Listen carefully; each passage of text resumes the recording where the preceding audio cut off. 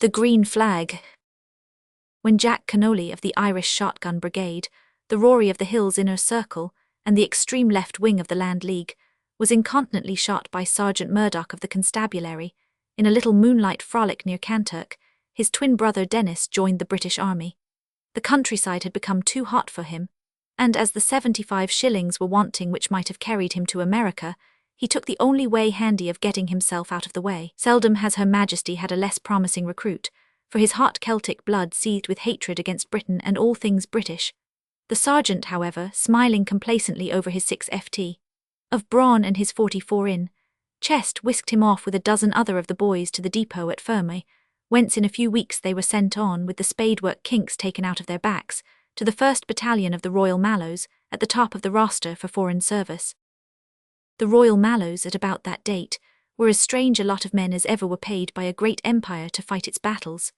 It was the darkest hour of the land struggle, when the one side came out with crowbar and battering ram by day, and the other with mask and with shotgun by night. Men driven from their homes and potato patches found their way even into the service of the government, to which it seemed to them that they owed their troubles, and now and then they did wild things before they came. There were recruits in the Irish regiments who would forget to answer to their own names, so short had been their acquaintance with them. Of these the Royal Mallows had their full share, and while they still retained their fame as being one of the smartest corps in the army, no one knew better than their officers that they were dry-rotted with treason and with bitter hatred of the flag under which they served. And the centre of all the disaffection was 100 Company, in which Dennis Connolly found himself enrolled. They were Celts, Catholics, and men of the tenant class to a man, and their whole experience of the British government had been an inexorable landlord, and a constabulary who seemed to them to be always on the side of the rent collector. Dennis was not the only moonlighter in the ranks, nor was he alone in having an intolerable family blood feud to harden his heart. Savagery had begotten savagery in that veiled civil war. A landlord with an iron mortgage weighing down upon him had small bowels for his tenantry. He did but take what the law allowed, and yet with men like Jim Harlan, or Patrick McQuire, or Peter Flynn, who had seen the roofs torn from their cottages and their folk huddled among their pitiable furniture upon the roadside, it was ill to argue about abstract law. What matter that in that long and bitter struggle there was many another outrage on the part of the tenant, and many another grievance on the side of the landowner. A stricken man can only feel his own wound, and the rank and file of the 100 Company of the Royal Mallows were sore and savage to the soul. There were low whisperings in barrack-rooms and canteens, stealthy meetings in public-house parlours, bandying of passwords from mouth to mouth, and many other signs which made their officers right glad when the order came which sent them to foreign, and better still, to active service. For Irish regiments have before now been disaffected, and have at a distance looked upon the foe as though he might in truth be the friend. But when they have been put face on to him, and when their officers have dashed to the front with a wave and halloo, those rebel hearts have softened and their gallant Celtic blood has boiled with the mad joy of the fight, until the slower Britons have marvelled that they ever could have doubted the loyalty of their Irish comrades. So it would be again, according to the officers, and so it would not be if Dennis Connolly and a few others could have their way. It was a March morning upon the eastern fringe of the Nubian desert. The sun had not yet risen, but a tinge of pink flushed up as far as the cloudless zenith, and the long strip of sea lay like a rosy ribbon across the horizon. From the coast, inland stretched dreary sand plains, dotted over with thick clumps of mimosa scrub and mottled patches of thorny bush. No tree broke the monotony of that vast desert. The dull, dusty hue of the thickets and the yellow glare of the sand were the only colours, save at one point, where from a distance it seemed that a landslip of snow-white stones had shot itself across a low foothill. But as the traveller approached he saw with a thrill that these were no stones, but the bleaching bones of a slaughtered army. With its dull tints, its gnarled, viprous bushes, its arid, barren soil, and this death streak trailed across it, it was indeed a nightmare country. Some 8 or 10 miles inland, the rolling plain curved upwards with a steeper slope, until it ran into a line of red basaltic rock, which zigzagged from north to south, heaping itself up at one point into a fantastic knoll. On the summit of this there stood upon that March morning 3 Arab chieftains, the Sheikh Kadra of the Haddandowers, Mousa Wad Abarhejel, who led the Berber dervishes, and Hamid Wad Hussein, who had come northward with his fighting men from the land of the Bagharas. They had all three just risen from their praying carpets, and were peering out with fierce, high-nosed faces thrust forwards, at the stretch of country revealed by the spreading dawn. The red rim of the sun was pushing itself now above the distant sea, and the whole coastline stood out brilliantly yellow against the rich deep blue beyond. At one spot lay a huddle of white-walled houses, a mere splotch in the distance, while 4 tiny cockboats which lay beyond marked the position of 3 of Her Majesty's 10,000-ton troopers and the Admiral's flagship. But it was not upon the distant town, nor upon the great vessels, nor yet upon the sinister white litter which gleamed in the plain beneath them, that the Arab chieftains gazed. 2 miles from where they stood, amid the sandhills and the mimosa scrub, a great parallelogram had been marked by piled-up bushes. From the inside of this dozens of tiny blue smoke reeks curled up into the still morning air, while there rose from it a confused deep murmur, the voices of men and the gruntings of camels blended into the same insect buzz. "The unbelievers have cooked their morning food," said the Baggara chief, shading his eyes with his tawny, sinewy hand. "Truly their sleep has been scanty, for Hamid and 100 of his men have fired upon them since the rising of the moon." "So it was with these others," answered the Sheikh Kadra, pointing with his sheathed sword towards the old battlefield. "They also had a day of little water and a night of little rest, and the heart was gone out of them ere ever the sons of the Prophet had looked them in the eyes. This blade drank deep that day, and will again before the sun has travelled from the sea to the hill." "And yet these are other men," remarked the Berber dervish. "Well, I know that Allah has placed them in the clutch of our fingers, yet it may be that they with the big hats will stand firmer than the cursed men of Egypt." "Pray Allah that it may be so," cried the fierce Baggara with a flash of his black eyes. "It was not to chase women that I brought 700 men from the river to the coast. See, my brother, already they are forming their array." A fanfare of bugle calls burst from the distant camp. At the same time, the bank of bushes at one side had been thrown or trampled down, and the little army within began to move slowly out onto the plain. Once clear of the camp they halted, and the slant rays of the sun struck flashes from bayonet and from gun barrel as the ranks closed up, until the big pith helmets joined into a single long white ribbon. 2 streaks of scarlet glowed on either side of the square, but elsewhere the fringe of fighting men was of the dull yellow khaki tint which hardly shows against the desert sand. Inside their array was a dense mass of camels and mules bearing stores and ambulance needs. Outside, a twinkling clump of cavalry was drawn up on each flank, and in front a thin, scattered line of mounted infantry was already slowly advancing over the bush-strewn plain, halting on every eminence, and peering warily round as men might who have to pick their steps among the bones of those who have preceded them. The 3 chieftains still lingered upon the knoll, looking down with hungry eyes and compressed lips at the dark steel-tipped patch. "They are slower to start than the men of Egypt," the Sheikh of the Hadendowas growled in his beard. "Slower also to go back, perchance, my brother," murmured the dervish. "And yet they are not many, 3,000 at the most. And we 10,000, with the Prophet's grip upon our spear hafts and his words upon our banner. See to their chieftain, how he rides upon the right and looks up at us with the glass that sees from afar. It may be that he sees this also." The Arab shook his sword at the small clump of horsemen who had spurred out from the square. "Lo, he beckons," cried the dervish, "and see those others at the corner how they bend and heave. Ha, by the Prophet, I had thought it." As he spoke, a little woolly puff of smoke spurted up at the corner of the square, and a 7 lb. Shell burst with a hard metallic smack just over their heads. The splinters knocked chips from the red rocks around them. "Bismillah," cried the Hadendowa. "If the gun can carry thus far, then ours can answer to it. Ride to the left, Mousa, and tell Ben Ali to cut the skin from the Egyptians if they cannot hit yonder mark. And you, Hamid, to the right, and see that 3,000 men lie close in the wady that we have chosen. Let the others beat the drum and show the banner of the Prophet, for by the black stone their spears will have drunk deep ere they look upon the stars again." A long, straggling, boulder-strewn plateau lay on the summit of the red hills, sloping very precipitously to the plain, save at one point, where a winding gully curved downwards, its mouth choked with sand mounds and olive-hued scrub. Along the edge of this position lay the Arab host, a motley crew of shock-headed desert clansmen, fierce predatory slave dealers of the interior, and wild dervishes from the Upper Nile, all blent together by their common fearlessness and fanaticism. 2 races were there, as wide as the poles apart, the thin-lipped, straight-haired Arab and the thick-lipped, curly Negro, yet the faith of Islam had bound them closer than a blood tie. Squatting among the rocks or lying thickly in the shadow, they peered out at the slow-moving square beneath them, while women with water skins and bags of doora fluttered from group to group, calling out to each other those fighting texts from the Quran which in the hour of battle are maddening as wine to the true believer. A score of banners waved over the ragged, valiant crew, and among them, upon desert horses and white bishareen camels, were the emirs and sheiks who were to lead them against the infidels. As the Sheikh Kadra sprang into his saddle and drew his sword, there was a wild whoop and a clatter of waving spears, while the one-ended war drums burst into a dull crash like a wave upon shingle. For a moment, 10,000 men were up on the rocks with brandished arms and leaping figures. The next they were under cover again, waiting sternly and silently for their chieftain's orders. The square was less than half a mile from the ridge now, and shell after shell from the 7lb. Guns were pitching over it, a deep roar on the right, and then a second one showed that the Egyptian Krups were in action.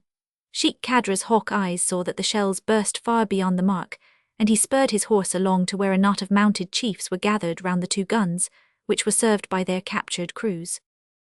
"How is this, Ben Ali?" he cried. "It was not thus that the dogs fired when it was their own brothers in faith at whom they aimed." A chieftain reined his horse back and thrust a blood-smeared sword into its sheath.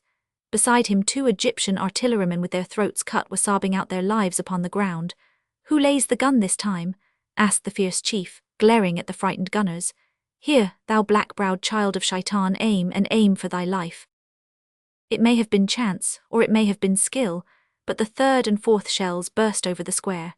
Sheikh Kadra smiled grimly and galloped back to the left, where his spearmen were streaming down into the gully. As he joined them, a deep growling rose from the plain beneath, like the snarling of a sullen wild beast, and a little knot of tribesmen fell into a struggling heap, caught in the blast of lead from a gardener. Their comrades pressed on over them and sprang down into the ravine.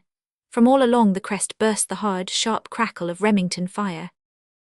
The square had slowly advanced, rippling over the low sandhills, and halting every few minutes to rearrange its formation. Now, having made sure that there was no force of the enemy in the scrub, it changed its direction and began to take a line parallel to the Arab position. It was too steep to assail from the front, and if they moved far enough to the right, the general hoped that he might turn it.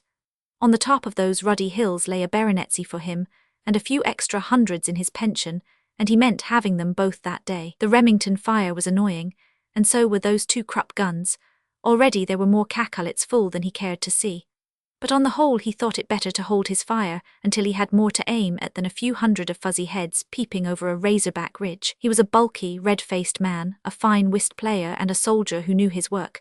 His men believed in him, and he had good reason to believe in them, for he had excellent stuff under him that day. Being an ardent champion of the short-service system, he took particular care to work with veteran 1st battalions, and his little force was the compressed essence of an army corps.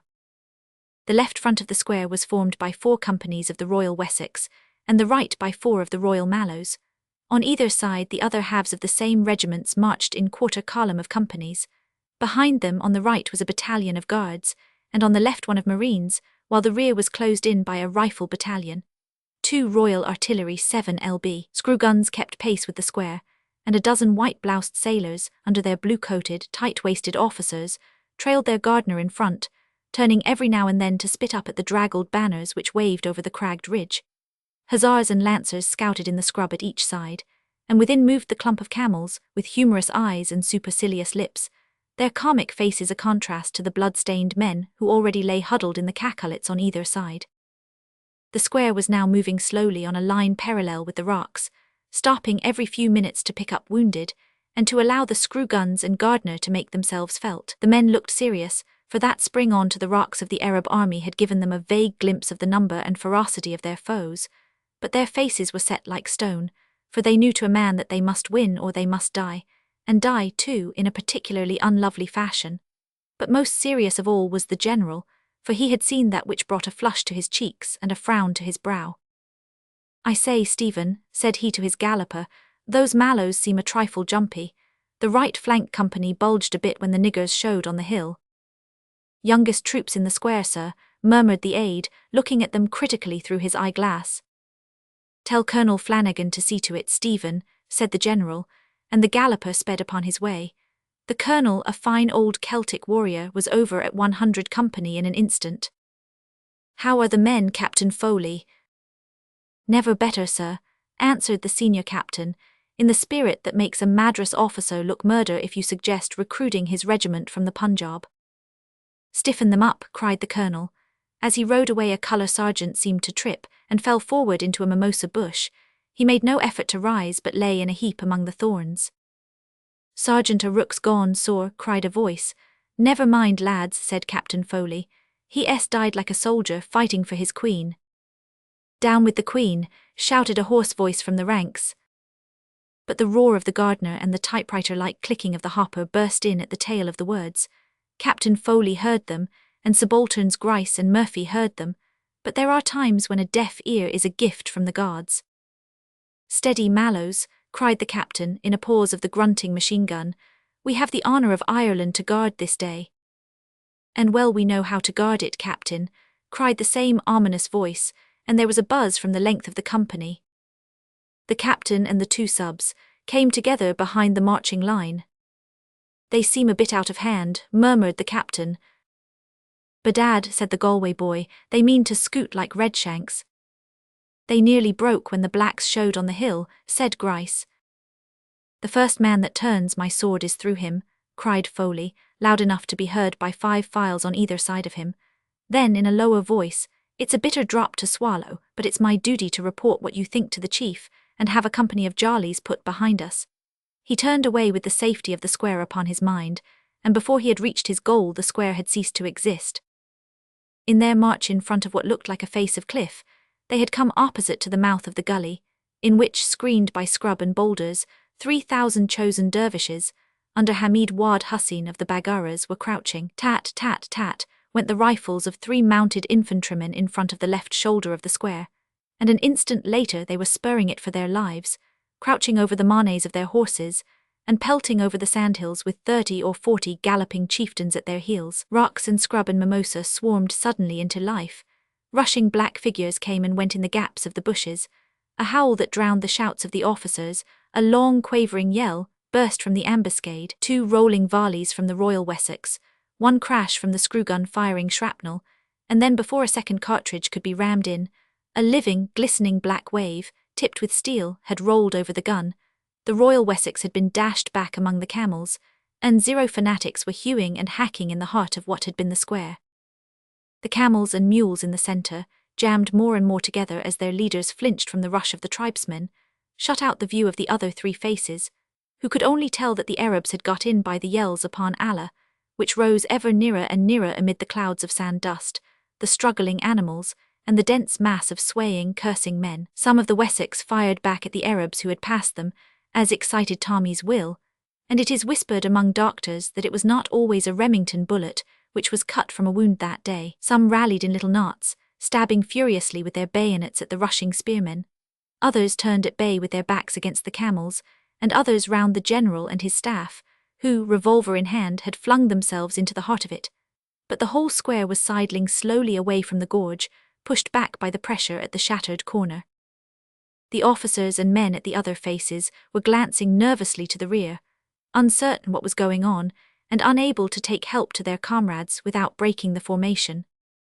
"By Jove, they've got through the Wessex," cried Grice of the Mallows. "The divils have hurushed us, Ted," said his brother subaltern, cocking his revolver. The ranks were breaking and crowding towards Private Cannoli, all talking together as the officers peered back through the veil of dust. The sailors had run their gardener out, and she was squirting death out of her 5 barrels into the flank of the rushing stream of savages. "Oh, this bloody gun," shouted a voice. "She's jammed again." The fierce metallic grunting had ceased, and her crew were straining and hauling at the breech. "This damned vertical feed," cried an officer. "The spanner, Wilson, the spanner, stand to your cutlasses, boys, or they're into us."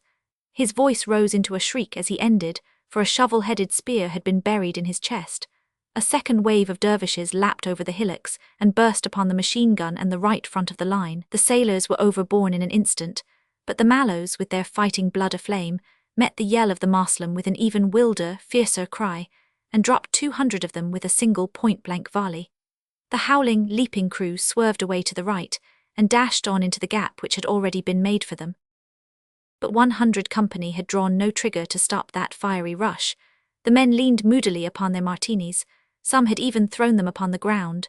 Cannoli was talking fiercely to those about him. Captain Foley, thrusting his way through the press, rushed up to him with a revolver in his hand. "This is your doing, you villain," he cried. "If you raise your pistol, Captain, your brains will be over your coat," said a low voice at his side. He saw that several rifles were turned on him. The two subs had pressed forward and were by his side. "What is it then?" he cried, looking round from one fierce mutinous face to another. "Are you Irishmen? Are you soldiers? What are you here for but to fight for your country?" "England is no country of ours," cried several. "You are not fighting for England. You are fighting for Ireland and for the empire of which it is part." "A black curse on the empire," shouted Private McQuire, throwing down his rifle. "'Twas the empire that backed the man that druv me onto the roadside. May me hand stiffen before I draw trigger for it." "What's the empire to us, Captain Foley, and what's the widdy to us either?" cried a voice. "Let the constabulary fight for her." "I be God, they'd be better employed than pullin' a poor man's thatch about his ears, or shootin' his brother as they did mine. It was the empire laid my groanin' mother by the wayside. Her son will rot before he upholds it, and ye can put that in the charge sheet in the next court-martial." In vain the three officers begged, menaced, persuaded. The square was still moving, ever moving, with the same bloody fight raging in its entrails. Even while they had been speaking they had been shuffling backwards, and the useless gardener with her slaughtered crew was already a good 100 yards from them. And the pace was accelerating. The mass of men, tormented and writhing, was trying by a common instinct to reach some clearer ground where they could reform. 3 faces were still intact, but the 4th had been caved in and badly mauled, without its comrades being able to help it. The guards had met a fresh rush of the Hadendowas, and had blown back the tribesmen with a volley, and the cavalry had ridden over another stream of them, as they welled out of the gully. A litter of hamstrung horses and haggled men behind them showed that a spearman on his face among the bushes can show some sport to the man who charges him. But in spite of all, the square was still reeling swiftly backwards, trying to shake itself clear of this torment which clung to its heart. Would it break or would it reform? The lives of 5 regiments and the honour of the flag hung upon the answer. Some at least were breaking. The 100 Company of the Mallows had lost all military order and was pushing back in spite of the haggard officers, who cursed and shoved and prayed in the vain attempt to hold them. The captain and the subs were elbowed and jostled, while the men crowded towards Private Cannoli for their orders. The confusion had not spread, for the other companies, in the dust and smoke and turmoil, had lost touch with their mutinous comrades. Captain Foley saw that even now there might be time to avert a disaster. "Think what you are doing, man," he yelled, rushing towards the ringleader. "There are 1,000 Irish in the square, and they are dead men if we break." The words alone might have had little effect on the old moonlighter. It is possible that, in his scheming brain, he had already planned how he was to club his Irish together and lead them to the sea. But at that moment, the Arabs broke through the screen of camels which had fended them off. There was a struggle, a screaming, a mule rolled over, a wounded man sprang up in a cacolet with a spear through him, and then through the narrow gap surged a stream of naked savages, mad with battle, drunk with slaughter, spotted and splashed with blood dripping from their spears, their arms, their faces, their yells, their bounds, their crouching, darting figures. The horrid energy of their spear thrusts made them look like a blast of fiends from the pit. And were these the allies of Ireland? Were these the men who were to strike for her against her enemies? Cannoli's soul rose up in loathing at the thought. He was a man of firm purpose, and yet at the first sight of those howling fiends that purpose faltered, and at the second it was blown to the winds. He saw a huge coal-black Negro seize a shrieking camel driver, and saw at his throat with a knife. He saw a shock-headed tribesman plunge his great spear through the back of their own little bugler from Mill Street. He saw a dozen deeds of blood, the murder of the wounded, the hacking of the unarmed, and caught, too, in a glance, the good wholesome faces of the faced-about rear rank of the Marines. The Mallows, too, had faced about, and in an instant Cannoli had thrown himself into the heart of 100 Company, striving with the officers to form the men up with their comrades. But the mischief had gone too far. The rank and file had no heart in their work.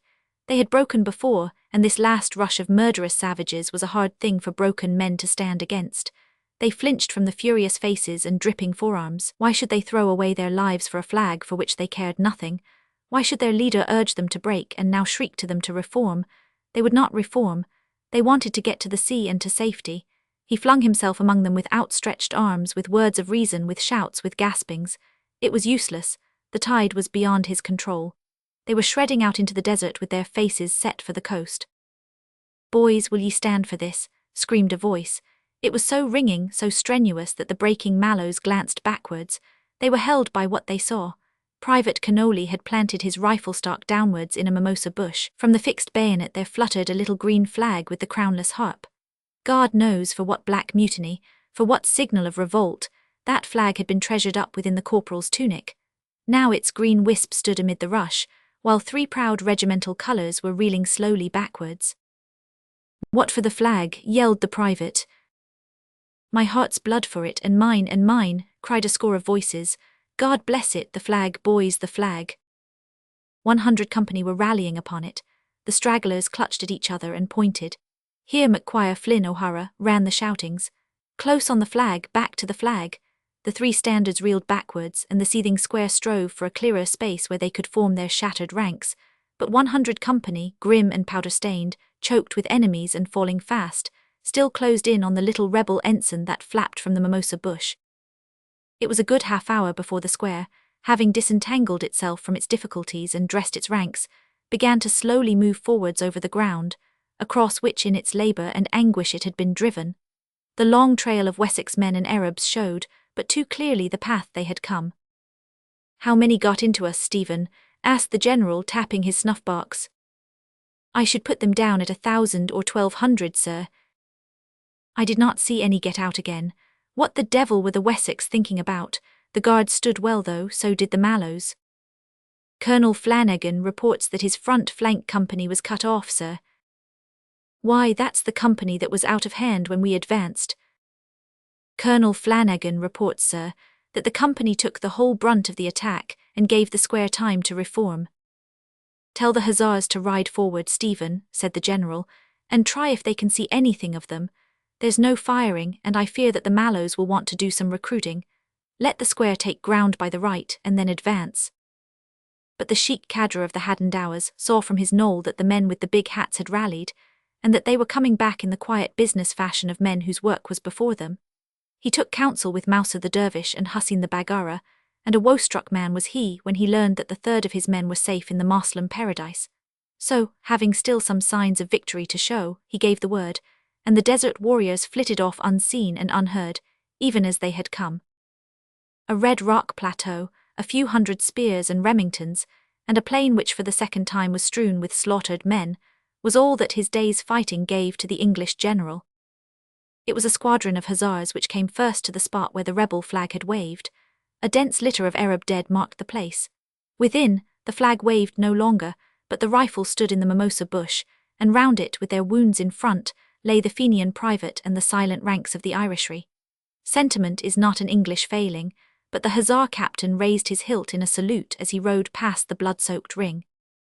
The British general sent home dispatches to his government, and so did the chief of the Hadendowas, though the style and manner differed somewhat in each. The Sheik cadre of the Hadendowa people to Mohammed Ahmed, the chosen of Allah, homage and greeting, began the latter. "Know by this that on the 4th day of this moon we gave battle to the Kafirs who call themselves Ingles, having with us the chief Hussein with 10,000 of the faithful. By the blessing of Allah we have broken them, and chased them for a mile, though indeed these infidels are different from the dogs of Egypt, and have slain very many of our men, yet we hope to smite them again ere the new moon be come, to which end I trust that thou wilt send us 1,000 dervishes from Omdurman. In token of our victory, I send you by this messenger a flag which we have taken. By the colour it might well seem to have belonged to those of the true faith, but the Kafirs gave their blood freely to save it, and so we think that, though small, it is very dear to them." Captain Sharkey. 1. How the governor of St. Kitts came home. When the great wars of the Spanish succession had been brought to an end by the Treaty of Utrecht, the vast number of privateers which had been fitted out by the contending parties found their occupation gone. Some took to the more peaceful but less lucrative ways of ordinary commerce, others were absorbed into the fishing fleets, and a few of the more reckless hoisted the Jolly Roger at the mizzen and the bloody flag at the main, declaring a private war upon their own account against the whole human race.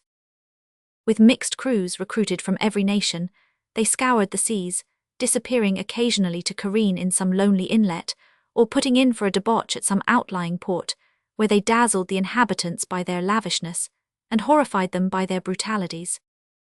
On the Coromandel coast, at Madagascar, in the African waters, and above all in the West Indian and American seas, the pirates were a constant menace. With an insolent luxury, they would regulate their depredations by the comfort of the seasons, harrying New England in the summer, and dropping south again to the tropical islands in the winter. They were the more to be dreaded because they had none of that discipline and restraint which made their predecessors, the buccaneers, both formidable and respectable. These Ishmaels of the sea rendered an account to no man, and treated their prisoners according to the drunken whim of the moment. Flashes of grotesque generosity alternated with longer stretches of inconceivable ferocity, and the skipper who fell into their hands might find himself dismissed with his cargo, after serving as boon companion in some hideous debauch, or might sit at his cabin table with his own nose, and his lips served up with pepper and salt in front of him. It took a stout seaman in those days to ply his calling in the Caribbean Gulf. Such a man was Captain John Scarrow, of the ship Morning Star, and yet he breathed a long sigh of relief when he heard the splash of the falling anchor and swung at his moorings within 100 yards of the guns of the citadel of Basse-Terre. St. Kitts was his final port of call, and early next morning his bowsprit would be pointed for Old England. He had had enough of those robber-haunted seas. Ever since he had left Maracaibo upon the main, with his full lading of sugar and red pepper, he had winced at every topsail which glimmered over the violet edge of the tropical sea. He had coasted up the Windward Islands, touching here and there, and assailed continually by stories of villainy and outrage. Captain Sharkey of the 20-gun pirate bark Happy Delivery had passed down the coast, and had littered it with gutted vessels and with murdered men. Dreadful anecdotes were current of his grim pleasantries and of his inflexible ferocity. From the Bahamas to the Main, his coal-black bark with the ambiguous name had been freighted with death, and many things which are worse than death. So nervous was Captain Scarrow, with his new full-rigged ship, and her full and valuable lading, that he struck out to the west as far as Bird's Island to be out of the usual track of commerce. And yet even in those solitary waters, he had been unable to shake off sinister traces of Captain Sharkey. One morning they had raised a single skiff adrift upon the face of the ocean. Its only occupant was a delirious seaman, who yelled hoarsely as they hoisted him aboard, and showed a dried-up tongue like a black and wrinkled fungus at the back of his mouth. Water and nursing soon transformed him into the strongest and smartest sailor on the ship. He was from Marblehead in New England, it seemed, and was the sole survivor of a schooner which had been scuttled by the dreadful Sharkey. For a week Hiram Evanson, for that was his name, had been adrift beneath a tropical sun. Sharkey had ordered the mangled remains of his late captain to be thrown into the boat, as provisions for the voyage, but the seaman had at once committed it to the deep, lest the temptation should be more than he could bear. He had lived upon his own huge frame until, at the last moment, the Morning Star had found him in that madness which is the precursor of such a death. It was no bad find for Captain Scarrow, for with a short-handed crew, such a seaman as this big New Englander was a prize worth having. He vowed that he was the only man whom Captain Sharkey had ever placed under an obligation. Now that they lay under the guns of Basse-Terre, all danger from the pirate was at an end, and yet the thought of him lay heavily upon the seaman's mind as he watched the agent's boat shooting out from the custom-house quay. "I'll lay you a wager, Morgan," said he to the first mate, "that the agent will speak of Sharkey in the first 100 words that pass his lips." "Well, Captain, I'll have you a $1 and chance it," said the rough old Bristol man beside him. The Negro rowers shot the boat alongside, and the linen-clad steersman sprang up the ladder. "Welcome, Captain Scarrow," he cried. "Have you heard about Sharkey?" The captain grinned at the mate. "What devilry has he been up to now?" he asked. "Devilry, you've not heard then? Why, we've got him safe under lock and key at Basse-Terre. He was tried last Wednesday, and he is to be hanged tomorrow morning." Captain and mate gave a shout of joy, which an instant later was taken up by the crew. Discipline was forgotten as they scrambled up through the break of the poop to hear the news. The New Englander was in the front of them with a radiant face turned up to heaven, for he came of the Puritan stock. "Sharkey to be hanged," he cried. "You don't know, Master Agent, if they lack a hangman, do you?" "Stand back," cried the mate, whose outraged sense of discipline was even stronger than his interest at the news. "I'll pay that $1, Captain Scarrow, with the lightest heart that ever I paid a wager yet. How came the villain to be taken?" Why, as to that, he became more than his own comrades could abide, and they took such a horror of him that they would not have him on the ship, so they marooned him upon the Little Mangles to the south of the Misteriosa bank, and there he was found by a Portobello trader who brought him in.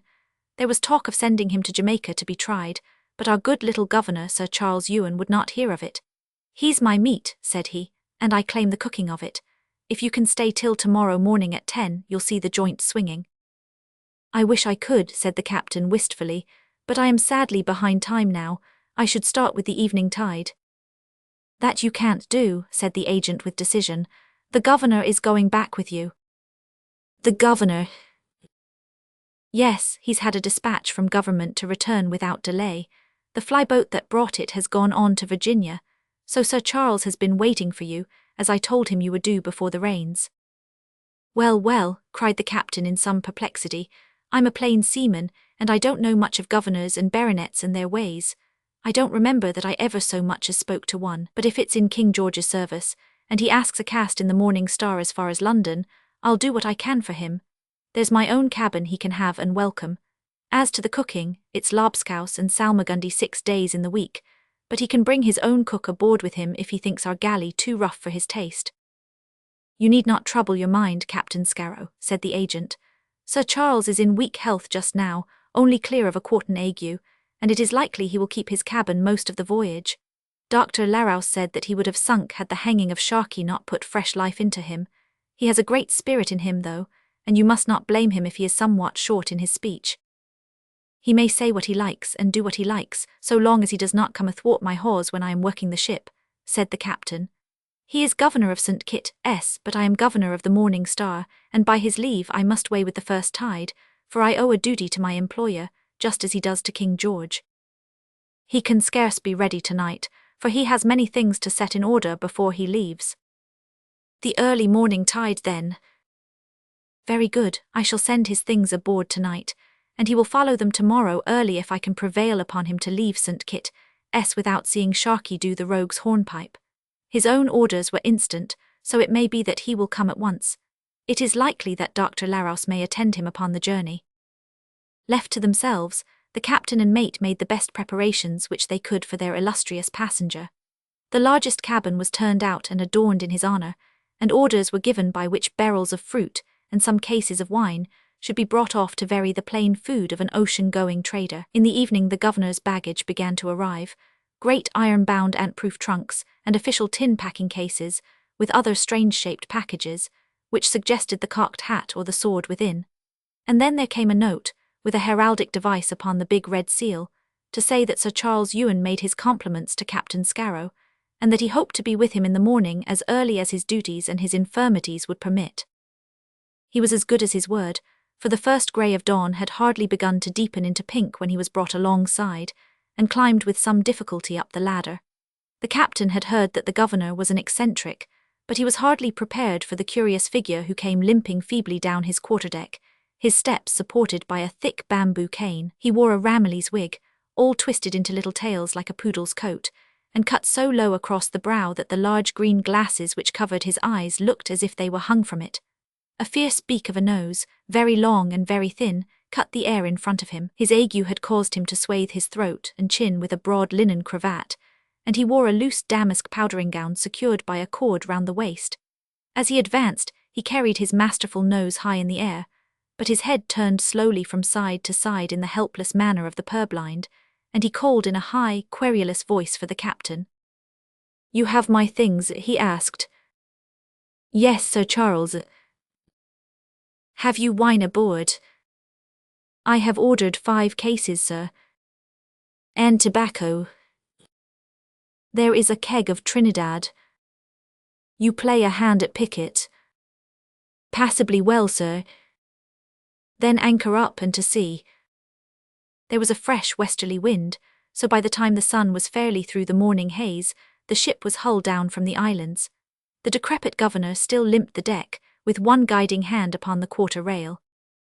"You are on government service now, Captain," said he. "They are counting the days till I come to Westminster, I promise you. Have you all that she will carry?" "Every inch, Sir Charles." "Keep her so if you blow the sails out of her. I fear, Captain Scarrow, that you will find a blind and broken man a poor companion for your voyage."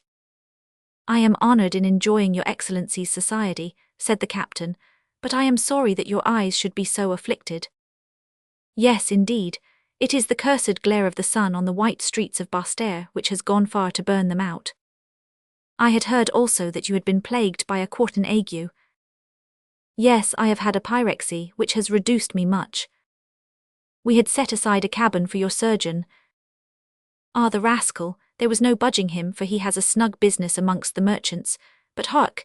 He raised his ring-covered band in the air. From far astern there came the low, deep thunder of cannon. It is from the island, cried the captain in astonishment. Can it be a signal for us to put back?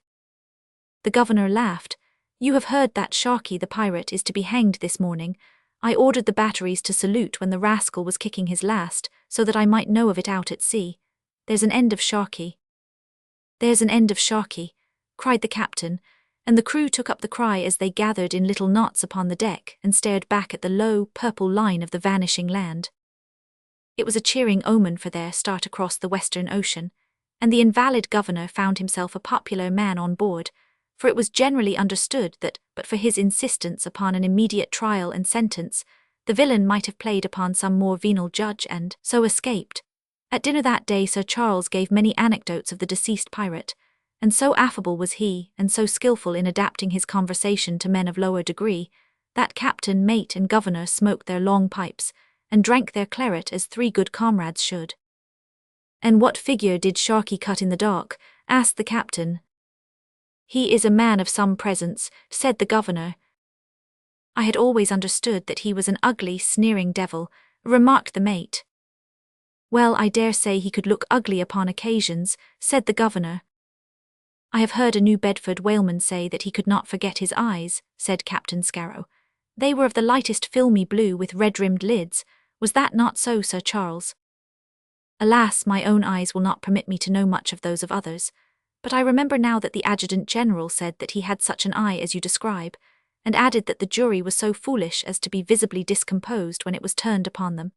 It is well for them that he is dead, for he was a man who would never forget an injury, and if he had laid hands upon any one of them, he would have stuffed him with straw and hung him for a figurehead. The idea seemed to amuse the governor, for he broke suddenly into a high, neighing laugh, and the two seamen laughed also, but not so heartily, for they remembered that Sharkey was not the last pirate who sailed the western seas, and that as grotesque a fate might come to be their own. Another bottle was broached to drink to a pleasant voyage, and the governor would drink just one other on the top of it, so that the seamen were glad at last to stagger off, the one to his watch and the other to his bunk. But when, after his 4 hours' spell, the mate came down again, he was amazed to see the governor in his Ramillies wig, his glasses and his powdering gown, still seated sedately at the lonely table with his reeking pipe and 6 black bottles by his side. I have drunk with the governor of St. Kitts when he was sick, said he, and God forbid that I should ever try to keep pace with him when he is well. The voyage of the Morning Star was a successful one, and in about 3 weeks she was at the mouth of the British Channel. From the first day the infirm governor had begun to recover his strength, and before they were halfway across the Atlantic, he was, save only for his eyes, as well as any man upon the ship.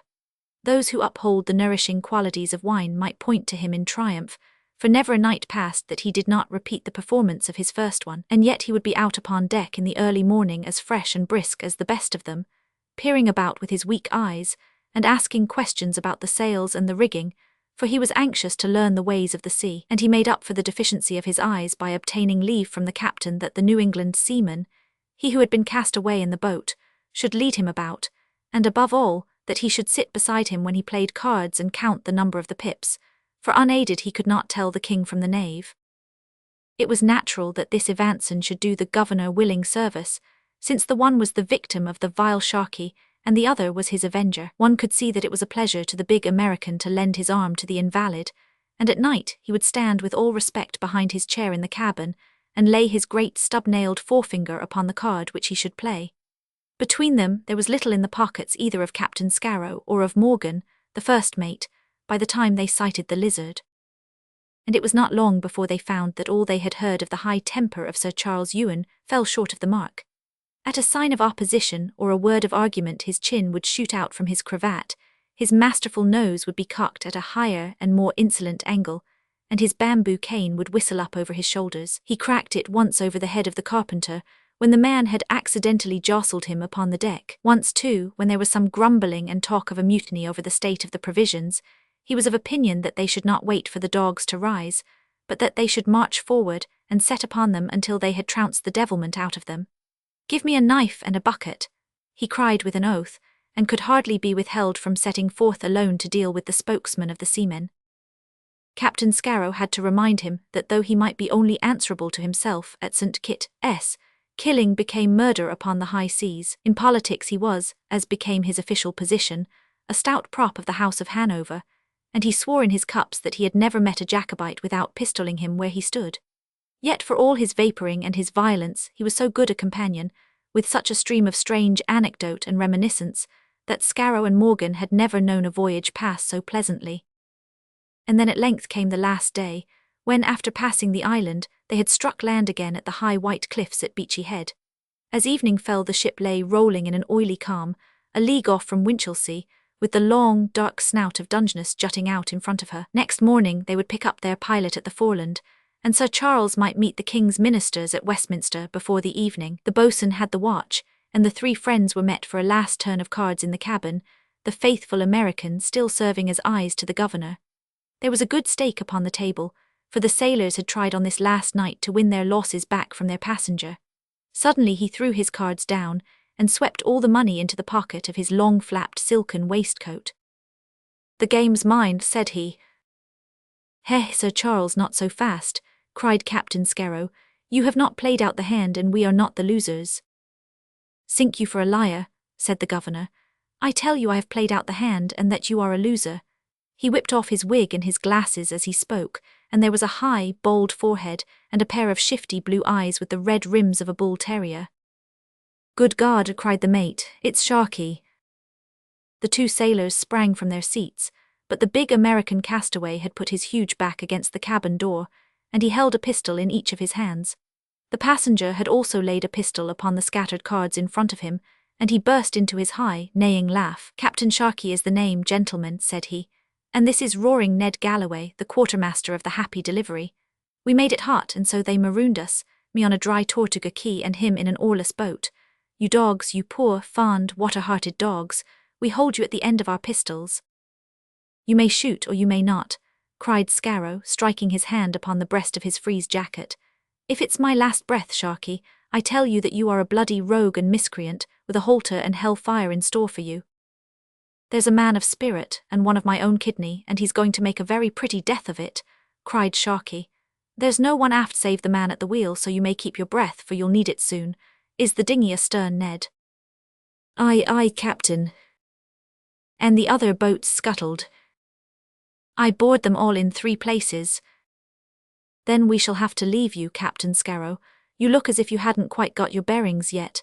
Is there anything you'd like to ask me?" "I believe you're the devil himself," cried the captain. "Where is the governor of St. Kitts? When last I saw him, His Excellency was in bed with his throat cut. When I broke prison, I learnt from my friends, for Captain Sharkey has those who love him in every port, that the governor was starting for Europe under a master who had never seen him. I climbed his veranda, and I paid him the little debt that I owed him.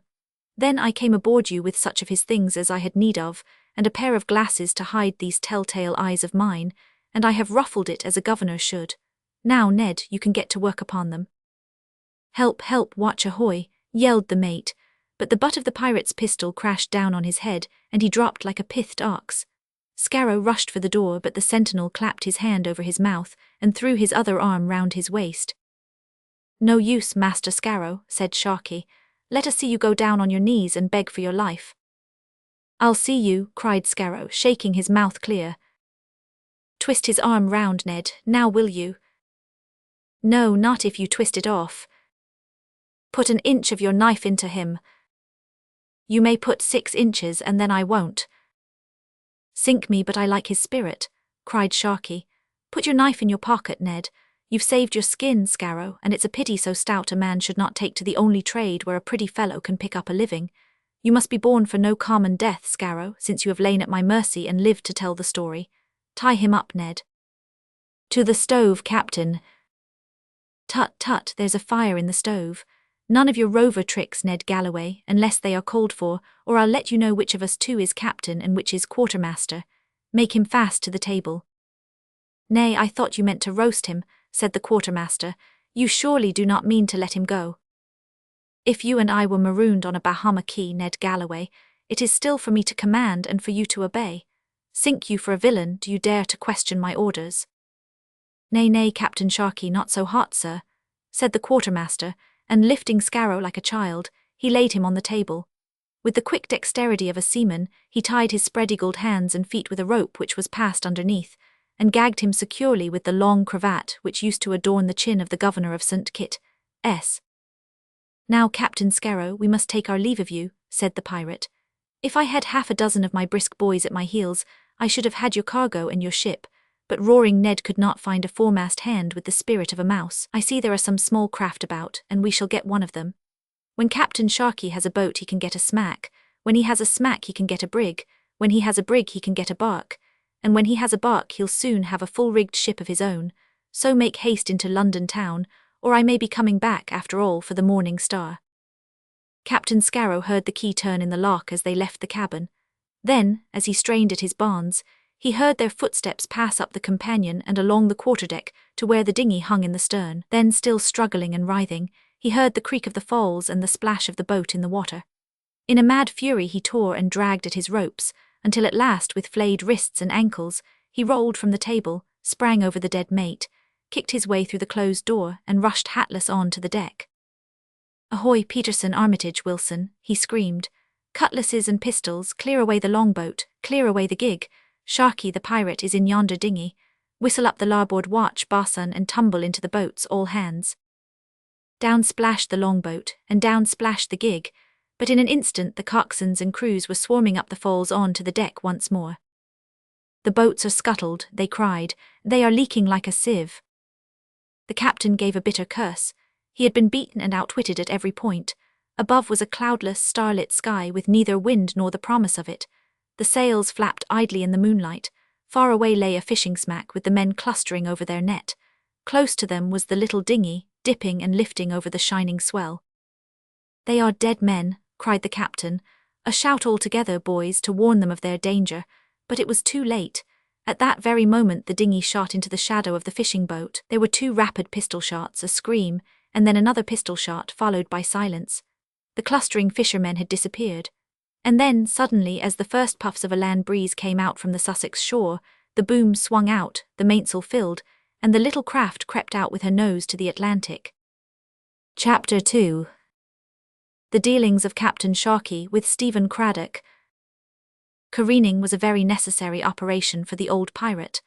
On his superior speed, he depended both for overhauling the trader and escaping the man-o'-war, but it was impossible to retain his sailing qualities unless he periodically, once a year at the least, cleared his vessel's bottom from the long, trailing plants and crusting barnacles which gather so rapidly in the tropical seas.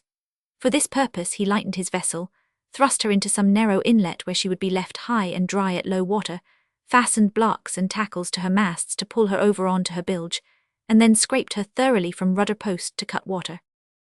During the weeks which were thus occupied the ship was, of course, defenceless, but on the other hand, she was unapproachable by anything heavier than an empty hull, and the place for careening was chosen with an eye to secrecy, so that there was no great danger. So secure did the captains feel that it was not uncommon for them at such times to leave their ships under a sufficient guard, and to start off in the longboat, either upon a sporting expedition or, more frequently, upon a visit to some outlying town, where they burned the heads of the women by their swaggering gallantry or broached pipes of wine in the market square, with a threat to pistol all who would not drink with them. Sometimes they would even appear in cities of the size of Charleston, and walk the streets with their clattering sidearms, an open scandal to the whole law-abiding colony. Such visits were not always paid with impunity. It was one of them, for example, which provoked Lieutenant Maynard to hack off Blackbeard's head, and to spear it upon the end of his bowsprit. But, as a rule, the pirate ruffled and bullied and drabbed without let or hindrance, until it was time for him to go back to his ship once more. There was one pirate, however, who never crossed even the skirts of civilization, and that was the sinister Sharkey of the bark Happy Delivery. It may have been from his morose and solitary temper, or, as is more probable, that he knew that his name upon the coast was such that outraged humanity would, against all odds, have thrown themselves upon him, but never once did he show his face in a settlement. When his ship was laid up, he would leave her under the charge of Ned Galloway, her New England quartermaster, and would take long voyages in his boat, sometimes, it was said, for the purpose of burying his share of the plunder, and sometimes to shoot the wild oxen of Hispaniola, which, when dressed and barbecued, provided provisions for his next voyage. In the latter case, the bark would come round to some prearranged spot to pick him up, and take on board what he had shot. There had always been a hope in the islands that Sharkey might be taken on one of these occasions, and at last there came news to Kingston which seemed to justify an attempt upon him. It was brought by an elderly logwood cutter who had fallen into the pirates' hands, and in some freak of drunken benevolence had been allowed to get away with nothing worse than a slit nose and a drubbing. His account was recent and definite. The Happy Delivery was careening at Torbeck on the southwest of Hispaniola. Sharkey, with 4 men, was buccaneering on the outlying island of La Vache. The blood of 100 murdered crews was calling out for vengeance, and now at last it seemed as if it might not call in vain. Sir Edward Compton, the high-nosed, red-faced governor, sitting in solemn conclave with the commandant and the head of the council, was sorely puzzled in his mind as to how he should use this chance. There was no man-o'-war nearer than Jamestown, and she was a clumsy old flyboat, which could neither overhaul the pirate on the seas nor reach her in a shallow inlet. There were forts and artillerymen both at Kingston and Port Royal, but no soldiers available for an expedition. A private venture might be fitted out, and there were many who had a blood feud with Sharkey, but what could a private venture do?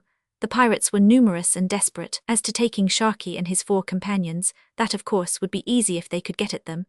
But how were they to get at them on a large, well-wooded island like La Vache, full of wild hills and impenetrable jungles? A reward was offered to whoever could find a solution, and that brought a man to the front who had a singular plan, and was himself prepared to carry it out. Stephen Craddock had been that most formidable person, the Puritan gone wrong. Sprung from a decent Salem family, his ill-doing seemed to be a recoil from the austerity of their religion, and he brought to vice all the physical strength and energy with which the virtues of his ancestors had endowed him. He was ingenious, fearless, and exceedingly tenacious of purpose, so that when he was still young, his name became notorious upon the American coast. He was the same Craddock who was tried for his life in Virginia for the slaying of the Seminole chief, and though he escaped, it was well known that he had corrupted the witnesses and bribed the judge. Afterwards, as a slaver, and even, as it was hinted, as a pirate, he had left an evil name behind him in the Bight of Benin. Finally, he had returned to Jamaica with a considerable fortune, and had settled down to a life of sombre dissipation. This was the man, gaunt, austere, and dangerous, who now waited upon the governor with a plan for the extirpation of Sharkey. Sir Edward received him with little enthusiasm, for in spite of some rumours of conversion and reformation, he had always regarded him as an infected sheep who might taint the whole of his little flock. Craddock saw the governor's mistrust under his thin veil of formal and restrained courtesy. "You've no call to fear me, sir," said he.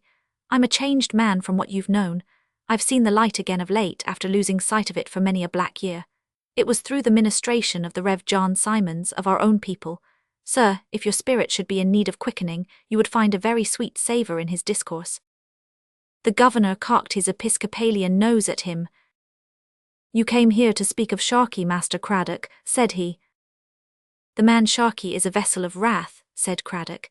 "His wicked horn has been exalted over long, and it is borne in upon me that if I can cut him off and utterly destroy him, it will be a goodly deed, and one which may atone for many backslidings in the past. A plan has been given to me whereby I may encompass his destruction." The governor was keenly interested, for there was a grim and practical air about the man's freckled face which showed that he was in earnest. After all, he was a seaman and a fighter, and if it were true that he was eager to atone for his past, no better man could be chosen for the business. "This will be a dangerous task, Master Craddock," said he. "If I meet my death at it, it may be that it will cleanse the memory of an ill-spent life. I have much to atone for." The governor did not see his way to contradict him. "What was your plan?" he asked. "You have heard that Sharkey's bark, the Happy Delivery, came from this very port of Kingston. It belonged to Mr. Codrington, and it was taken by Sharkey, who scuttled his own sloop and moved into her because she was faster," said Sir Edward. "Yes, but it may be that you have never heard that Mr. Codrington has a sister ship," the White Rose, which lies even now in the harbour, and which is so like the pirate that, if it were not for a white paint line, none could tell them apart. "Ah, and what of that?" asked the governor keenly, with the air of one who is just on the edge of an idea. "By the help of it, this man shall be delivered into our hands." "And how?" "I will paint out the streak upon the White Rose, and make it in all things like the happy delivery. Then I will set sail for the island of La Vache, where this man is slaying the wild oxen. When he sees me, he will surely mistake me for his own vessel which he is awaiting, and he will come on board to his own undoing." It was a simple plan, and yet it seemed to the governor that it might be effective. Without hesitation, he gave Cradock permission to carry it out, and to take any steps he liked in order to further the object which he had in view. Sir Edward was not very sanguine, for many attempts had been made upon Sharkey, and their results had shown that he was as cunning as he was ruthless.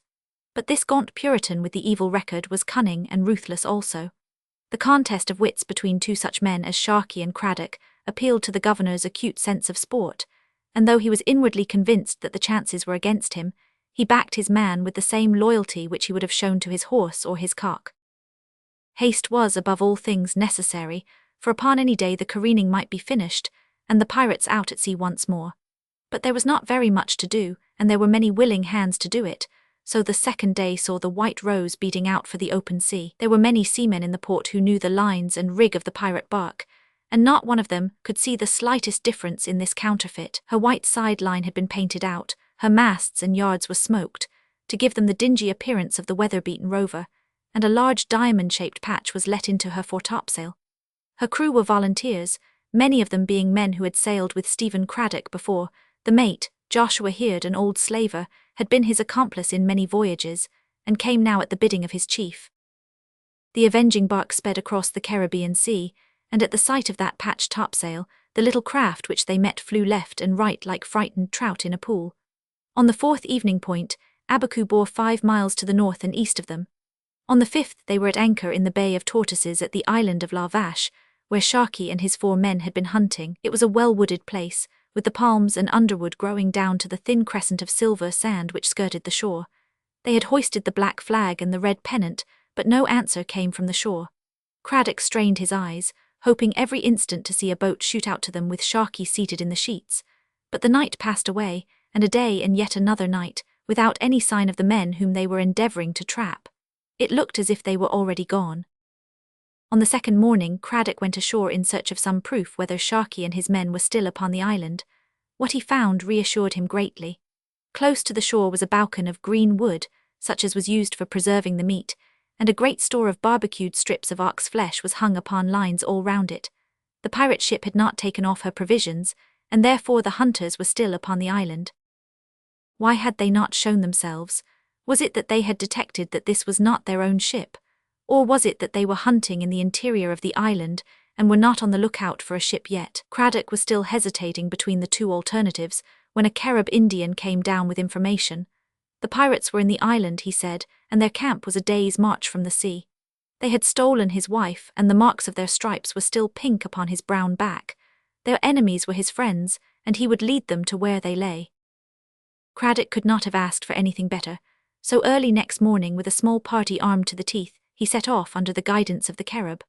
All day they struggled through brushwood and clambered over rocks, pushing their way further and further into the desolate heart of the island. Here and there they found traces of the hunters, the bones of a slain ox or the marks of feet in a morass, and once towards evening, it seemed to some of them that they heard the distant rattle of guns. That night they spent under the trees, and pushed on again with the earliest light. About noon they came to the huts of bark, which the Carib told them were the camp of the hunters, but they were silent and deserted. No doubt their occupants were away at the hunt and would return in the evening, so Cradock and his men lay in ambush in the brushwood around them. But no one came, and another night was spent in the forest. Nothing more could be done, and it seemed to Cradock that after the 2 days' absence it was time that he returned to his ship once more. The return journey was less difficult, as they had already blazed a path for themselves. Before evening they found themselves once more at the Bay of Palms, and saw their ship riding at anchor where they had left her. Their boat and oars had been hauled up among the bushes, so they launched it and pulled out to the bark. "No luck then," cried Joshua Heard the mate, looking down with a pale face from the poop. His camp was empty, but he may come down to us yet, said Craddock with his hand on the ladder. Somebody upon deck began to laugh. I think, said the mate, that these men had better stay in the boat. Why so? If you will come aboard, sir, you will understand it. He spoke in a curious, hesitating fashion. The blood flushed to Craddock's gaunt face. How is this, Master Heard? He cried, springing up the side. What mean you by giving orders to my boat's crew? But as he passed over the bulwarks, with one foot upon the deck and one knee upon the rail, a tow-bearded man whom he had never before observed aboard his vessel grabbed suddenly at his pistol. Craddock clutched at the fellow's wrist, but at the same instant his mate snatched the cutlass from his side. What roguery is this? Shouted Craddock, looking furiously around him, but the crew stood in knots about the deck, laughing and whispering amongst themselves without showing any desire to go to his assistance. Even in that hurried glance Craddock noticed that they were dressed in the most singular manner, with long riding coats, full-skirted velvet gowns and coloured ribbons at their knees, more like men of fashion than seamen. As he looked at their grotesque figures, he struck his brow with his clenched fist to be sure that he was awake. The deck seemed to be much dirtier than when he had left it, and there were strange, sun-blackened faces turned upon him from every side. Not one of them did he know save only Joshua Heard. Had the ship been captured in his absence? Were these Sharkey's men who were around him? At the thought he broke furiously away and tried to climb over to his boat, but a dozen hands were on him in an instant, and he was pushed aft through the open door of his own cabin. And it was all different to the cabin which he had left. The floor was different, the ceiling was different, the furniture was different. His had been plain and austere. This was sumptuous and yet dirty, hung with rare velvet curtains splashed with wine stains, and panelled with costly woods which were marked with pistol marks. On the table was a great chart of the Caribbean Sea, and beside it, with compasses in his hand, sat a clean-shaven, pale-faced man with a fur cap and a claret-coloured coat of damask.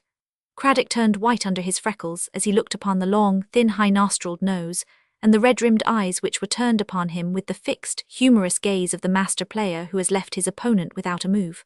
"Sharkey!" cried Craddock. Sharkey's thin lips opened, and he broke into his high, sniggering laugh.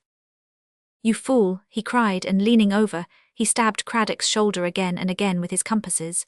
"You poor, dull-witted fool, would you match yourself against me?" It was not the pain of the wounds, but it was the contempt in Sharkey's voice which turned Craddock into a savage madman.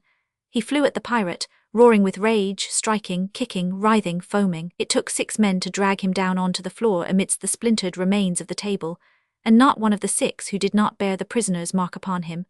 But Sharkey still surveyed him with the same contemptuous eye. From outside, there came the crash of breaking wood and the clamour of startled voices. "What is that?" asked Sharkey. "They have stove the boat with cold shot, and the men are in the water."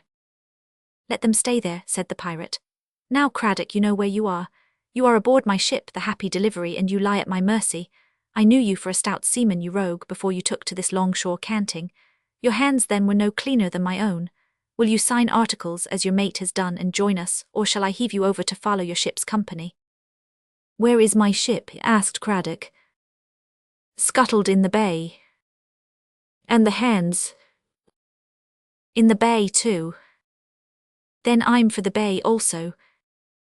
"Hark him and heave him over," said Sharkey. Many rough hands had dragged Craddock out upon deck, and Galloway, the quartermaster, had already drawn his hanger to cripple him, when Sharkey came hurrying from his cabin with an eager face. "We can do better with the hound," he cried. "Sink me if it is not a rare plan. Throw him into the sailroom with the irons on, and do you come here, quartermaster, that I may tell you what I have in my mind." So Craddock, bruised and wounded in soul and body, was thrown into the dark sailroom, so fettered that he could not stir hand or foot, but his northern blood was running strong in his veins, and his grim spirit aspired only to make such an ending as might go some way towards atoning for the evil of his life. All night he lay in the curve of the bilge, listening to the rush of the water and the straining of the timbers, which told him that the ship was at sea and driving fast. In the early morning someone came crawling to him in the darkness over the heap of sails. "Here's rum and biscuits," said the voice of his late mate. "It's at the risk of my life, Master Craddock, that I bring them to you." "It was you who trapped me and caught me as in a snare," cried Craddock. "How shall you answer for what you have done?" "What I did with the point of a knife betwixt my blade bones." God forgive you for a coward, Joshua heard. How came you into their hands?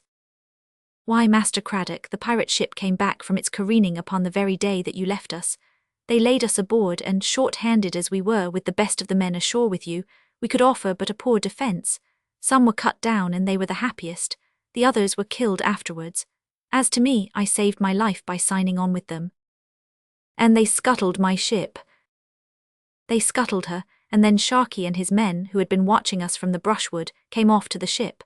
His mainyard had been cracked and fished last voyage, so he had suspicions of us, seeing that ours was whole. Then he thought of laying the same trap for you which you had set for him. Craddock groaned. How came I not to see that fished mainyard? He muttered. But whither are we bound? We are running north and west. North and west, then we are heading back towards Jamaica. With an 8-knot wind. Have you heard what they mean to do with me? I have not heard. If you would but sign the articles. Enough, Joshua heard. I have risked my soul too often. As you wish, I have done what I could. Farewell. All that night and the next day the happy delivery ran before the easterly trades, and Stephen Craddock lay in the dark of the sail-room working patiently at his wrist irons. One he had slipped off at the cost of a row of broken and bleeding knuckles, but do what he would, he could not free the other, and his ankles were securely fastened. From hour to hour he heard the swish of the water, and knew that the bark must be driving with all set in front of the trade wind. In that case they must be nearly back again to Jamaica by now. What plan could Sharkey have in his head, and what use did he hope to make of him? Craddock set his teeth, and vowed that if he had once been a villain from choice he would, at least, never be one by compulsion. On the second morning Craddock became aware that sail had been reduced in the vessel, and that she was tacking slowly, with a light breeze on her beam. The varying slope of the sail-room and the sounds from the deck told his practised senses exactly what she was doing. The short reaches showed him that she was manoeuvring near shore and making for some definite point. If so, she must have reached Jamaica. But what could she be doing there? And then suddenly there was a burst of hearty cheering from the deck, and then the crash of a gun above his head, and then the answering booming of guns from far over the water. Craddock sat up and strained his ears. Was the ship in action? Only the one gun had been fired, and though many had answered, there were none of the crashings which told of a shot coming home. Then if it was not an action it must be a salute. But who would salute Sharkey the pirate? It could only be another pirate ship which would do so. So Craddock lay back again with a groan, and continued to work at the manacle which still held his right wrist. But suddenly there came the shuffling of steps outside, and he had hardly time to wrap the loose links round his free hand, when the door was unbolted and 2 pirates came in. "Got your hammer, carpenter?" asked one whom Craddock recognized as the big quartermaster. "Knock off his leg shackles then. Better leave the bracelets, he's safer with them on." With hammer and chisel the carpenter loosened the irons. "What are you going to do with me?" asked Craddock. "Come on deck and you'll see." The sailor seized him by the arm and dragged him roughly to the foot of the companion. Above him was a square of blue sky cut across by the mizzen gaff, with the colours flying at the peak. But it was the sight of those colours which struck the breath from Stephen Craddock's lips, for there were 2 of them, and the British ensign was flying above the Jolly Roger, the honest flag above that of the Rogue. For an instant Craddock stopped in amazement, but a brutal push from the pirates behind drove him up the companion ladder.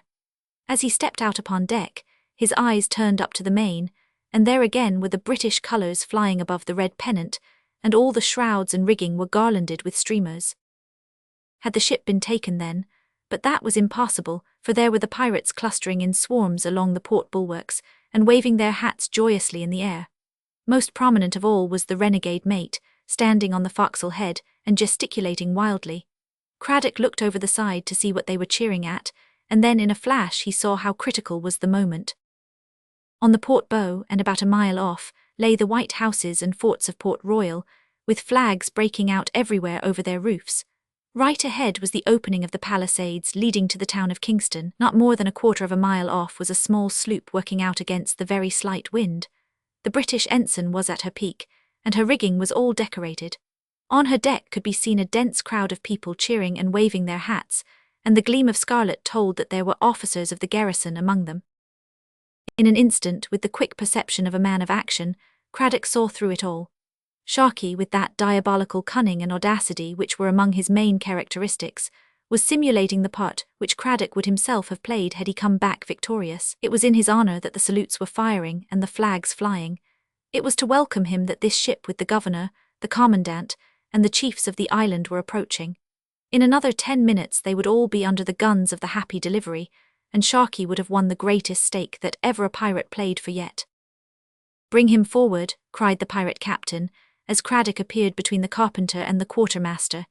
"Keep the ports closed, but clear away the port guns, and stand by for a broadside.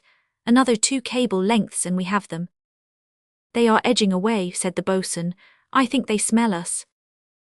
"That's soon set right," said Sharkey, turning his filmy eyes upon Craddock. "Stand there, you right there, where they can recognize you, with your hand on the guy, and wave your hat to them. Quick, or your brains will be over your coat. Put an inch of your knife into him, Ned.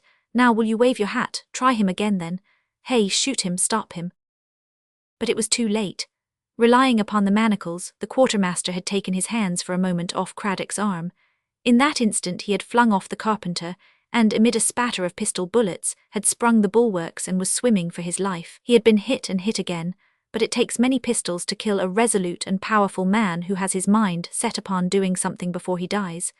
He was a strong swimmer, and in spite of the red trail which he left in the water behind him, he was rapidly increasing his distance from the pirate. "Give me a musket," cried Sharkey with a savage oath. He was a famous shot, and his iron nerves never failed him in an emergency. The dark head appearing on the crest of a roller, and then swooping down on the other side, was already halfway to the sloop. Sharkey dwelt long upon his aim before he fired. With the crack of the gun the swimmer reared himself up in the water, waved his hands in a gesture of warning, and roared out in a voice which rang over the bay. Then, as the sloop swung round her headsails, and the pirate fired an impotent broadside, Stephen Craddock, smiling grimly in his death agony, sank slowly down to that golden couch which glimmered far beneath him. Chapter 3. How Copley Banks Slew Captain Sharkey. The buccaneers were something higher than a mere band of marauders. They were a floating republic, with laws, usages, and discipline of their own. In their endless and remorseless quarrel with the Spaniards, they had some semblance of right upon their side. Their bloody harryings of the cities of the Main were not more barbarous than the inroads of Spain upon the Netherlands, or upon the Caribs in these same American lands. The chief of the buccaneers, were he English or French, a Morgan or a Grandmont, was still a responsible person, whose country might countenance him, or even praise him, so long as he refrained from any deed which might shock the leathery 17th-century conscience too outrageously. Some of them were touched with religion, and it is still remembered how Sawkins threw the dice overboard upon the Sabbath, and Daniel pistoled a man before the altar for irreverence. But there came a day when the fleets of the buccaneers no longer mustered at the Tortugas, and the solitary and outlawed pirate took their place. Yet even with him the tradition of restraint and of discipline still lingered, and among the early pirates, the Averys, the Englands, and the Robertses, there remained some respect for human sentiment. They were more dangerous to the merchant than to the seaman, but they in turn were replaced by more savage and desperate men, who frankly recognized that they would get no quarter in their war with the human race, and who swore that they would give as little as they got. Of their histories we know little that is trustworthy. They wrote no memoirs and left no trace, save an occasional blackened and blood-stained derelict adrift upon the face of the Atlantic. Their deeds could only be surmised from the long roll of ships who never made their port. Searching the records of history, it is only here and there in an old-world trial that the veil that shrouds them seems for an instant to be lifted, and we catch a glimpse of some amazing and grotesque brutality behind. Such was the breed of Ned Lowe, of Gow the Scotchman, and of the infamous Sharkey, whose coal-black bark, the Happy Delivery, was known from the Newfoundland banks to the mouths of the Orinoco as the dark forerunner of misery and of death. There were many men, both among the islands and on the Main, who had a blood feud with Sharkey, but not one who had suffered more bitterly than Copley Banks of Kingston. Banks had been one of the leading sugar merchants of the West Indies. He was a man of position, a member of the council, the husband of a Percival, and the cousin of the governor of Virginia. His 2 sons had been sent to London to be educated, and their mother had gone over to bring them back. On their return voyage the ship, the Duchess of Cornwall, fell into the hands of Sharkey, and the whole family met with an infamous death. Copley Banks said little when he heard the news, but he sank into a morose and enduring melancholy. He neglected his business, avoided his friends, and spent much of his time in the low taverns of the fishermen and seamen. There, amidst riot and devilry, He sat silently puffing at his pipe, with a set face and a smouldering eye. It was generally supposed that his misfortunes had shaken his wits, and his old friends looked at him askance, for the company which he kept was enough to bar him from honest men. From time to time there came rumours of Sharkey over the sea. Sometimes it was from some schooner which had seen a great flame upon the horizon, and approaching to offer help to the burning ship, had fled away at the sight of the sleek black bark, lurking like a wolf near a mangled sheep. Sometimes it was a frightened trader, which had come tearing in with her canvas curved like a lady's bodice, because she had seen a patched foretopsail rising slowly above the violet waterline. Sometimes it was from a coaster, which had found a waterless Bahama quay littered with sun-dried bodies. Once there came a man who had been mate of a Guineaman, and who had escaped from the pirates' hands. He could not speak, for reasons which Sharkey could best supply, but he could write, and he did write to the very great interest of Copley Banks. For hours they sat together over the map, and the dumb man pointed here and there to outlying reefs and tortuous inlets, while his companion sat smoking in silence, with his unvarying face and his fiery eyes. One morning, some 2 years after his misfortunes, Mr. Copley Banks strode into his own office with his old air of energy and alertness. The manager stared at him in surprise, for it was months since he had shown any interest in business. "Good morning, Mr. Banks," said he. "Good morning, Freeman. I see that Ruffling Harry is in the bay." "Yes, sir, she clears for the Windward Islands on Wednesday." "I have other plans for her, Freeman. I have determined upon a slaving venture to Widder." "But her cargo is ready, sir." "Then it must come out again, Freeman. My mind is made up, and the Ruffling Harry must go slaving to Widder." All argument and persuasion were vain, so the manager had dolefully to clear the ship once more. And then Copley Banks began to make preparations for his African voyage. It appeared that he relied upon force rather than barter for the filling of his hold, for he carried none of those showy trinkets which savages love, but the brig was fitted with 8 9-pounder guns, and racks full of muskets and cutlasses. The after-sail room next the cabin was transformed into a powder magazine, and she carried as many round shot as a well-found privateer. Water and provisions were shipped for a long voyage. But the preparation of his ship's company was most surprising. It made Freeman, the manager, realize that there was truth in the rumor that his master had taken leave of his senses, for under one pretext or another, he began to dismiss the old and tried hands, who had served the firm for years, and in their place he embarked the scum of the port, men whose reputations were so vile that the lowest crimp would have been ashamed to furnish them. There was Birthmark Sweetlocks, who was known to have been present at the killing of the logwood cutters, so that his hideous scarlet disfigurement was put down by the fanciful as being a red afterglow from that great crime. He was first mate, and under him was Israel Martin, a little sun-wilted fellow who had served with Howell Davies at the taking of Cape Coast Castle. The crew were chosen from amongst those whom Banks had met and known in their own infamous haunts, and his own table steward was a haggard-faced man, who gobbled at you when he tried to talk. His beard had been shaved, and it was impossible to recognize him as the same man whom Sharkey had placed under the knife, and who had escaped to tell his experiences to Copley Banks. These doings were not unnoticed, nor yet uncommented upon in the town of Kingston. The commandant of the troops, Major Harvey of the artillery, made serious representations to the governor. "She is not a trader but a small warship," said he. "I think it would be as well to arrest Copley Banks and to seize the vessel." "What do you suspect?" asked the governor, who was a slow-witted man broken down with fevers and port wine. "I suspect," said the soldier, "that it is Stede Bonnet over again." Now, Stede Bonnet was a planter of high reputation and religious character, who, from some sudden and overpowering freshet of wildness in his blood, had given up everything in order to start off pirating in the Caribbean Sea. The example was a recent one, and it had caused the utmost consternation in the islands. Governors had before now been accused of being in league with pirates, and of receiving commissions upon their plunder, so that any want of vigilance was open to a sinister construction. "Well, Major Harvey," said he, "I am vastly sorry to do anything which may offend my friend Copley Banks, for many a time have my knees been under his mahogany, but in face of what you say there is no choice for me but to order you to board the vessel, and to satisfy yourself as to her character and destination." So at 1 in the morning Major Harvey, with a launchful of his soldiers, paid a surprise visit to the Ruffling Harry, with the result that they picked up nothing more solid than a hempen cable floating at the moorings. It had been slipped by the brig, whose owner had scented danger. She had already passed the palisades, and was beating out against the northeast trades on a course for the windward passage. When upon the next morning the brig had left Morant Point a mere haze upon the southern horizon, the men were called aft, and Copley Banks revealed his plans to them. He had chosen them, he said, as brisk boys and lads of spirit, who would rather run some risk upon the sea than starve for a living upon the shore. King's ships were few and weak, and they could master any trader who might come their way. Others had done well at the business, and with a handy, well-found vessel, there was no reason why they should not turn their tarry jackets into velvet coats. If they were prepared to sail under the black flag, he was ready to command them, but if any wished to withdraw, they might have the gig and row back to Jamaica.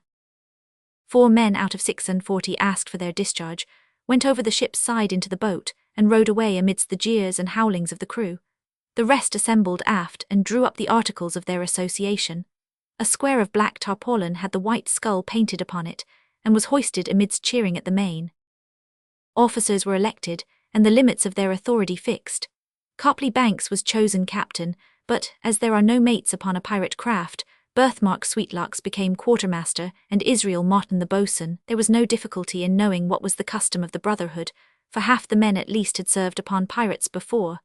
Food should be the same for all, and no man should interfere with another man's drink. The captain should have a cabin, but all hands should be welcome to enter it when they chose.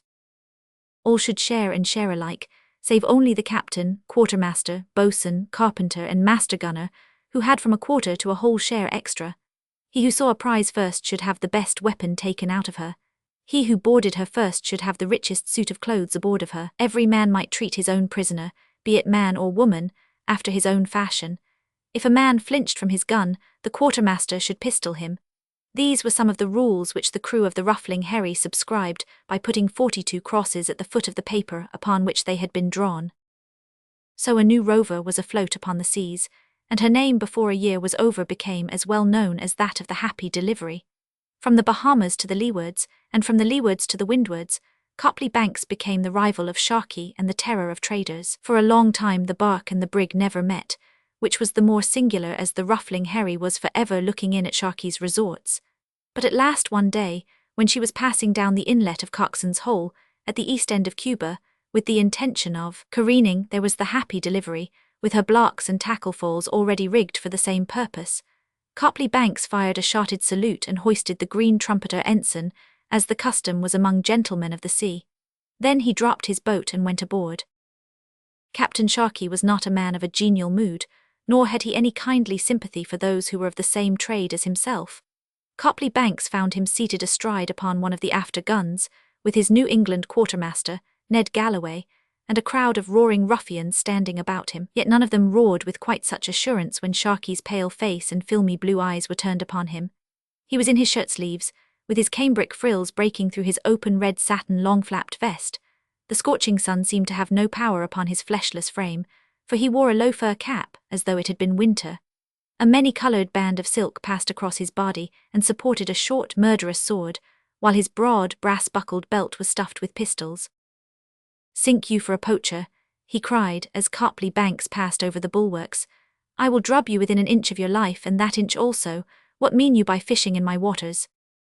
Copley Banks looked at him, and his eyes were like those of a traveller who sees his home at last.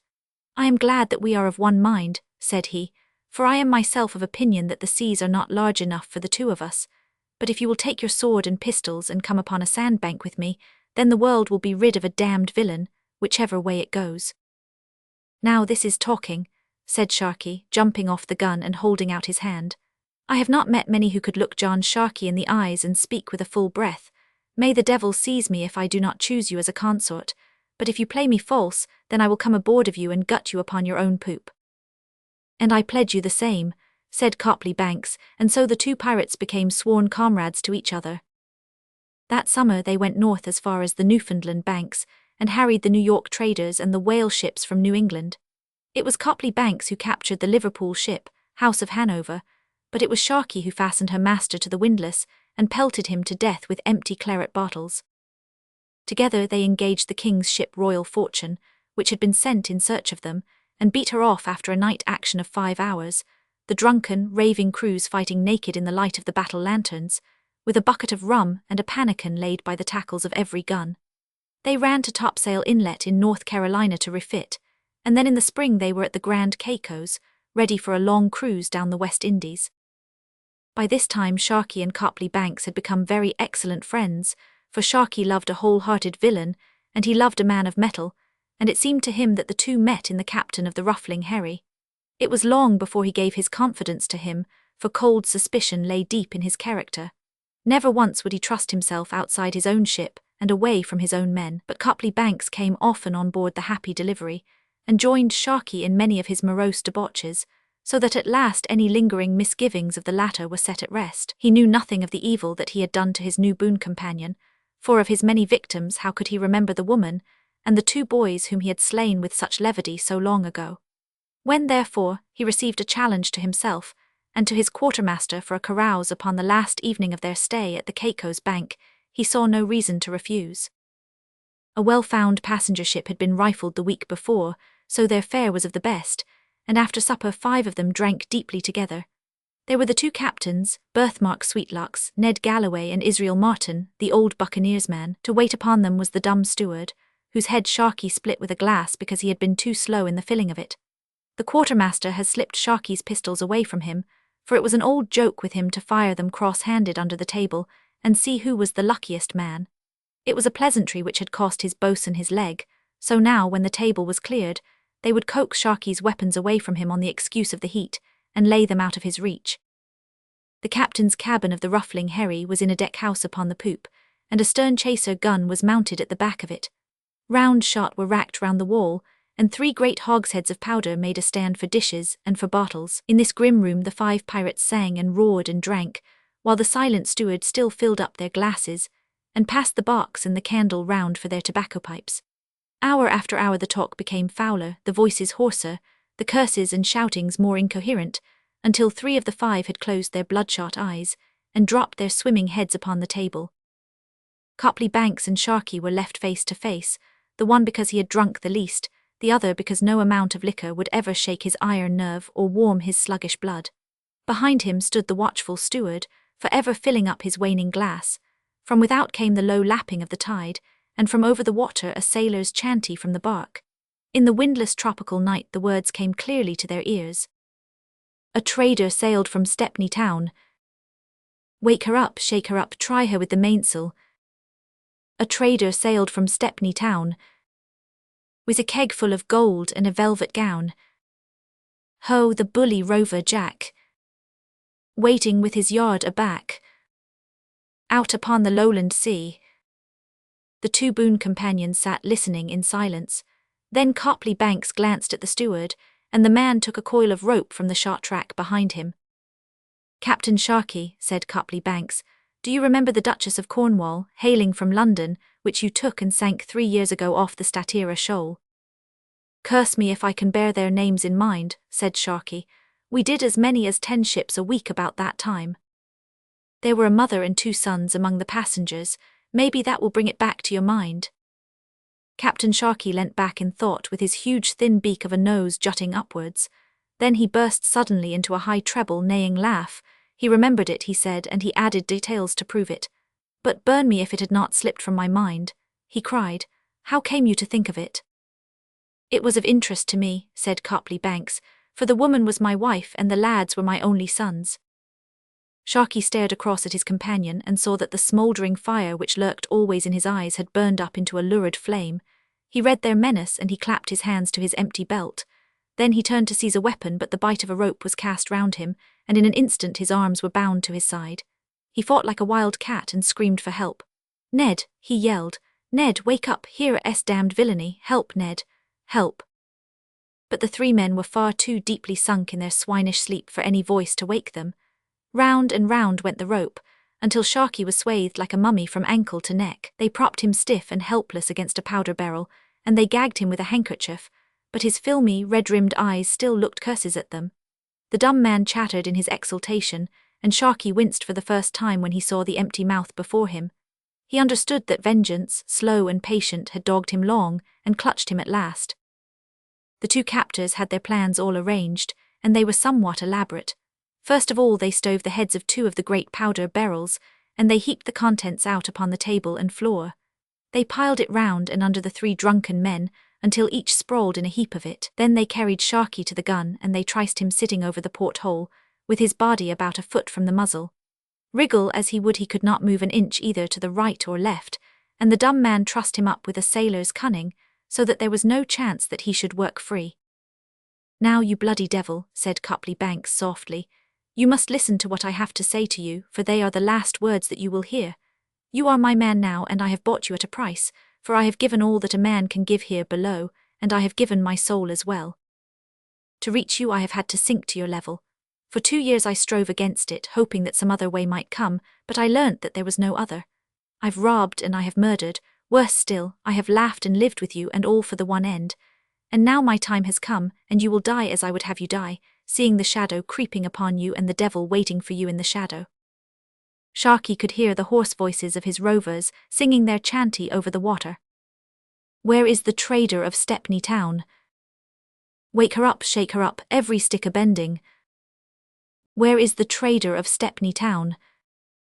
His gold S on the capstan, his bloods on his gown. All for bully rover Jack. Reaching on the weather tack. Right across the lowland sea." The words came clear to his ear, and just outside he could hear 2 men pacing backwards and forwards upon the deck, and yet he was helpless, staring down the mouth of the 9-pounder, unable to move an inch or to utter so much as a groan. Again there came the burst of voices from the deck of the bark. "So it's up and it's over to Stornoway Bay. Pack it on, crack it on, try her with stuntsails.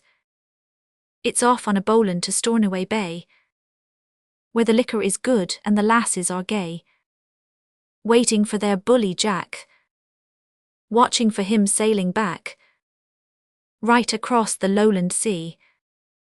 To the dying pirate the jovial words and rollicking tune made his own fate seem the harsher, but there was no softening in those venomous blue eyes. Copley Banks had brushed away the priming of the gun, and had sprinkled fresh powder over the touch-hole. Then he had taken up the candle, and cut it to the length of about an inch. This he placed upon the loose powder at the breech of the gun. Thin he scattered powder thickly over the floor beneath, so that when the candle fell at the recoil it must explode the huge pile in which the 3 drunkards were wallowing. "You've made others look death in the face, Sharky," said he. "Now it has come to be your own turn. You and these swine here shall go together." He lit the candle end as he spoke, and blew out the other lights upon the table. Then he passed out with the dumb man, and locked the cabin door upon the outer side. But before he closed it, he took an exultant look backwards, and received one last curse from those unconquerable eyes. In the single dim circle of light, that ivory-white face, with the gleam of moisture upon the high, bald forehead, was the last that was ever seen of Sharky. There was a skiff alongside, and in it Copley Banks and the dumb steward made their way to the beach, and looked back upon the brig riding in the moonlight just outside the shadow of the palm trees. They waited and waited, watching that dim light which shone through the stem port, and then at last there came the dull thud of a gun, and an instant later the shattering crash of an explosion. The long, sleek black bark, the sweep of white sand, and the fringe of nodding feathery palm trees sprang into dazzling light and back into darkness again. Voices screamed and called upon the bay. Then Copley Banks, his heart singing within him, touched his companion upon the shoulder, and they plunged together into the lonely jungle of the Caicos. The Croxley Master. 1. Mr. Robert Montgomery was seated at his desk, his head upon his hands, in a state of the blackest despondency. Before him was the open ledger with the long columns of Dr. Oldacre's prescriptions. At his elbow lay the wooden tray with the labels in various partitions, the cork box, the lumps of twisted sealing wax, while in front a rank of bottles waited to be filled. But his spirits were too low for work. He sat in silence with his fine shoulders bowed and his head upon his hands. Outside, through the grimy surgery window over a foreground of blackened brick and slate, a line of enormous chimneys like cyclopean pillars upheld the lowering, dun-coloured cloud bank. For 6 days in the week they spouted smoke, but today the furnace fires were banked, for it was Sunday. Sordid and polluting gloom hung over a district blighted and blasted by the greed of man. There was nothing in the surroundings to cheer a desponding soul, but it was more than his dismal environment which weighed upon the medical assistant. His trouble was deeper and more personal. The winter session was approaching. He should be back again at the university, completing the last year which would give him his medical degree. But alas, he had not the money with which to pay his class fees, nor could he imagine how he could procure it. £60 were wanted to make his career, and it might have been as many thousand for any chance there seemed to be of his obtaining it. He was roused from his black meditation by the entrance of Dr. Oldacre himself, a large, clean-shaven, respectable man, with a prim manner and an austere face. He had prospered exceedingly by the support of the local church interest, and the rule of his life was never by word or action to run a risk of offending the sentiment which had made him.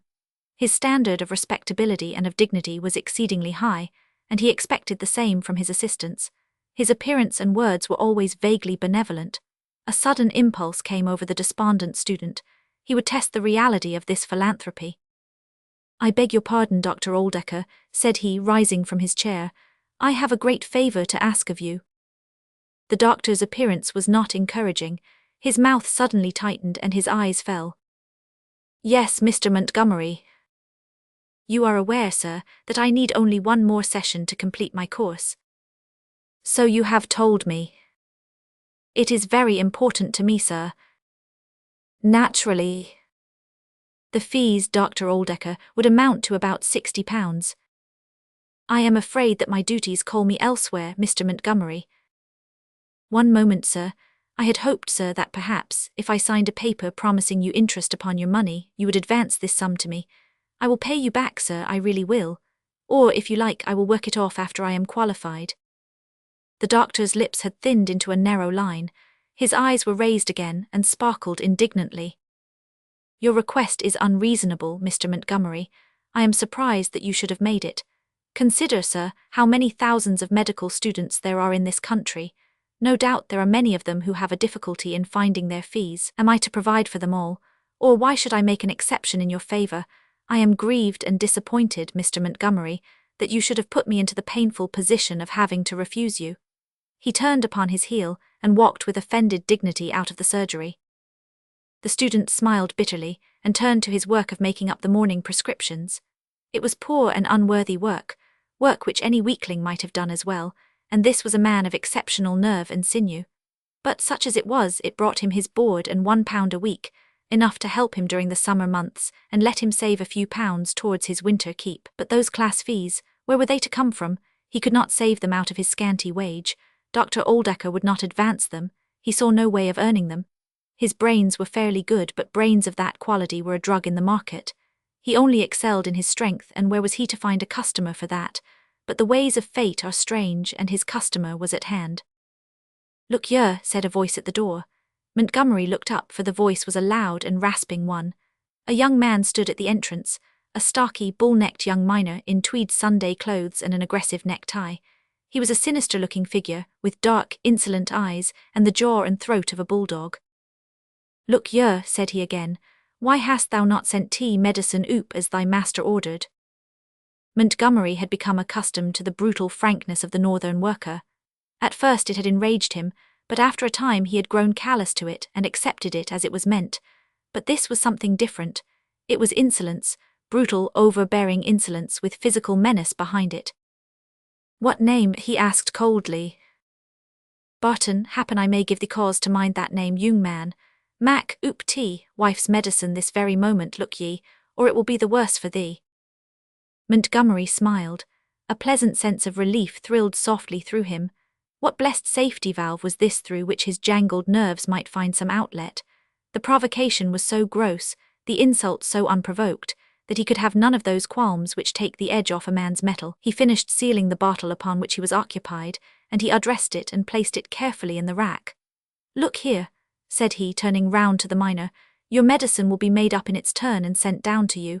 I don't allow folk in the surgery. Wait outside in the waiting room if you wish to wait at all."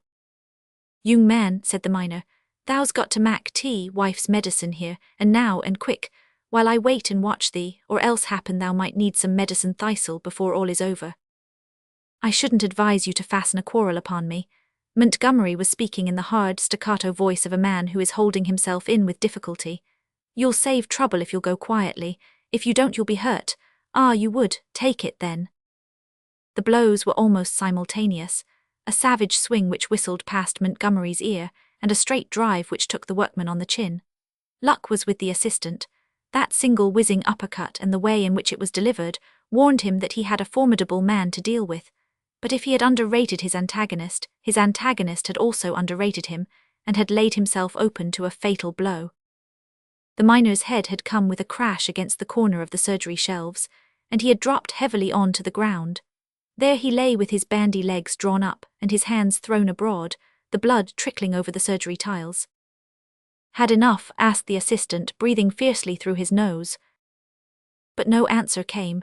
The man was insensible, and then the danger of his position came upon Montgomery, and he turned as white as his antagonist. A Sunday, the immaculate doctor, Oldacre with his pious connection, a savage brawl with a patient. He would irretrievably lose his situation if the facts came out. It was not much of a situation, but he could not get another without a reference, and Oldacre might refuse him one. Without money for his classes and without a situation, what was to become of him? It was absolute ruin. But perhaps he could escape exposure after all. He seized his insensible adversary, dragged him out into the centre of his room, loosened his collar and squeezed the surgery sponge over his face. He sat up at last with a gasp and a scowl. "Damn thee, thou's spoilt my necktie," said he, mopping up the water from his breast. "I'm sorry I hit you so hard," said Montgomery apologetically. "Thou hit me hard, I could stand such fly-flappin' all day. 'Twas this here press that cracked my pate for me, and thou art a lucky man to be able to boast as thou hast outed me. And now I'd be obliged to thee if thou wilt give me tea, wife's medicine." Montgomery gladly made it up and handed it to the miner. "You are weak still," said he. "Won't you stay a while and rest?" "Tea, wife wants her medicine," said the man, and lurched out at the door. The assistant, looking after him, saw him rolling with an uncertain step down the street until a friend met him, and they walked on arm in arm. The man seemed in his rough northern fashion to bear no grudge, and so Montgomery's fears left him. There was no reason why the doctor should know anything about it. He wiped the blood from the floor, put the surgery in order, and went on with his interrupted task, hoping that he had come scathless out of a very dangerous business. Yet all day he was aware of a sense of vague uneasiness, which sharpened into dismay when, late in the afternoon, he was informed that 3 gentlemen had called and were waiting for him in the surgery. A coroner's inquest, a descent of detectives, an invasion of angry relatives, all sorts of possibilities rose to scare him. With tense nerves and a rigid face he went to meet his visitors. They were a very singular trio. Each was known to him by sight, but what on earth the 3 could be doing together, and above all, what they could expect from him, was a most inexplicable problem. The first was Sorley Wilson, the son of the owner of the Nonpareil coal pit. He was a young blood of 20, heir to a fortune, a keen sportsman, and down for the Easter vacation from Magdalene College. He sat now upon the edge of the surgery table, looking in thoughtful silence at Montgomery and twisting the ends of his small, black, waxed mustache. The second was Purvis, the publican, owner of the chief beer shop, and well known as the local bookmaker. He was a coarse, clean-shaven man, whose fiery face made a singular contrast with his ivory-white bald head. He had shrewd, light blue eyes with foxy lashes, and he also leaned forward in silence from his chair, a fat red hand upon either knee, and stared critically at the young assistant. So did the third visitor, Fawcett, the horsebreaker, who leaned back, his long, thin legs with their boxcloth riding gaiters thrust out in front of him, tapping his protruding teeth with his riding whip, with anxious thought in every line of his rugged, bony face. Publican, exquisite, and horsebreaker were all 3 equally silent, equally earnest, and equally critical. Montgomery, seated in the midst of them, looked from one to the other. "Well, gentlemen," he observed, but no answer came. The position was embarrassing. "No," said the horsebreaker at last. "No, it's off, it's nout." "Stand oop, lad, let's see thee standin'." It was the publican who spoke. Montgomery obeyed. He would learn all about it, no doubt, if he were patient. He stood up and turned slowly round as if in front of his tailor. It's off," cried the horsebreaker. "Why, moan, the master would break him over his knee." "Oh, that be hanged for a yarn," said the young Cantab. "You can drop out if you like, Fawcett, but I'll see this thing through if I have to do it alone. I don't hedge a penny. I like the cut of him a great deal better than I like Ted Barton. Look at Barton's shoulders, Mr. Wilson. Lumpiness isn't always strength. Give me nerve and fire and breed, that's what wins." "Aye, sir, you have it there," said the fat, red-faced publican in a thick, suety voice. "It's the same why poops. Get 'em clean bred and fine, and they'll yark the thick uns, yark 'em out o' their skins." "He's 10 good pund on the light side," growled the horsebreaker. He's a welterweight anyhow. 130. 150 if he's an ounce. Well, the master doesn't scale much more than that. 175. That was when he was hog fat and living high. Work the grease out of him, and I lay there's no great difference between them. Have you been weighed lately, Mr. Montgomery? It was the first direct question which had been asked him. He had stood in the midst of them like a horse at a fair, and he was just beginning to wonder whether he was more angry or amused. I am just 11 stone, said he. I said that he was a welterweight.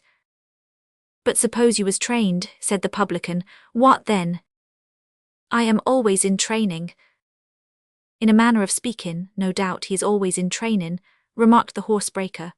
But trainin' for everyday work ain't the same as trainin' with a trainer, and I dare bet with all respect to your opinion, Mr. Wilson, that there's half a stone of tallow on him at this minute. The young cantab put his fingers on the assistant's upper arm, then with his other hand on his wrist, he bent the forearm sharply, and felt the biceps, as round and hard as a cricket ball, spring up under his fingers. Feel that, said he. The publican and horsebreaker felt it with an air of reverence. Good lad, he'll do yet, cried Purvis. Gentlemen, said Montgomery, I think that you will acknowledge that I have been very patient with you.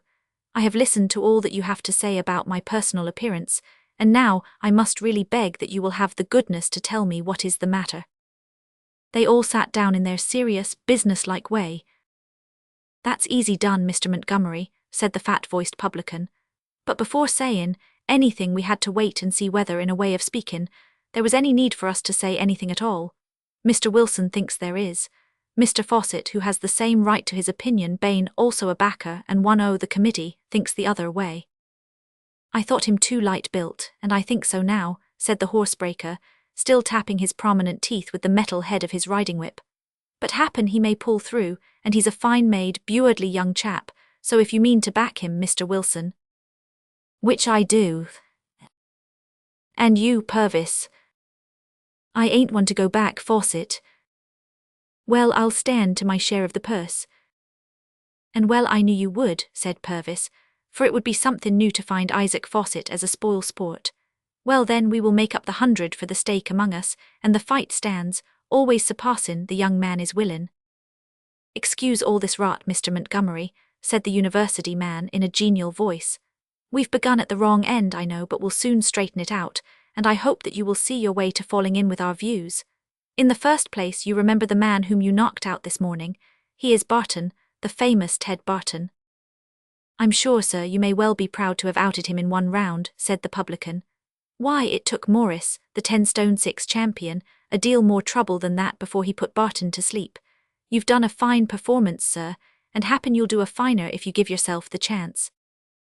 I never heard of Ted Barton, beyond seeing the name on a medicine label, said the assistant. Well, you may take it from me that he's a slaughterer, said the horsebreaker.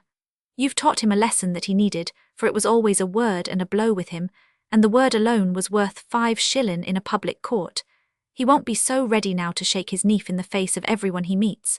However, that's neither here nor there. Montgomery looked at them in bewilderment.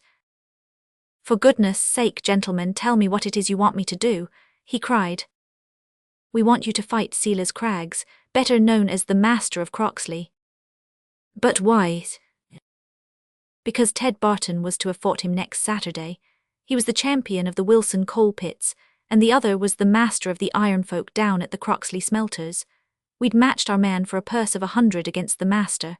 But you've queered our man, and he can't face such a battle with a 2-inch cut at the back of his head. There's only one thing to be done, sir, and that is for you to take his place. If you can lick Ted Barton, you may lick the master of Croxley, but if you don't, we're done, for there's no one else who is in the same street with him in this district. It's 20 rounds, 2-ounce gloves, Queensberry rules, and a decision on points if you fight to the finish. For a moment the absurdity of the thing drove every other thought out of Montgomery's head, but then there came a sudden revulsion. £100. All he wanted to complete his education was lying there ready to his hand, if only that hand was strong enough to pick it up. He had thought bitterly that morning that there was no market for his strength, but here was one where his muscle might earn more in an hour than his brains in a year. But a chill of doubt came over him. How can I fight for the coal pits? said he. I am not connected with them. "Eh, lad, but thou art," cried old Purvis. "We've got it down in written, and it's clear enough anyone connected with the coal pits. Dr. Oldecker is the coal pit club doctor, thou art his assistant, what more can they want?" "Yes, that's right enough," said the cantab. "It would be a very sporting thing of you, Mr. Montgomery, if you would come to our help when we are in such a hole. Of course, you might not like to take the £100, but I have no doubt that in the case of your winning, we could arrange that it should take the form of a watch or piece of plate, or any other shape which might suggest itself to you. You see, you are responsible for our having lost our champion, so we really feel that we have a claim upon you." "Give me a moment, gentlemen, it is very unexpected. I am afraid the doctor would never consent to my going, in fact I am sure that he would not. But he need never know, not before the fight at any rate. We are not bound to give the name of our man. So long as he is within the weight limits on the day of the fight, that is all that concerns anyone." The adventure and the profit would either of them have attracted Montgomery. The two combined were irresistible. "Gentlemen," said he, "I'll do it." The three sprang from their seats. The publican had seized his right hand, the horse dealer his left, and the cantab slapped him on the back. Good lad," croaked the publican. "Eh, moan, but if thou yock him, thou'll rise in one day from being just a common doctor to the best-known moan, twixt here and Bradford. Thou art a witherin tyke, thou art, and no mistake, and if thou beat the master of Croxley, thou'll find all the beer thou want for the rest of thy life waiting for thee at the Four Sacks." "It is the most sporting thing I ever heard of in my life," said young Wilson. "By George, sir, if you pull it off you've got the constituency in your pocket if you care to stand. You know the outhouse in my garden?" "Next the road." "Exactly. I turned it into a gymnasium for Ted Barton. You'll find all you want there, clubs, punching ball, bars, dumbbells, everything. Then you'll want a sparring partner. Ogilvy has been acting for Barton, but we don't think that he is class enough. Barton bears you no grudge. He's a good-hearted fellow, though cross-grained with strangers. He looked upon you as a stranger this morning, but he says he knows you now. He is quite ready to spar with you for practice, and he will come any hour you will name." "Thank you, I will let you know the hour," said Montgomery, and so the committee departed jubilant upon their way. The medical assistant sat for a time in the surgery, turning it over a little in his mind. He had been trained originally at the university by the man who had been middleweight champion in his day. It was true that his teacher was long past his prime, slow upon his feet, and stiff in his joints, but even so he was still a tough antagonist. But Montgomery had found at last that he could more than hold his own with him. He had won the university medal, and his teacher, who had trained so many students, was emphatic in his opinion that he had never had one who was in the same class with him. He had been exhorted to go in for the amateur championships, but he had no particular ambition in that direction. Once he had put on the gloves with Hammer Tunstall in a booth at a fair, and had fought 3 rattling rounds, in which he had the worst of it, but had made the prize fighter stretch himself to the uttermost. There was his whole record, and was it enough to encourage him to stand up to the master of Croxley? He had never heard of the master before, but then he had lost touch of the ring during the last few years of hard work. After all, what did it matter? If he won, there was the money which meant so much to him. If he lost, it would only mean a thrashing. He could take punishment without flinching, of that he was certain. If there were only 1 chance in 100 of pulling it off, then it was worth his while to attempt it. Dr. Oldecker, new come from church, with an ostentatious prayer book in his kid-gloved hand, broke in upon his meditation. "You don't go to service, I observe, Mr. Montgomery," said he coldly. "No, sir, I have had some business to detain me. It is very near to my heart that my household should set a good example. There are so few educated people in this district that a great responsibility devolves upon us. If we do not live up to the highest, how can we expect these poor workers to do so? It is a dreadful thing to reflect that the parish takes a great deal more interest in an approaching glove fight than in their religious duties." "A glove fight, sir," said Montgomery guiltily. "I believe that to be the correct term. One of my patients tells me that it is the talk of the district. A local ruffian, a patient of ours, by the way, matched against a pugilist over at Croxley. I cannot understand why the law does not step in and stop so degrading an exhibition. It is really a prize fight." "A glove fight, you said?" "I'm informed that a 2 hours glove is an evasion by which they dodge the law and make it difficult for the police to interfere. They contend for a sum of money. It seems dreadful and almost incredible, does it not? To think that such scenes can be enacted within a few miles of our peaceful home, but you will realize, Mr. Montgomery, that while there are such influences for us to counteract, it is very necessary that we should live up to our highest. The doctor's sermon would have had more effect if the assistant had not once or twice had occasion to test his highest, and come upon it at unexpectedly humble elevations. It is always so particularly easy to compound for sins we're most inclined to by damning those we have no mind to. In any case, Montgomery felt that of all the men concerned in such a fight, promoters, backers, spectators, it is the actual fighter who holds the strongest and most honorable position.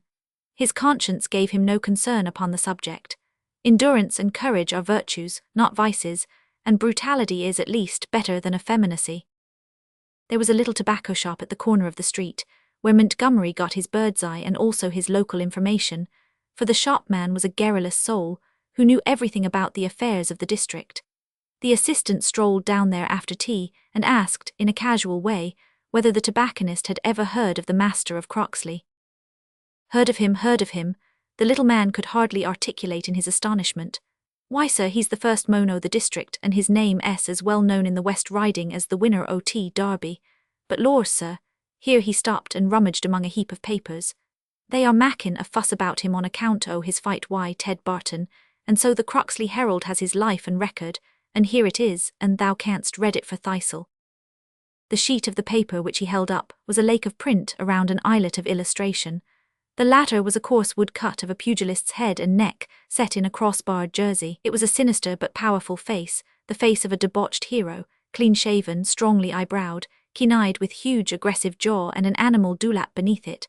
The long, obstinate cheeks ran flush up to the narrow, sinister eyes. The mighty neck came down square from the ears and curved outwards into shoulders which had lost nothing at the hands of the local artist.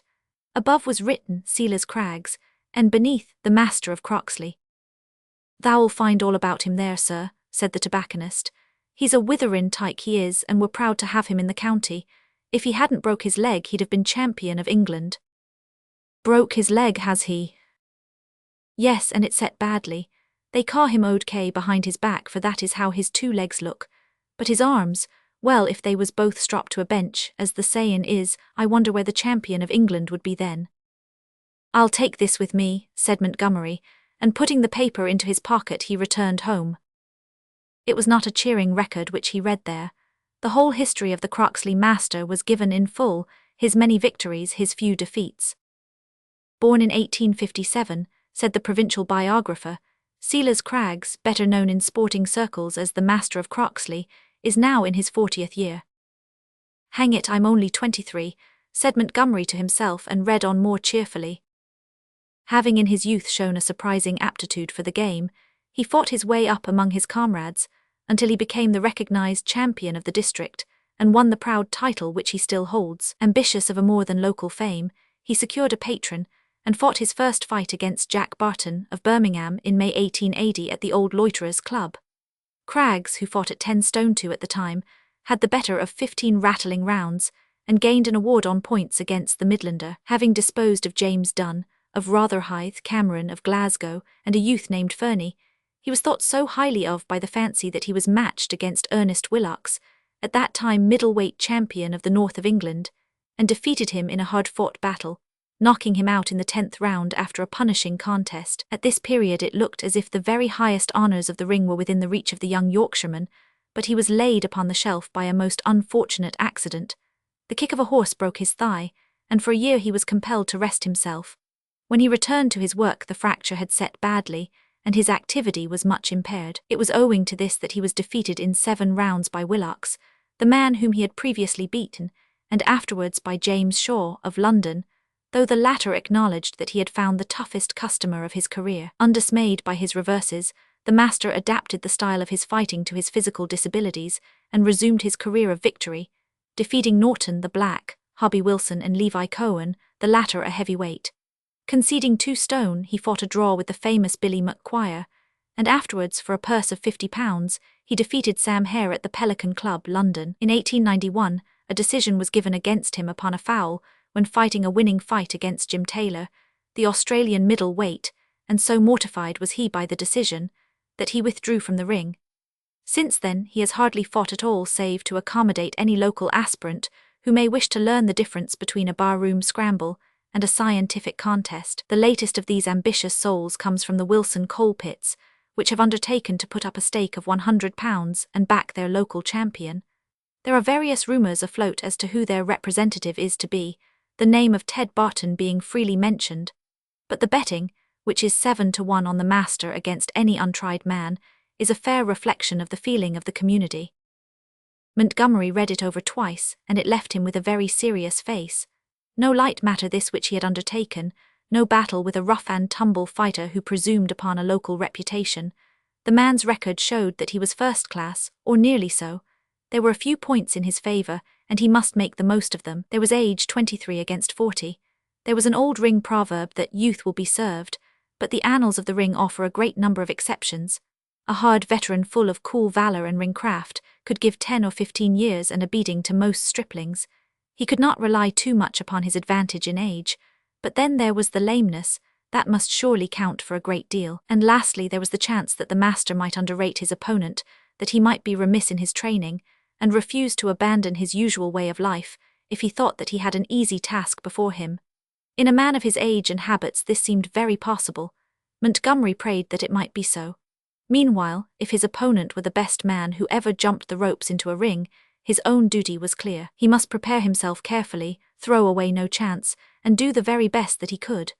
But he knew enough to appreciate the difference which exists in boxing, as in every sport, between the amateur and the professional. The coolness, the power of hitting, above all the capability of taking punishment, count for so much. Those specially developed, gutta-percha-like abdominal muscles of the hardened pugilist will take without flinching a blow which would leave another man writhing on the ground. Such things are not to be acquired in a week, but all that could be done in a week should be done. The medical assistant had a good basis to start from. He was 5 ft, 11 ins, tall enough for anything on two legs, as the old ring men used to say, lithe and spare, with the activity of a panther and a strength which had hardly yet ever found its limitations. His muscular development was finely hard, but his power came rather from that higher nerve energy which counts for nothing upon a measuring tape. He had the well-curved nose and the widely opened eye which never yet was seen upon the face of a craven, and behind everything he had the driving force, which came from the knowledge that his whole career was at stake upon the contest. The three backers rubbed their hands when they saw him at work punching the ball in the gymnasium next morning, and Fawcett, the horsebreaker, who had written to Leeds to hedge his bets, sent a wire to cancel the letter, and to lay another 50 at the market price of 7-1. Montgomery's chief difficulty was to find time for his training without any interference from the doctor. His work took him a large part of the day, but as the visiting was done on foot, and considerable distances had to be traversed, it was a training in itself. For the rest, he punched the swinging ball and worked with the dumbbells for an hour every morning and evening, and boxed twice a day with Ted Barton in the gymnasium, gaining as much profit as could be got from a rushing, two-handed slogger. Barton was full of admiration for his cleverness and quickness, but doubtful about his strength. Hard hitting was the feature of his own style, and he exacted it from others. "Lord, sir, that's a turble poor poonch for an 11-stone man," he would cry. "Thou wilt have to hit harder than that afore tea, master will know that thou art theer. All thoughts better, moan thoughts fine," he would add as his opponent lifted him across the room on the end of a right counter. "Thoughts how I likes to feel 'em, happen thou'lt pull through yet." He chuckled with joy when Montgomery knocked him into a corner. Moan, thou art coming along grand, thou hast fair yarked me off my legs, do it again, lad, do it again." The only part of Montgomery's training which came within the doctor's observation was his diet, and that puzzled him considerably. "You will excuse my remarking, Mr. Montgomery, that you are becoming rather particular in your tastes. Such fads are not to be encouraged in one's youth. Why do you eat toast with every meal?" "I find that it suits me better than bread, sir. It entails unnecessary work upon the cook. I observe also that you have turned against potatoes." "Yes, sir, I think that I am better without them." "And you no longer drink your beer?" "No, sir." "These causeless whims and fancies are very much to be deprecated, Mr. Montgomery. Consider how many there are to whom these very potatoes, and this very beer would be most acceptable." "No doubt, sir, but at present I prefer to do without them." They were sitting alone at lunch, and the assistant thought that it would be a good opportunity of asking leave for the day of the fight. "I should be glad if you could let me have leave for Saturday, Dr. Oldecker. It is very inconvenient upon so busy a day. I should do a double day's work on Friday so as to leave everything in order. I should hope to be back in the evening." "I am afraid I cannot spare you, Mr. Montgomery." This was a facer. If he could not get leave, he would go without it. "You will remember, Dr. Oldecker, that when I came to you it was understood that I should have a clear day every month. I have never claimed one, but now there are reasons why I wish to have a holiday upon Saturday." Dr. Oldecker gave in with a very bad grace. "Of course, if you insist upon your formal rights, there is no more to be said, Mr. Montgomery, though I feel that it shows a certain indifference to my comfort and the welfare of the practice. Do you still insist?" "Yes, sir." "Very good, have your way." The doctor was boiling over with anger, but Montgomery was a valuable assistant, steady, capable, and hardworking, and he could not afford to lose him. Even if he had been prompted to advance those class fees, for which his assistant had appealed, it would have been against his interests to do so, for he did not wish him to qualify, and he desired him to remain in his subordinate position, in which he worked so hard for so small a wage. There was something in the cool insistence of the young man, a quiet resolution in his voice as he claimed his Saturday, which aroused his curiosity. "I have no desire to interfere unduly with your affairs, Mr. Montgomery, but were you thinking of having a day in Leeds upon Saturday?" "No, sir." "In the country?" "Yes, sir." "You are very wise. You will find a quiet day among the wild flowers a very valuable restorative. Have you thought of any particular direction?" "I am going over Croxley Way." "Well, there is no prettier country when once you are past the ironworks. What could be more delightful than to lie upon the fells, basking in the sunshine, with perhaps some instructive and elevating book as your companion? I should recommend a visit to the ruins of St. Bridget's Church, a very interesting relic of the early Norman era. By the way, there is one objection which I see to your going to Croxley on Saturday. It is upon that date, as I am informed, that ruffianly glove fight takes place. You may find yourself molested by the blackguards whom it will attract." "I will take my chance of that, sir," said the assistant. On the Friday night, which was the last night before the fight, Montgomery's 3 backers assembled in the gymnasium and inspected their man as he went through some light exercises to keep his muscles supple.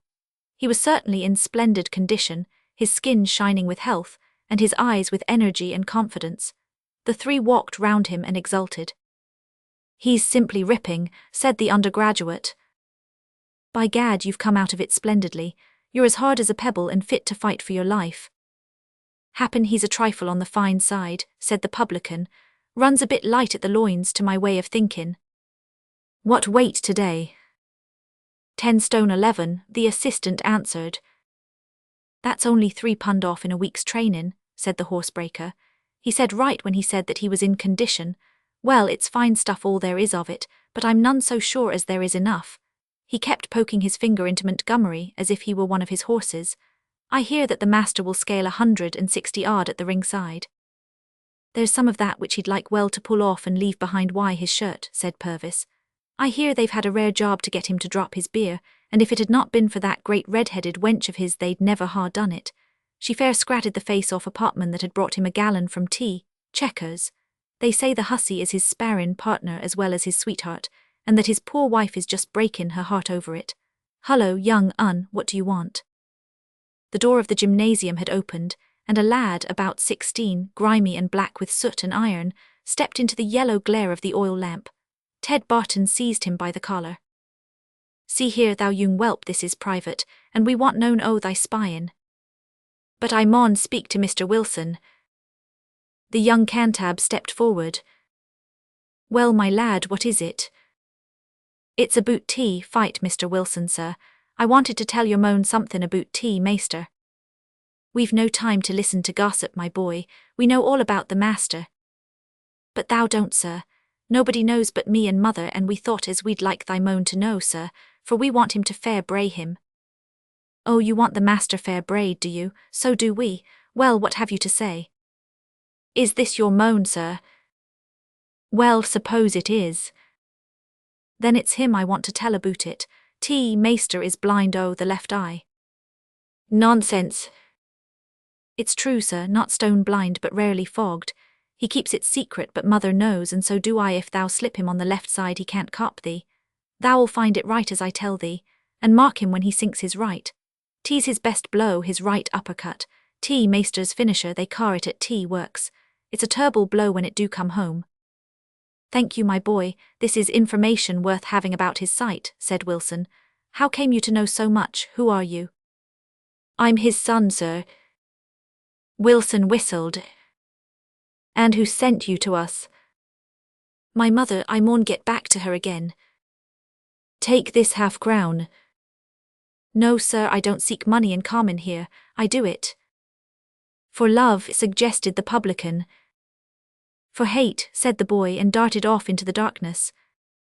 Seems to me red-headed wench may do him more harm than good after all, remarked the publican. And now, Mr. Montgomery, sir, you've done enough for this evening, and a 9 hours' sleep is the best trainin' before a battle. Happen this time tomorrow night you'll be safe back again with your £100 in your pocket. Chapter 2. Work was struck at 1 o'clock at the coal pits and the ironworks, and the fight was arranged for 3. From the Croxley furnaces, from Wilson's coal pits, from the Heartsease mine, from the Dard mills, from the Leverworth smelters the workmen came trooping, each with his foxterrier or his lurcher at his heels, warped with labour and twisted by toil, bent double by week-long work in the cramped coal galleries, or half-blinded with years spent in front of white-hot fluid metal. These men still gilded their harsh and hopeless lives by their devotion to sport.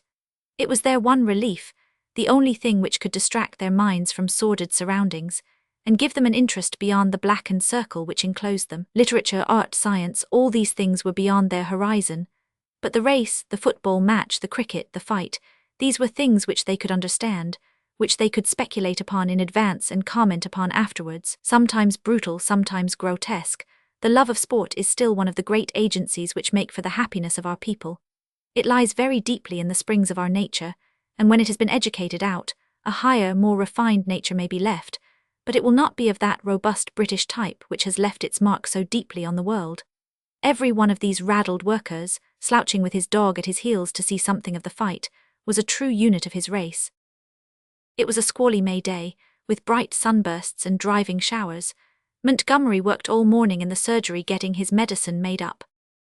The weather seems so very unsettled, Mr. Montgomery, remarked the doctor, that I am inclined to think that you had better postpone your little country excursion until a later date. I am afraid that I must go today, sir. I have just had an intimation that Mrs. Potter at the other side of Angleton wishes to see me. It is probable that I shall be there all day. It will be extremely inconvenient to leave the house empty so long. I am very sorry, sir, but I must go, said the assistant doggedly. The doctor saw that it would be useless to argue, and departed in the worst of bad tempers upon mission. Montgomery felt easier now that he was gone. He went up to his room and packed his running shoes, his fighting drawers and his cricket sash into a handbag. When he came down, Mr. Wilson was waiting for him in the surgery. I hear the doctor has gone. Yes, he is likely to be away all day. I don't see that it matters much. It's bound to come to his ears by tonight. Yes, it's serious with me, Mr. Wilson. If I win, it's all right. I don't mind telling you that the £100 will make all the difference to me.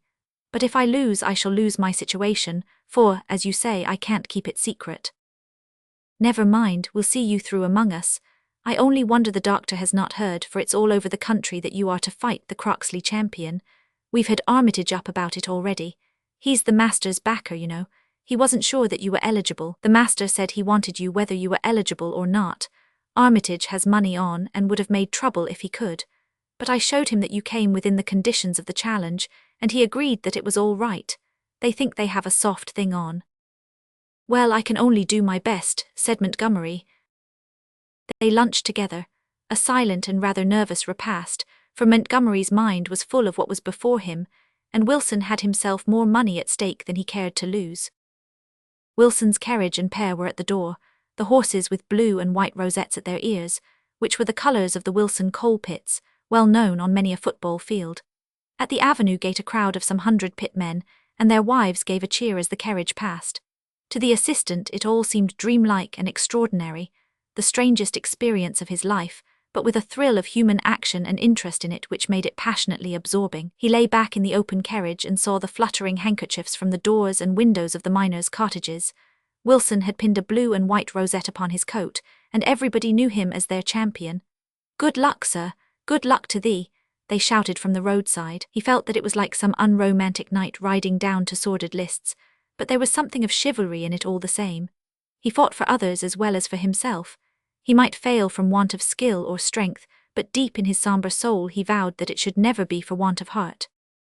Mr. Fawcett was just mounting into his high-wheeled, spidery dog-cart, with his little bit of blood between the shafts. He waved his whip and fell in behind the carriage. They overtook Purvis, the tomato-faced publican, upon the road, with his wife in her Sunday bonnet. They also dropped into the procession, and then, as they traversed the 7 miles of the high road to Croxley, their 2-horsed, rosetted carriage became gradually the nucleus of a comet, with a loosely radiating tail. From every side road came the miners' carts, the humble, ramshackle traps, black and bulging, with their loads of noisy, foul-tongued, open-hearted partisans. They trailed for a long 1/4 of a mile behind them, cracking, whipping, shouting, galloping, swearing. Horsemen and runners were mixed with the vehicles, and then suddenly a squad of the Sheffield yeomanry, who were having their annual training in those parts, clattered and jingled out of a field, and rode as an escort to the carriage. Through the dust clouds round him Montgomery saw the gleaming brass helmets, the bright coats and the tossing heads of the chargers, the delighted brown faces of the troopers. It was more dreamlike than ever. And then, as they approached the monstrous, uncouth line of bottle-shaped buildings, which marked the smelting works of Croxley, their long, writhing snake of dust was headed off by another, but longer one which wound across their path. The main road into which their own opened was filled by the rushing current of traps. The Wilson contingent halted until the others should get past. The ironmen cheered and groaned according to their humour as they whirled past their antagonist. Rough chaff flew back and forwards like iron nuts and splinters of coal. "Brought him up then. Got T. Hursfer to fetch him back. Where's T. Ode K-legs? Moan, have thy photograph took. 'Twill mind thee of what thou used to look. He fight. He's nowt but a half-baked doctor. Happen he'll doctor thy Croxley champion afore he's through wit." So they flashed at each other as the one side waited and the other passed. Then there came a rolling murmur swelling into a shout, and a great brake with 4 horses came clattering along, all streaming with salmon-pink ribbons. The driver wore a white hat with pink rosette, and beside him on the high seat were a man and a woman, she with her arm round his waist. Montgomery had one glimpse of them as they flashed past. He with a furry cap drawn low over his brow, a great frieze coat and a pink comforter round his throat. She brazen, red-headed, bright-coloured, laughing excitedly. The master, for it was he, turned as he passed, gazed hard at Montgomery, and gave him a menacing, gap-toothed grin. It was a hard, wicked face, blue-jowled and craggy, with long, obstinate cheeks and inexorable eyes. The brake behind was full of patrons of the sport-flushed iron foremen, heads of departments, managers. One was drinking from a metal flask, and raised it to Montgomery as he passed. And then the crowd thinned, and the Wilson cortege with their dragoons swept in at the rear of the others. The road led away from Croxley, between curving green hills, gashed and polluted by the searchers for coal and iron. The whole country had been gutted, and vast piles of refuse and mountains of slag suggested the mighty chambers which the labour of man had burrowed beneath. On the left the road curved up to where a huge building, roofless and dismantled, stood crumbling and forlorn, with the light shining through the windowless squares. "That's the old Arrowsmith's factory, that's where the fight is to be," said Wilson. "How are you feeling now?" "Thank you, I was never better in my life," Montgomery answered. "By gad, I like your nerve," said Wilson, who was himself flushed and uneasy. "You'll give us a fight for our money, come what may. That place on the right is the office, and that has been set aside as the dressing and weighing room." The carriage drove up to it amidst the shouts of the folk upon the hillside. Lines of empty carriages and traps curved down upon the winding road, and a black crowd surged round the door of the ruined factory. The seats, as a huge placard announced, were 5 shillings, 3 shillings, and a shilling, with half price for dogs. The takings, deducting expenses, were to go to the winner, and it was already evident that a larger stake than £100 was in question. A babel of voices rose from the door. The workers wished to bring their dogs in free. The men scuffled. The dogs barked. The crowd was a whirling, eddying pool surging with a roar up to the narrow cleft which was its only outlet. The brake, with its salmon-coloured streamers and 4 reeking horses, stood empty before the door of the office. Wilson, Purvis, Fawcett, and Montgomery passed in. There was a large, bare room inside with square, clean patches upon the grimy walls, where pictures and almanacs had once hung. Worn linoleum covered the floor, but there was no furniture save some benches and a deal table with an ewer and a basin upon it. 2 of the corners were curtained off. In the middle of the room was a weighing chair. A hugely fat man with a salmon tie and a blue waistcoat with bird's-eye spots came bustling up to them. It was Armitage, the butcher and grazier, well known for miles round as a warm man and the most liberal patron of sport in the riding. "Well, well," he grunted in a thick, fussy, wheezy voice. "You have come then. Got your man, got your man. Here he is, fit and well. Mr. Montgomery, let me present you to Mr. Armitage." "Glad to meet you, sir. Happy to make your acquaintance. I make bold to say, sir, that we of Croxley admire your courage, Mr. Montgomery, and that our only hope is a fair fight and no favour and the best man win. That's our sentiments at Croxley." "And it is my sentiment also," said the assistant. "Well, you can't say fairer than that, Mr. Montgomery. You've taken a large contract in hand, but a large contract may be carried through, sir, as anyone that knows my dealings could testify. The master is ready to weigh in." "So am I." "You must weigh in the buff." Montgomery looked askance at the tall, red-headed woman who was standing gazing out of the window. "That's all right," said Wilson. "Get behind the curtain and put on your fighting kit." He did so, and came out the picture of an athlete, in white, loose drawers, canvas shoes, and the sash of a well-known cricket club round his waist. He was trained to a hair, his skin gleaming like silk, and every muscle rippling down his broad shoulders and along his beautiful arms as he moved them. They bunched into ivory knobs or slid into long, sinuous curves as he raised or lowered his hands. "What thinkest thou o' that?" asked Ted Barton, his second, of the woman in the window. She glanced contemptuously at the young athlete. "It's but a poor kindness thou dost him to put a thread-paper young gentleman like yon against a moan as is a moan. Why, my Jock would throttle him, why, 100 lashed behind him." "Happen he may, happen not," said Barton. "I have but 2 pund in the world, but it's on him, every penny and no hedgin'. But here's tea, maester, and rarely fine he do look." The prize fighter had come out from his curtain, a squat, formidable figure, monstrous in chest and arms, limping slightly on his distorted leg. His skin had none of the freshness and clearness of Montgomery's, but was dusky and mottled, with one huge mole amid the mat of tangled black hair which thatched his mighty breast. His weight bore no relation to his strength, for those huge shoulders and great arms, with brown sledgehammer fists, would have fitted the heaviest man that ever threw his cap into a ring. But his loins and legs were slight in proportion. Montgomery, on the other hand, was as symmetrical as a Greek statue. It would be an encounter between a man who was specially fitted for one sport and one who was equally capable of any. The two looked curiously at each other, a bulldog and a high-bred clean-limbed terrier, each full of spirit. "How do you do?" "How do?" The master grinned again, and his 3 jagged front teeth gleamed for an instant. The rest had been beaten out of him in 20 years of battle. He spat upon the floor. "We have a rare fine day fought." "Capital," said Montgomery. "That's the good feelin' I like," wheezed the fat butcher. "Good lads, both of them, prime lads, hard meat and good bone, there's no ill feelin'." "If he downs me, God bless him," said the master. "And if we down him, God help him," interrupted the woman. "Hold thy tongue, wench," said the master impatiently. "Who art thou to put in thy word? Happen I might draw my hand across thy face." The woman did not take the threat amiss. "Wilt have enough for thy hand to do, Jock," said she. "Get quit o' this gradely man afore thou turn on me." The lovers' quarrel was interrupted by the entrance of a newcomer, a gentleman with a fur-collared overcoat and a very shiny top hat, a top hat of a degree of glassiness which is seldom seen 5 miles from Hyde Park.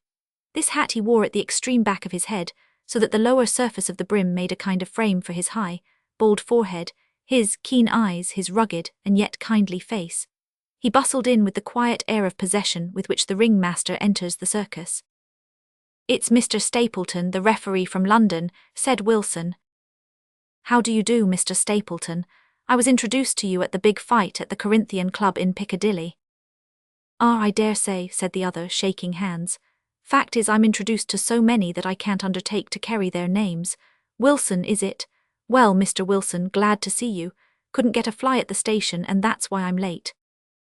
I'm sure, sir, said Armitage, we should be proud that anyone so well known in the boxing world should come down to our little exhibition. Not at all, not at all, anything in the interests of boxing. Already, men weighed. Weighing now, sir. Ah, just as well that I should see it done.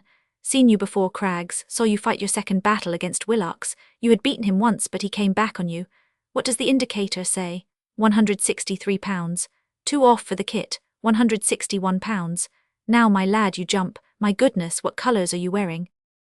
The Anonymous Cricket Club. What right have you to wear them? I belong to the club myself. So do I. You an amateur? Yes, sir. And you are fighting for a money prize? Yes. I suppose you know what you are doing. You realize that you're a professional pug from this onwards, and that if ever you fight again...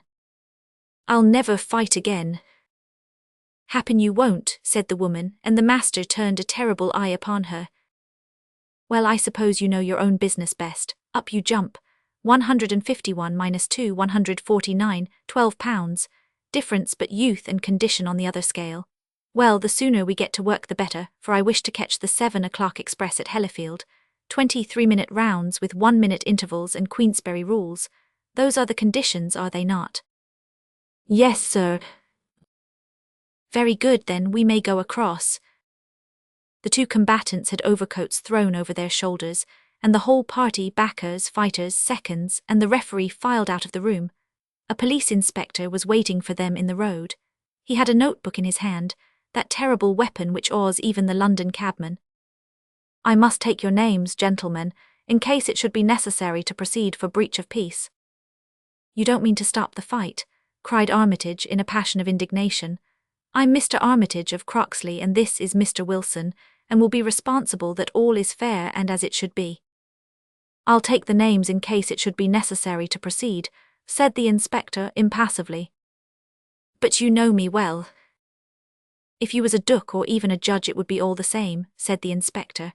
It's the law and there's an end. I'll not take upon myself to stop the fight, seeing that gloves are to be used, but I'll take the names of all concerned. Sealers Craggs, Robert Montgomery, Edward Barton, James Stapleton of London. Who seconds Sealers Craggs? I do, said the woman. Yes, you can stare, but it's my job and no one else's. Anastasia's the name, 4 A's. Craggs. Johnson, Anastasia Johnson. If you jug him you can jug me. Who talked of juggin', ye fool, growled the master. Come on, Mr. Armitage, for I'm fair sick o' this loiterin'.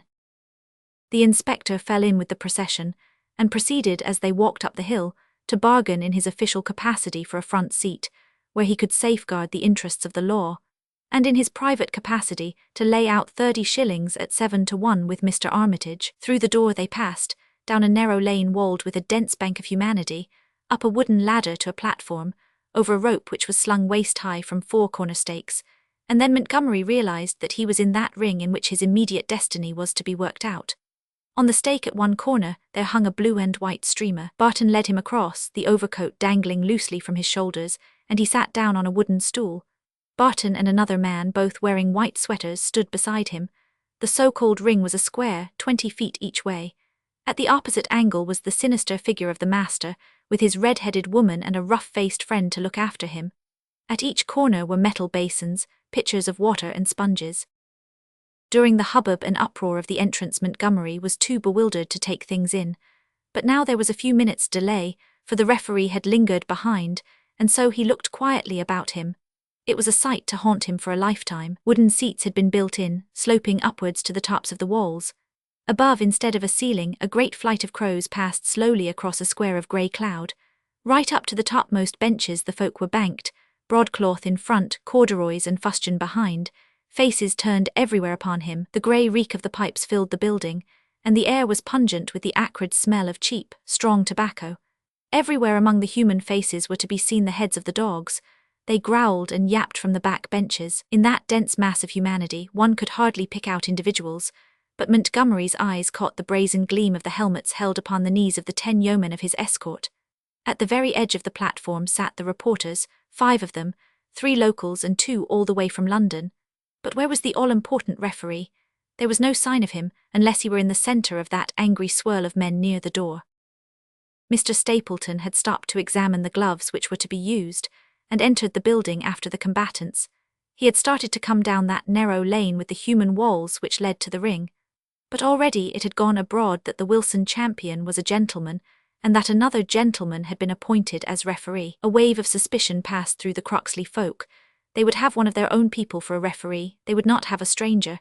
His path was stopped as he made for the ring. Excited men flung themselves in front of him, they waved their fists in his face and cursed him. A woman howled vile names in his ear. Somebody struck at him with an umbrella. "Go thou back to Lunnon. We want no thee, go thou back," they yelled. Stapleton, with his shiny hat cocked backwards, and his large, bulging forehead swelling from under it, looked round him from beneath his bushy brows. He was in the centre of a savage and dangerous mob. Then he drew his watch from his pocket, and held it dial upwards in his palm. "In 3 minutes," said he, "I will declare the fight off." They raged round him. His cool face and that aggressive top hat irritated them. Grimy hands were raised, but it was difficult somehow to strike a man who was so absolutely indifferent. "In 2 minutes I declare the fight off." They exploded into blasphemy. The breath of angry men smoked into his placid face. A gnarled, grimy fist vibrated at the end of his nose. "We tell thee we want no thee. Get thou back where thou comest from. In 1 minute I declare the fight off." Then the calm persistence of the man conquered the swaying, mutable, passionate crowd. "Let him through, Moan. Happen there'll be no fight after." "Let him through." "Bill, thou lump, let him pass. Dost want the fight declared off." "Make room for the referee, room for the Lunnon referee." And half pushed, half carried, he was swept up to the ring. There were 2 chairs by the side of it, one for him and one for the timekeeper. He sat down, his hands on his knees, his hat at a more wonderful angle than ever, impassive but solemn, with the aspect of one who appreciates his responsibilities.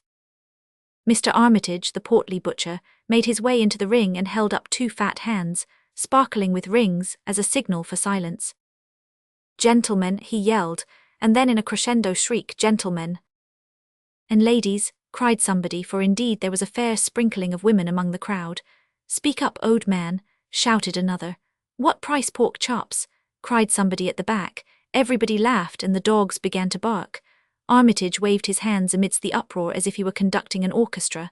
At last the babel thinned into silence. "Gentlemen," he yelled, "the match is between Silas Craggs, whom we call the Master of Croxley, and Robert Montgomery of the Wilson coal pits. The match was to be under 11-8. When they were weighed just now, Craggs weighed 11-7 and Montgomery 10-9. The conditions of the contest are the best of 23-minute rounds with 2-ounce gloves. Should the fight run to its full length, it will, of course, be decided upon points. Mr. Stapleton, the well-known London referee, has kindly consented to see fair play. I wish to say that Mr. Wilson and I, the chief backers of the 2 men, have every confidence in Mr. Stapleton, and that we beg that you will accept his rulings without dispute." He then turned from one combatant to the other, with a wave of his hand. Chapter 3. "Montgomery Craggs," said he. A great hush fell over the huge assembly. Even the dogs stopped yapping. One might have thought that the monstrous room was empty.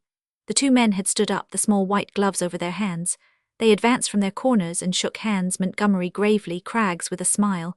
Then they fell into position. The crowd gave a long sigh, the intake of 1,000 excited breaths. The referee tilted his chair on to its back legs and looked moodily critical from the one to the other. It was strength against activity, that was evident from the first. The master stood stolidly upon his K-leg. It gave him a tremendous pedestal. One could hardly imagine his being knocked down, and he could pivot round upon it with extraordinary quickness, but his advance or retreat was ungainly. His frame, however, was so much larger and broader than that of the student, and his brown, massive face looked so resolute and menacing that the hearts of the Wilson party sank within them. There was one heart, however, which had not done so. It was that of Robert Montgomery. Any nervousness which he may have had completely passed away now that he had his work before him. Here was something definite, this hard-faced, deformed Hercules to beat, with a career as the price of beating him. He glowed with the joy of action. It thrilled through his nerves. He faced his man with little in-and-out steps, breaking to the left, breaking to the right, feeling his way.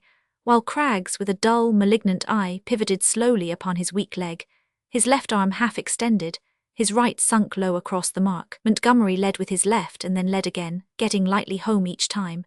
He tried again, but the master had his counter ready, and Montgomery reeled back from a harder blow than he had given. Anastasia, the woman, gave a shrill cry of encouragement and her man let fly his right. Montgomery ducked under it, and in an instant the two were in each other's arms. break away," said the referee. The master struck upwards on the break and shook Montgomery with the blow. Then it was time. It had been a spirited opening round. The people buzzed into comment and applause. Montgomery was quite fresh, but the hairy chest of the master was rising and falling. The man passed a sponge over his head while Anastasia flapped the towel before him. Good lass," cried the crowd and cheered her. The men were up again, the master grimly watchful, Montgomery as alert as a kitten. The master tried a sudden rush, squattering along with his awkward gait, but coming faster than one would think. The student slipped aside and avoided him. The master stopped, grinned and shook his head. Then he motioned with his hand as an invitation to Montgomery to come to him. The student did so and led with his left, but got a swinging right counter in the ribs in exchange. The heavy blow staggered him, and the master came scrambling in to complete his advantage. But Montgomery, with his greater activity, kept out of danger until the call of time. A tame round, and the advantage with the master. "Maister's too strong for him," said a smelter to his neighbour. "Aye, but t'other's a likely lad. Happen we'll see some sport yet, he can jump rarely." "But Maister can stop and hit rarely. Happen he'll mak him jump when he gets his knife upon him." They were up again, the water glistening upon their faces. Montgomery led instantly and got his right home with a sounding smack upon the master's forehead.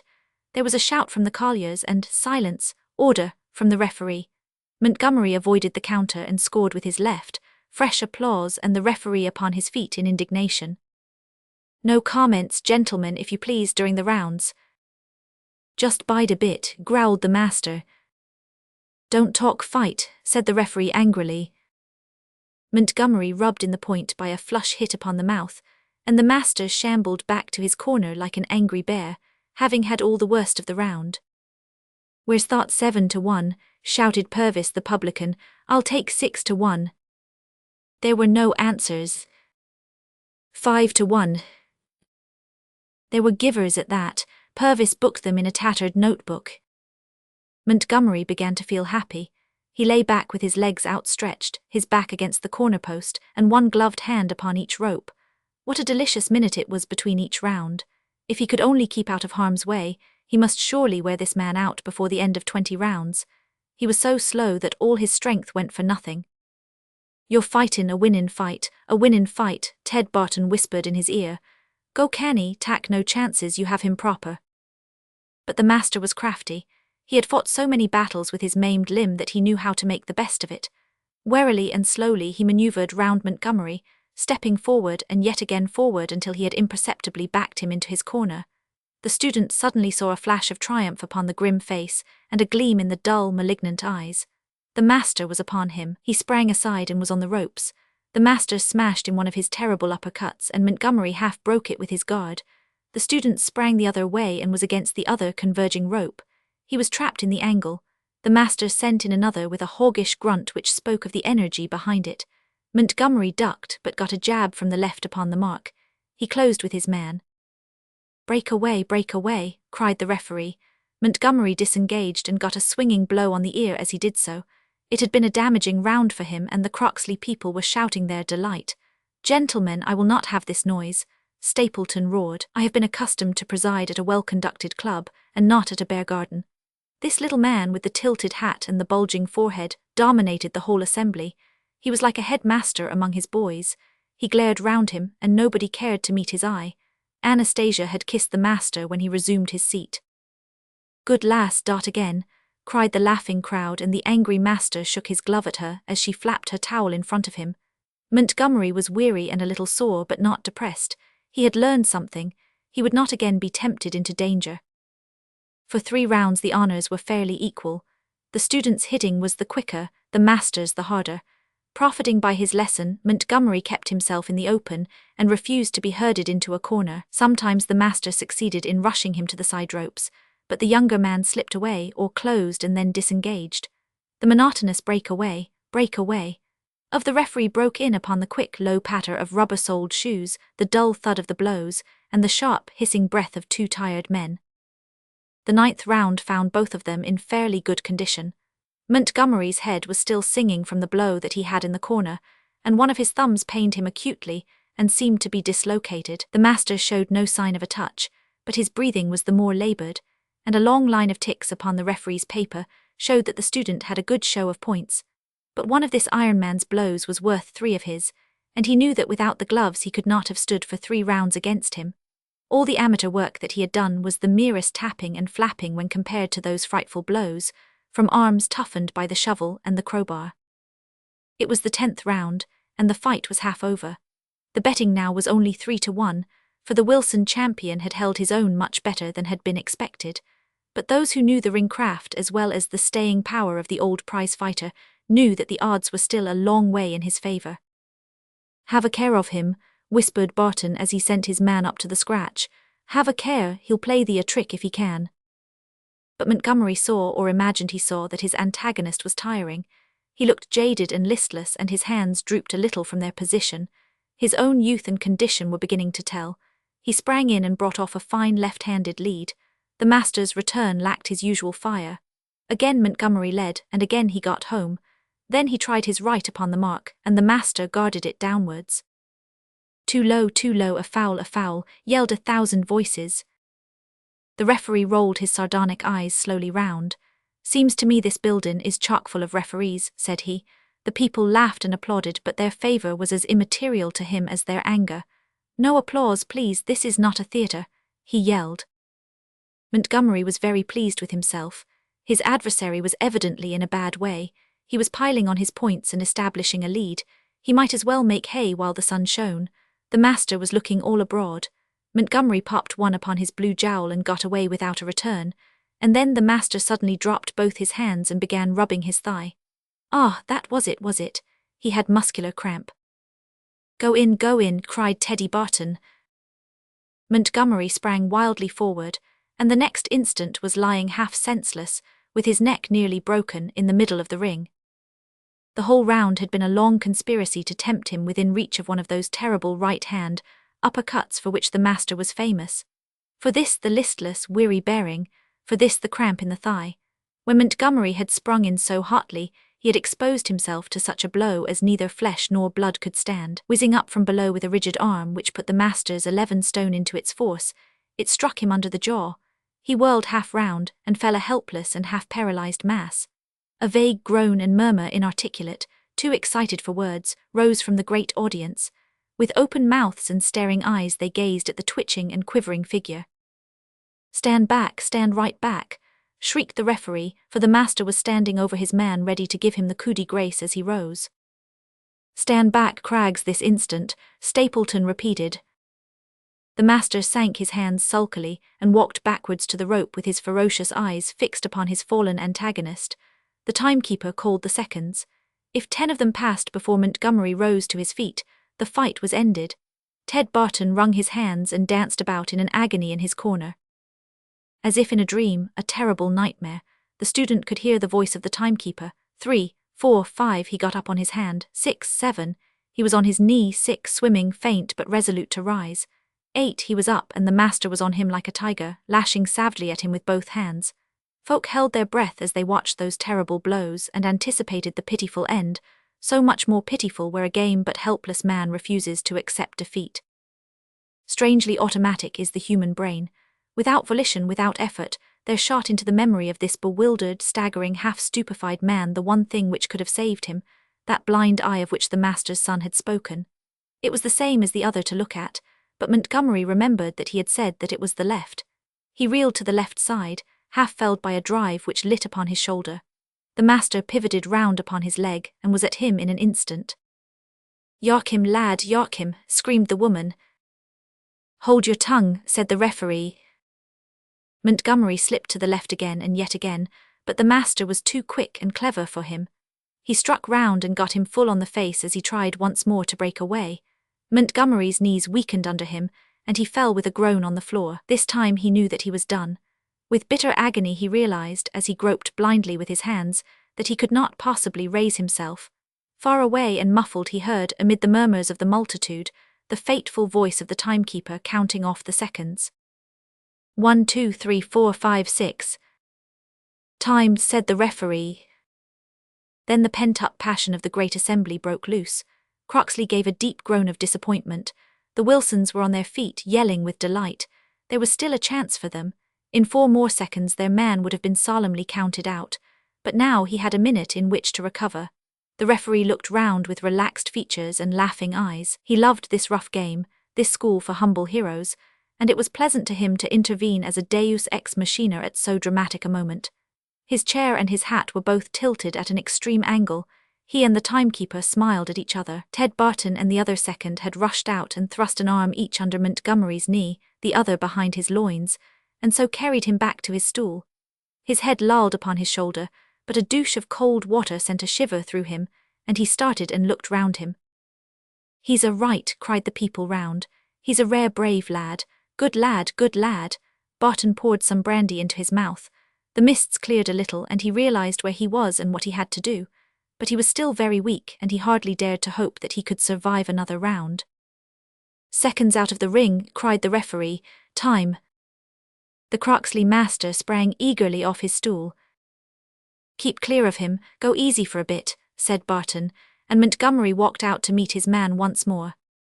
He had had 2 lessons, the one when the master got him into his corner, the other when he had been lured into mixing it up with so powerful an antagonist. Now he would be wary. Another blow would finish him. He could afford to run no risks. The master was determined to follow up his advantage and rushed at him, slogging furiously right and left. But Montgomery was too young and active to be caught. He was strong upon his legs once more, and his wits had all come back to him. It was a gallant sight, the line of battleship trying to pour its overwhelming broadside into the frigate, and the frigate manoeuvring always so as to avoid it. The master tried all his ring craft. He coaxed the student up by pretended inactivity. He rushed at him with furious rushes towards the ropes. For 3 rounds he exhausted every while in trying to get at him. Montgomery during all this time was conscious that his strength was minute by minute coming back to him. The spinal jar from an uppercut is overwhelming, but evanescent. He was losing all sense of it beyond a great stiffness of the neck. For the first round after his downfall, he had been content to be entirely on the defensive, only too happy if he could stall off the furious attacks of the master. In the second, he occasionally ventured upon a light counter. In the third, he was smacking back merrily where he saw an opening. His people yelled their approval of him at the end of every round. Even the ironworkers cheered him with that fine unselfishness which true sport engenders. To most of them, unspiritual and unimaginative, the sight of this clean-limbed young Apollo, rising above disaster and holding on while consciousness was in him to his appointed task, was the greatest thing their experience had ever known. But the master's naturally morose temper became more and more murderous at this postponement of his hopes. 3 rounds ago the battle had been in his hands, now it was all to do over again. Round by round, his man was recovering his strength.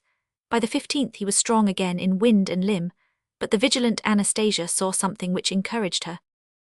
"That bash in tea ribs is telling on him, Jock," she whispered. "Why else should he be gulping tea brandy?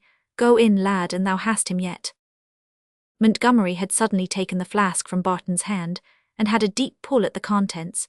Then, with his face a little flushed, and with a curious look of purpose, which made the referee stare hard at him in his eyes, he rose for the 16th round. "Game as a partridge," cried the publican as he looked at the hard-set face. "Mix it oop, lad, mix it oop," cried the ironmen to their master, and then a hum of exultation ran through their ranks as they realized that their tougher, harder, stronger man held the vantage after all. Neither of the men showed much sign of punishment. Small gloves crush and numb, but they do not cut. One of the master's eyes was even more flush with his cheek than nature had made it. Montgomery had 2 or 3 livid marks upon his body, and his face was haggard, save for that pink spot which the brandy had brought into either cheek. He rocked a little as he stood opposite his man, and his hands drooped as if he felt the gloves to be an unutterable weight. It was evident that he was spent and desperately weary. If he received one other blow, it must surely be fatal to him. If he brought one home, what power could there be behind it, and what chance was there of its harming the colossus in front of him? It was the crisis of the fight. This round must decide it. "Mix it oop, lad, mix it oop," the ironman whooped. Even the savage eyes of the referee were unable to restrain the excited crowd. Now at last the chance had come for Montgomery. He had learned a lesson from his more experienced rival. Why should he not play his own game upon him? He was spent, but not nearly so spent as he pretended. That brandy was to call up his reserves, to let him have strength to take full advantage of the opening when it came. It was thrilling and tingling through his veins at the very moment when he was lurching and rocking like a beaten man. He acted his part admirably. The master felt that there was an easy task before him, and rushed in with ungainly activity to finish it once for all. He slap-banged away left and right, boring Montgomery up against the ropes, swinging in his ferocious blows with those animal grunts which told of the vicious energy behind them. But Montgomery was too cool to fall a victim to any of those murderous uppercuts. He kept out of harm's way with a rigid guard, an active foot, and a head which was swift to duck. And yet he contrived to present the same appearance of a man who is hopelessly done. The master, weary from his own shower of blows, and fearing nothing from so weak a man, dropped his hand for an instant, and at that instant Montgomery's right came home. It was a magnificent blow, straight, clean, crisp, with the force of the loins and the back behind it, and it landed where he had meant it to, upon the exact point of that blue-grained chin. Flesh and blood could not stand such a blow in such a place. Neither valor nor hardihood can save the man to whom it comes. The master fell backwards, flat, prostrate, striking the ground with so simultaneous a clap that it was like a shutter falling from a wall. A yell which no referee could control broke from the crowded benches as the giant went down. He lay upon his back, his knees a little drawn up, his huge chest panting. He twitched and shook but could not move. His feet pawed convulsively once or twice. It was no use, he was done. 8, 9, 10, said the timekeeper, and the roar of 1,000 voices, with a deafening clap like the broadside of a ship, told that the master of Croxley was the master no more. Montgomery stood half-dazed, looking down at the huge, prostrate figure. He could hardly realize that it was indeed all over. He saw the referee motion towards him with his hand. He heard his name bellowed in triumph from every side, and then he was aware of someone rushing towards him. He caught a glimpse of a flushed face and an aureole of flying red hair. A gloveless fist struck him between the eyes, and he was on his back in the ring beside his antagonist, while a dozen of his supporters were endeavoring to secure the frantic Anastasia. He heard the angry shouting of the referee, the screaming of the furious woman, and the cries of the mob. Then something seemed to break like an overstretched banjo string, and he sank into the deep, deep, mist-girt abyss of unconsciousness. The dressing was like a thing in a dream, and so was a vision of the master with the grin of a bulldog upon his face, and his 3 teeth amiably protruded. He shook Montgomery heartily by the hand. "I would have been rare pleased to shake thee by the throttle, lad, a short while syne," said he. "But I bear no ill feeling again thee. It was a rare poonch that brought me down. I have not had a better since my second fight. Why, Billy Edwards in '89. Happen thou might think go and further why this business. If thou dost and want a trainer, there's not much inside ropes as I don't know. Or happen thou might like to try it why me old style and bare knuckles. Thou hast but to write to Ironworks to find me." But Montgomery disclaimed any such ambition. A canvas bag with his share, 190 sovereigns, was handed to him, of which he gave 10 to the master, who also received some share of the gate money. Then, with young Wilson escorting him on one side, Purvis on the other, and Fawcett carrying his bag behind, he went in triumph to his carriage and drove amid a long roar which lined the highway like a hedge for the 7 miles, back to his starting point. "It's the greatest thing I ever saw in my life. By George, it's ripping," cried Wilson, who had been left in a kind of ecstasy by the events of the day. "There's a chap over Barnsley way who fancies himself a bit. Let us spring you on him and let him see what he can make of you. We'll put up a purse, won't we, Purvis? You shall never want a backer." "At his weight," said the publican, "I'm behind him, I am, for 20 rounds, and no age, country, or colour barred." "So am I," cried Fawcett. "Middleweight champion of the world, that's what he is here, in the same carriage with us." But Montgomery was not to be beguiled. "No, I have my own work to do now." "And what may that be?" "I'll use this money to get my medical degree." "Well, we've plenty of doctors, but you're the only man in the riding that could smack the Croxley master off his legs. However, I suppose you know your own business best. When you're a doctor, you'd best come down into these parts, and you'll always find a job waiting for you at the Wilson coal pits." Montgomery had returned by devious ways to the surgery. The horses were smoking at the door, and the doctor was just back from his long journey. Several patients had called in his absence, and he was in the worst of tempers.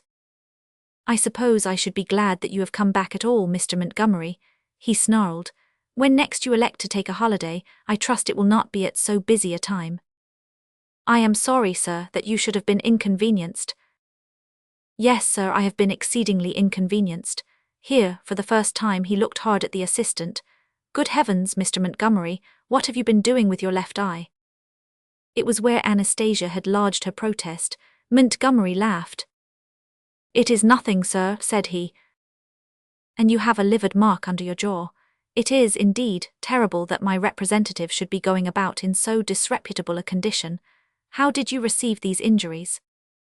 "Well, sir, as you know, there was a little glove fight today over at Croxley." "And you got mixed up with that brutal crowd?" "I was rather mixed up with them."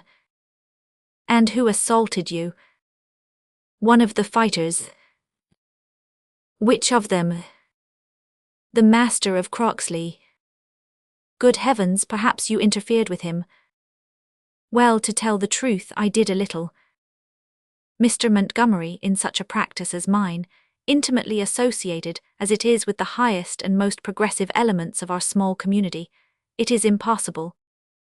But just then the tentative bray of a cornet player searching for his keynote jarred upon their ears, and an instant later the Wilson Colliery brass band was in full cry with, "See the conquering hero comes," outside the surgery window. There was a banner waving and a shouting crowd of miners. "What is it? What does it mean?" cried the angry doctor. "It means, sir, that I have, in the only way which was open to me, earned the money which is necessary for my education. It is my duty, Dr. Oldecker, to warn you that I am about to return to the university, and that you should lose no time in appointing my successor."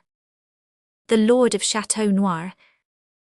It was in the days when the German armies had broken their way across France, and when the shattered forces of the young Republic had been swept away to the north of the Aisne and to the south of the Loire. Three broad streams of armed men had rolled slowly but irresistibly from the Rhine, now meandering to the north, now to the south, dividing, coalescing, but all uniting to form one great lake round Paris.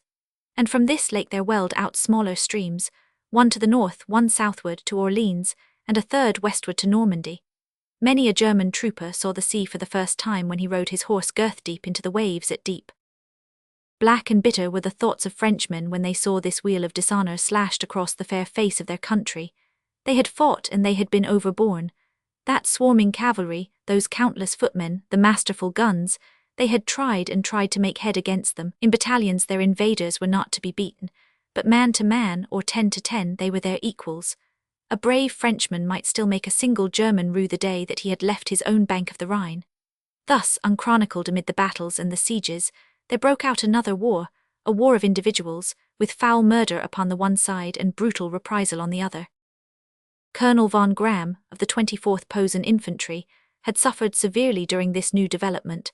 He commanded in the little Norman town of Les Andelys, and his outposts stretched amid the hamlets and farmhouses of the district round. No French force was within 50 miles of him, and yet morning after morning he had to listen to a black report of sentries found dead at their posts, or of foraging parties which had never returned. Then the colonel would go forth in his wrath, and farmsteadings would blaze and villages tremble. But next morning there was still that same dismal tale to be told. Do what he might, he could not shake off his invisible enemies. And yet it should not have been so hard, for, from certain signs in common, in the plan and in the deed, it was certain that all these outrages came from a single source. Colonel von Gramm had tried violence and it had failed. Gold might be more successful. He published it abroad over the countryside that 500 FRS would be paid for information. There was no response. Then 800 FRS. The peasants were incorruptible. Then, goaded on by a murdered corporal, he rose to 1,000, and so bought the soul of Francois Regain, farm labourer, whose Norman avarice was a stronger passion than his French hatred. "You say that you know who did these crimes?" asked the Prussian colonel, eyeing with loathing the blue-bloused, rat-faced creature before him. "Yes, colonel." "And it was those 1,000 francs, colonel." "Not a sou until your story has been tested. Come, who is it who has murdered my men?" "It is Count Eustace of Chateau Noir." "You lie," cried the colonel angrily. "A gentleman and a nobleman could not have done such crimes." The peasant shrugged his shoulders. It is evident to me that you do not know the Count. It is this way, Colonel. What I tell you is the truth, and I am not afraid that you should test it. The Count of Chateau Noir is a hard man. Even at the best time he was a hard man. But of late he has been terrible. It was his son's death, you know. His son was under Doyle and he was taken, and then in escaping from Germany he met his death. It was the Count's only child, and indeed we all think that it has driven him mad. With his peasants he follows the German armies. I do not know how many he has killed, but it is he who cut the cross upon the foreheads, for it is the badge of his house. It was true. The murdered sentries had each had a saltire cross slashed across their brows, as by a hunting knife. The colonel bent his stiff back and ran his forefinger over the map which lay upon the table. The Chateau Noir is not more than 4 leagues, he said. 3 kilometers, Colonel. You know the place. I used to work there. Colonel von Graham rang the bell. Give this man food and detain him, said he to the sergeant. Why detain me, Colonel? I can tell you no more. We shall need you as guide. As guide, but the Count, if I were to fall into his hands, Colonel. The Prussian commander waved him away. Send Captain Baumgarten to me at once, said he. The officer who answered the summons was a man of middle age, heavy-jawed, blue-eyed, with a curving yellow moustache, and a brick-red face which turned to an ivory white where his helmet had sheltered it. He was bald, with a shining, tightly stretched scalp, at the back of which, as in a mirror, it was a favourite mess joke of the subalterns to trim their moustaches. As a soldier he was slow, but reliable and brave. The colonel could trust him where a more dashing officer might be in danger. You will proceed to Chateau Noir tonight, Captain, said he. A guide has been provided. You will arrest the Count and bring him back. If there is an attempt at rescue, shoot him at once. How many men shall I take, Colonel?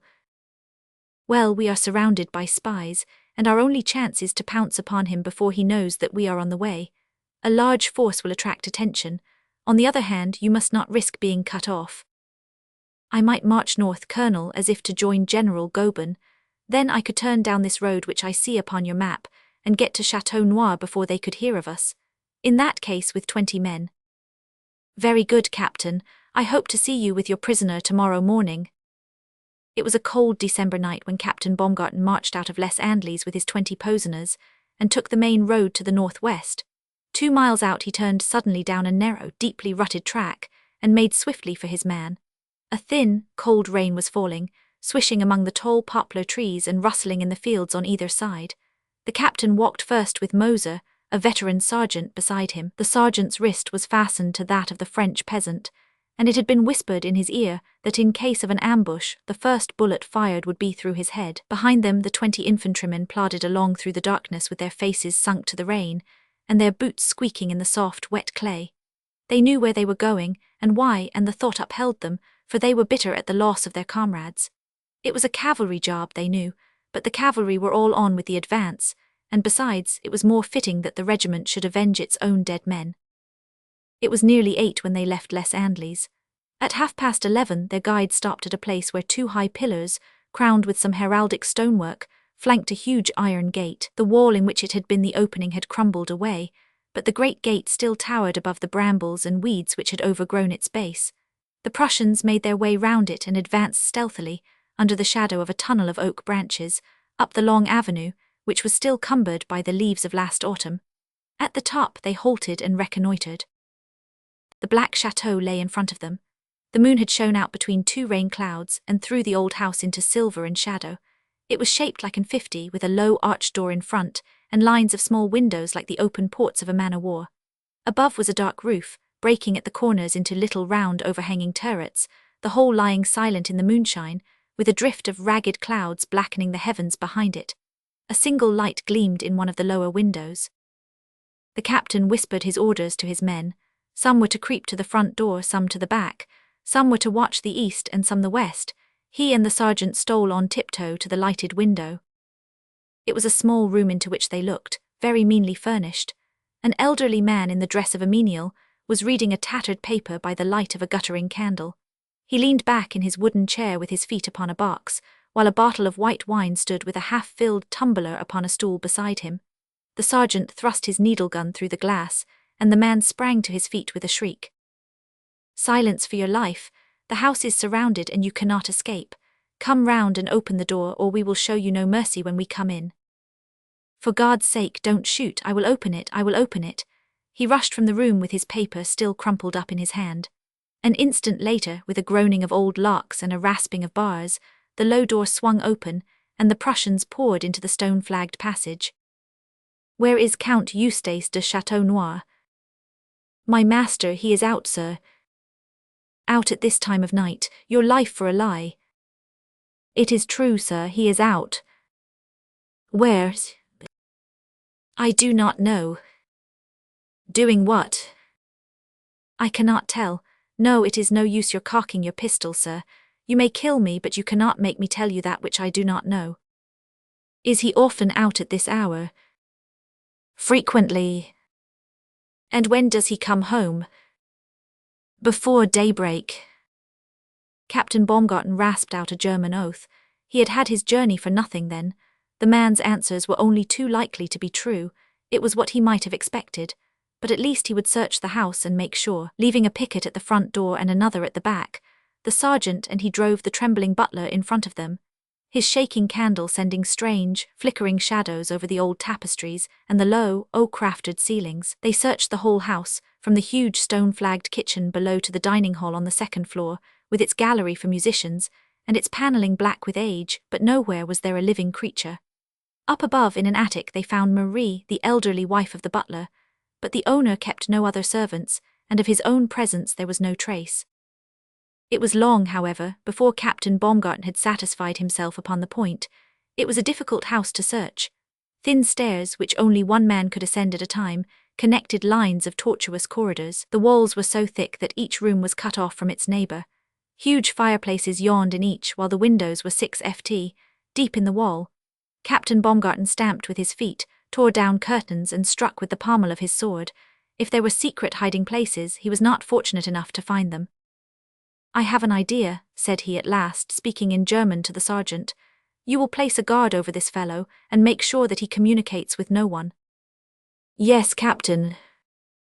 And you will place 4 men in ambush at the front and at the back. It is likely enough that about daybreak our bird may return to the nest. And the others, Captain? Let them have their suppers in the kitchen. The fellow will serve you with meat and wine. It is a wild night, and we shall be better here than on the country road. And yourself, Captain? I will take my supper up here in the dining hall. The logs are laid and we can light the fire. You will call me if there is any alarm. What can you give me for supper, you?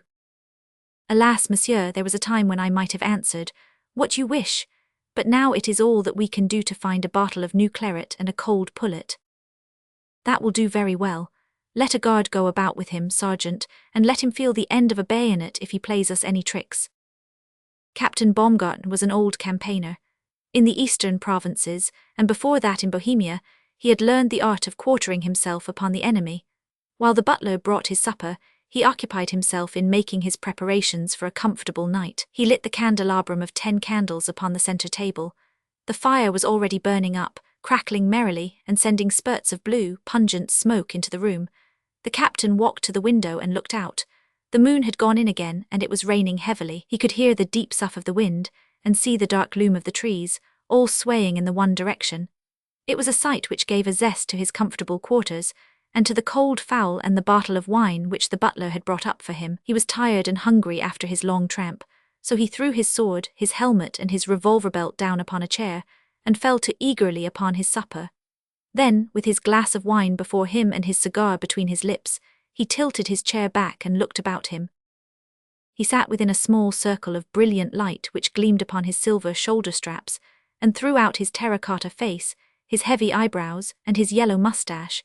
But outside that circle things were vague and shadowy in the old dining hall. 2 sides were oak-panelled, and 2 were hung with faded tapestry, across which huntsmen and dogs and stags were still dimly streaming. Above the fireplace were rows of heraldic shields with the blazonings of the family and of its alliances, the fatal saltire cross breaking out on each of them. 4 paintings of old seigneurs of Chateau Noir faced the fireplace, all men with hawk noses and bold, high features, so like each other that only the dress could distinguish the crusader from the cavalier of the Fronde. Captain Baumgarten, heavy with his repast, lay back in his chair looking up at them through the clouds of his tobacco smoke, and pondering over the strange chance which had sent him, a man from the Baltic coast, to eat his supper in the ancestral hall of these proud Norman chieftains. But the fire was hot, and the captain's eyes were heavy. His chin sank slowly upon his chest, and the 10 candles gleamed upon the broad, white scalp. Suddenly a slight noise brought him to his feet. For an instant it seemed to his dazed senses that one of the pictures opposite had walked from its frame. There, beside the table, and almost within arm's length of him, was standing a huge man, silent, motionless, with no sign of life save his fierce glinting eyes. He was black-haired, olive-skinned, with a pointed tuft of black beard, and a great fierce nose, towards which all his features seemed to run. His cheeks were wrinkled like a last year's apple, but his sweep of shoulder and bony, corded hands told of a strength which was unsapped by age. His arms were folded across his arching chest, and his mouth was set in a fixed smile. "Pray do not trouble yourself to look for your weapons," he said, as the Prussian cast a swift glance at the empty chair in which they had been laid. "You have been, if you will allow me to say so, a little indiscreet to make yourself so much at home in a house every wall of which is honeycombed with secret passages. You will be amused to hear that 40 men were watching you at your supper." "Ah, what then?" Captain Baumgarten had taken a step forward with clenched fists. The Frenchman held up the revolver which he grasped in his right hand, while with the left he hurled the German back into his chair. "Pray keep your seat," said he. "You have no cause to trouble about your men, they have already been provided for. It is astonishing with these stone floors how little one can hear what goes on beneath. You have been relieved of your command, and have now only to think of yourself. May I ask what your name is?" "I am Captain Baumgarten of the 24th Posen Regiment." "Your French is excellent, though you incline, like most of your countrymen, to turn the P into a B. I have been amused to hear them cry, 'Avez biti sur moi.' You know doubtless who it is who addresses you." "The Count of Chateau Noir." "Precisely. It would have been a misfortune if you had visited my chateau, and I had been unable to have a word with you. I have had to do with many German soldiers, but never with an officer before. I have much to talk to you about." Captain Baumgarten sat still in his chair. Brave as he was, there was something in this man's manner which made his skin creep with apprehension. His eyes glanced to right and to left, but his weapons were gone, and in a struggle he saw that he was but a child to this gigantic adversary. The Count had picked up the claret bottle and held it to the light. "Tut, tut," said he, "and was this the best that Pierre could do for you? I am ashamed to look you in the face, Captain Baumgarten. We must improve upon this." He blew a call upon a whistle, which hung from his shooting jacket. The old manservant was in the room in an instant. "Chambre 10 from bin 15, he cried, and a minute later a grey bottle streaked with cobwebs was carried in as a nurse bears an infant. The Count filled 2 glasses to the brim. "Drink," said he. "It is the very best in my cellars, and not to be matched between Rouen and Paris. Drink, sir, and be happy. There are cold joints below. There are 2 lobsters fresh from Honfleur. Will you not venture upon a second and more savoury supper?" The German officer shook his head. He drained the glass, however, and his host filled it once more, pressing him to give an order for this or that dainty. "There is nothing in my house which is not at your disposal. You have but to say the word. Well then, you will allow me to tell you a story while you drink your wine. I have so longed to tell it to some German officer. It is about my son, my only child Eustace, who was taken and died in escaping. It is a curious little story, and I think that I can promise you that you will never forget it. You must know then that my boy was in the artillery, a fine young fellow, Captain Baumgarten, and the pride of his mother. She died within a week of the news of his death reaching us. It was brought by a brother officer who was at his side throughout, and who escaped while my lad died. I want to tell you all that he told me. Eustace was taken at Weissenberg on the 4th of August. The prisoners were broken up into parties and sent back into Germany by different routes. Eustace was taken upon the 5th to a village called Lauterberg, where he met with kindness from the German officer in command. This good colonel had the hungry lad to supper, offered him the best he had, opened a bottle of good wine, as I have tried to do for you, and gave him a cigar from his own case. Might I entreat you to take one from mine?" The German again shook his head. His horror of his companion had increased as he sat watching the lips that smiled and the eyes that glared. "The colonel, as I say, was good to my boy, but unluckily the prisoners were moved next day across the Rhine into Ettlingen. They were not equally fortunate there. The officer who guarded them was a ruffian and a villain, Captain Baumgart. He took a pleasure in humiliating and ill-treating the brave men who had fallen into his power. That night, upon my son answering fiercely back to some taunt of his, he struck him in the eye like this. The crash of the blow rang through the hall. The German's face fell forward, his hand up and blood oozing through his fingers. The Count settled down in his chair once more. My boy was disfigured by the blow, and this villain made his appearance the object of his jeers. By the way, you look a little comical yourself at the present moment, Captain, and your colonel would certainly say that you had been getting into mischief. To continue, however, my boy's youth and his destitution, for his pockets were empty, moved the pity of a kind-hearted major, and he advanced him 10 Napoleons from his own pocket without security of any kind. Into your hands, Captain Baumgarten, I return these 10 gold pieces, since I cannot learn the name of the lender. I am grateful from my heart for this kindness shown to my boy.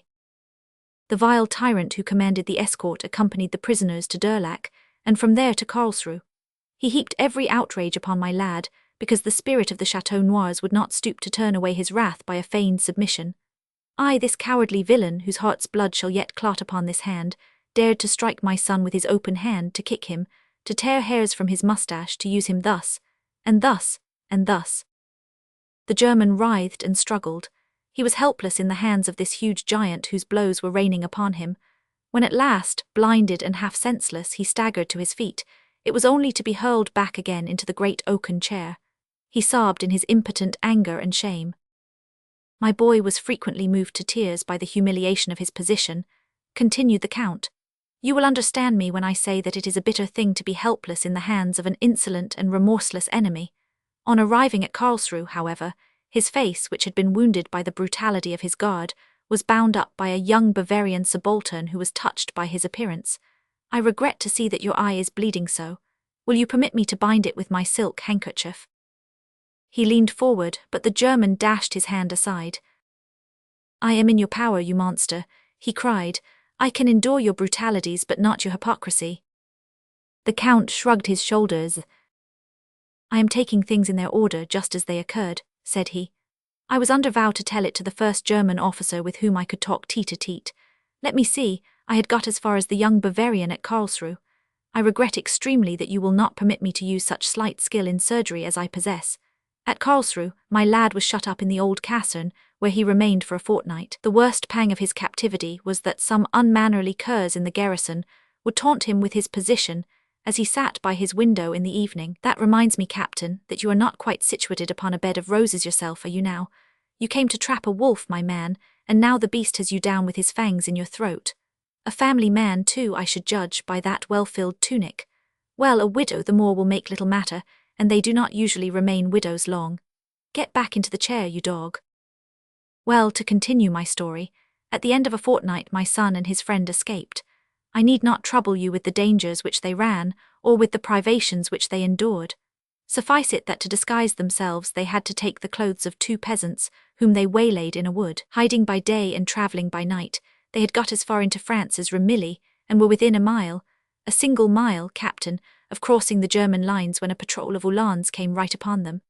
Ah, it was hard, was it not, when they had come so far and were so near to safety? The Count blew a double call upon his whistle, and 3 hard-faced peasants entered the room. These must represent my Uhlans, said he. Well then, the captain in command, finding that these men were French soldiers in civilian dress within the German lines, proceeded to hang them without trial or ceremony. I think, Jean, that the centre beam is the strongest. The unfortunate soldier was dragged from his chair to where a noosed rope had been flung over one of the huge oaken rafters which spanned the room. The cord was slipped over his head, and he felt its harsh grip round his throat. The 3 peasants seized the other end, and looked to the Count for his orders. The officer, pale but firm, folded his arms and stared defiantly at the man who tortured him. You are now face to face with death, and I perceive from your lips that you are praying. My son was also face to face with death, and he prayed also.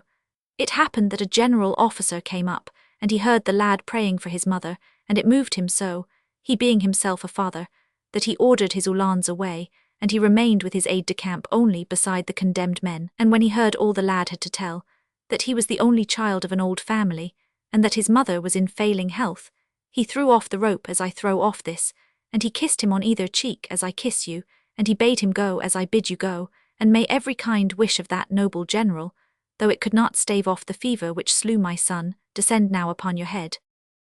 And so it was that Captain Baumgarten, disfigured, blinded, and bleeding, staggered out into the wind and the rain of that wild December dawn.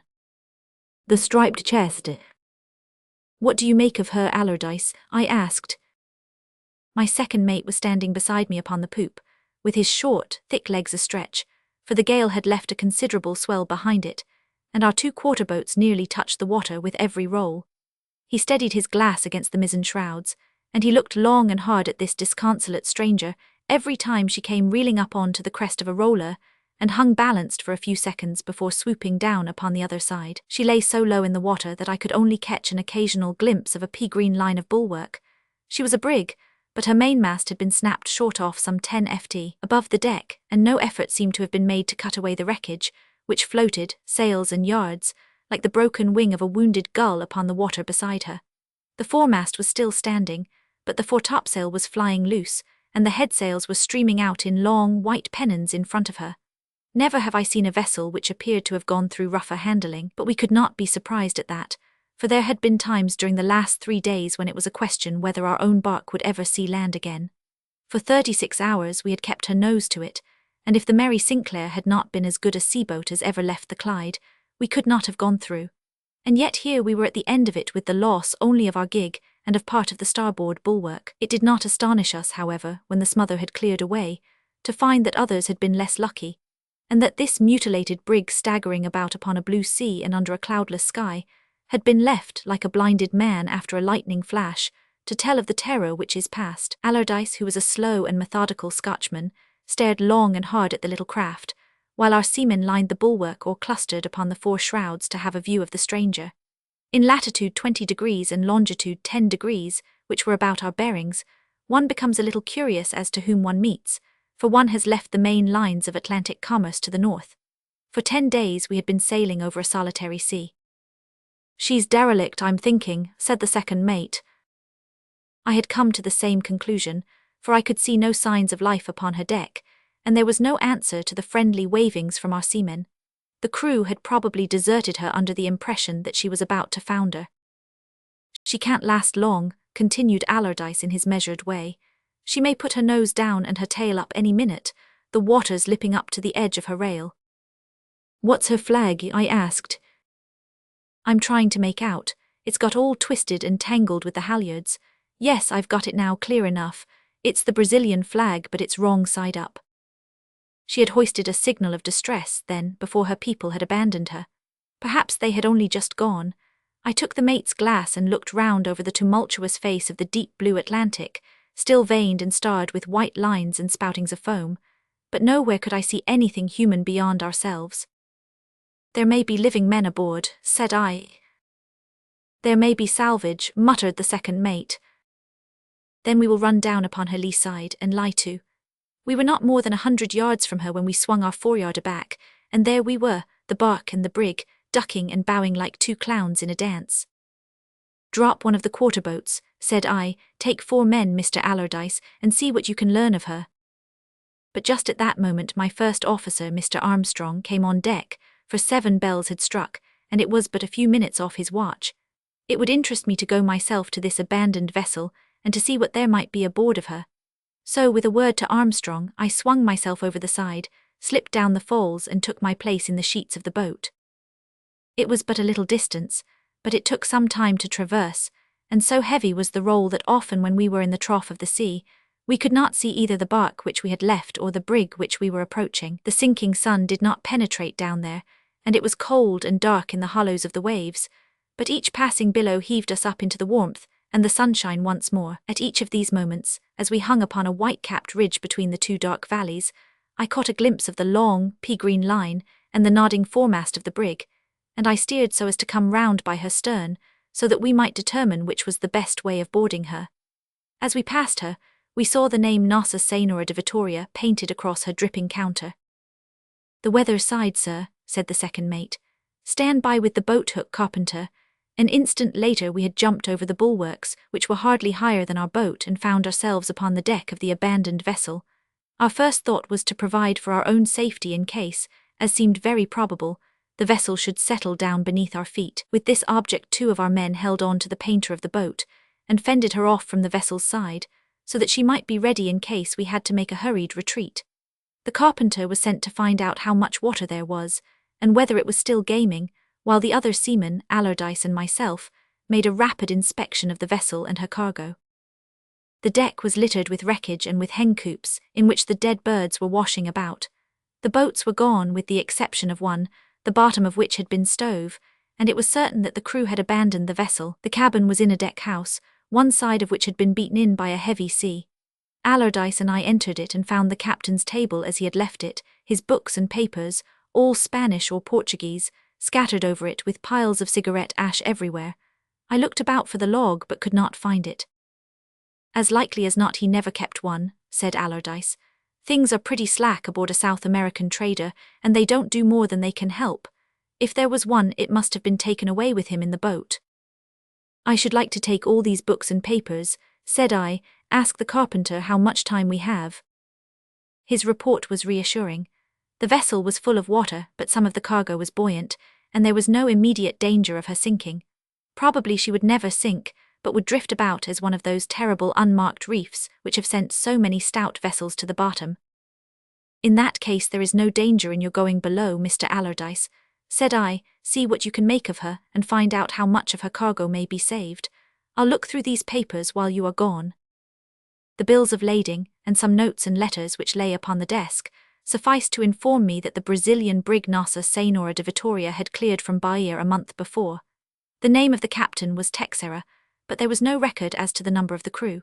She was bound for London, and a glance at the bills of lading was sufficient to show me that we were not likely to profit much in the way of salvage. Her cargo consisted of nuts, ginger and wood, the latter in the shape of great logs of valuable tropical growths. It was these, no doubt, which had prevented the ill-fated vessel from going to the bottom, but they were of such a size as to make it impossible for us to extract them. Besides these, there were a few fancy goods, such as a number of ornamental birds for millinery purposes, and 100 cases of preserved fruits. And then, as I turned over the papers, I came upon a short note in English, which arrested my attention. "It is requested," said the note, "that the various old Spanish and Indian curiosities, which came out of the Santam collection, and which are consigned to Prontfoot and Newman of Oxford Street, London, should be put in some place where there may be no danger of these very valuable and unique articles being injured or tampered with. This applies most particularly to the treasure chest of Don Ramirez de Lara, which must on no account be placed where anyone can get at it." The treasure chest of Don Ramirez, unique and valuable articles. Here was a chance of salvage after all. I had risen to my feet with the paper in my hand when my Scotch mate appeared in the doorway. "I'm thinking all isn't quite as it should be aboard of this ship, sir," said he. He was a hard-faced man, and yet I could see that he had been startled. "What's the matter?" "Murder's the matter, sir. There's a man here with his brains beaten out." "Killed in the storm," said I. "Maybe so, sir, but I'll be surprised if you think so after you have seen him." "Where is he, then?" "This way, sir, here in the main deck house."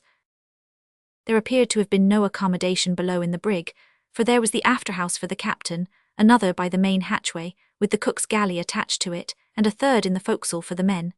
It was to this middle one that the mate led me. As you entered, the galley with its litter of tumbled pots and dishes was upon the right, and upon the left was a small room with 2 bunks for the officers. Then beyond there was a place about 12 ft. square, which was littered with flags and spare canvas. All round the walls were a number of packets done up in coarse cloth, and carefully lashed to the woodwork. At the other end was a great box, striped red and white, though the red was so faded and the white so dirty that it was only where the light fell directly upon it that one could see the colouring. The box was, by subsequent measurement, 4 ft, 3 ins, in length 3 ft, 2 ins, in height amped, across considerably larger than a seaman's chest, but it was not to the box that my eyes or my thoughts were turned as I entered the storeroom. On the floor, lying across the litter of bunting, there was stretched a small, dark man with a short, curling beard. He lay as far as it was possible from the box, with his feet towards it and his head away. A crimson patch was printed upon the white canvas on which his head was resting, and little red ribbons wreathed themselves round his swarthy neck and trailed away on to the floor. But there was no sign of a wound that I could see, and his face was as placid as that of a sleeping child. It was only when I stooped that I could perceive his injury, and then I turned away with an exclamation of horror.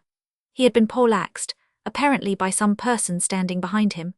A frightful blow had smashed in the top of his head and penetrated deeply into his brains. His face might well be placid, for death must have been absolutely instantaneous, and the position of the wound showed that he could never have seen the person who had inflicted it. "Is that foul play or accident, Captain Barclay?" asked my second mate demurely. "You are quite right, Mr. Allardyce. The man has been murdered, struck down from above by a sharp and heavy weapon. But who was he and why did they murder him?" "He was a common seaman, sir," said the mate. "You can see that if you look at his fingers. He turned out his pockets as he spoke and brought to light a pack of cards, some tarred string, and a bundle of Brazilian tobacco. "Hello, look at this," said he. It was a large, open knife with a stiff spring blade which he had picked up from the floor. The steel was shining and bright, so that we could not associate it with the crime, and yet the dead man had apparently held it in his hand when he was struck down, for it still lay within his grasp. "It looks to me, sir, as if he knew he was in danger and kept his knife handy," said the mate. "However, we can't help the poor beggar now. I can't make out these things that are lashed to the wall.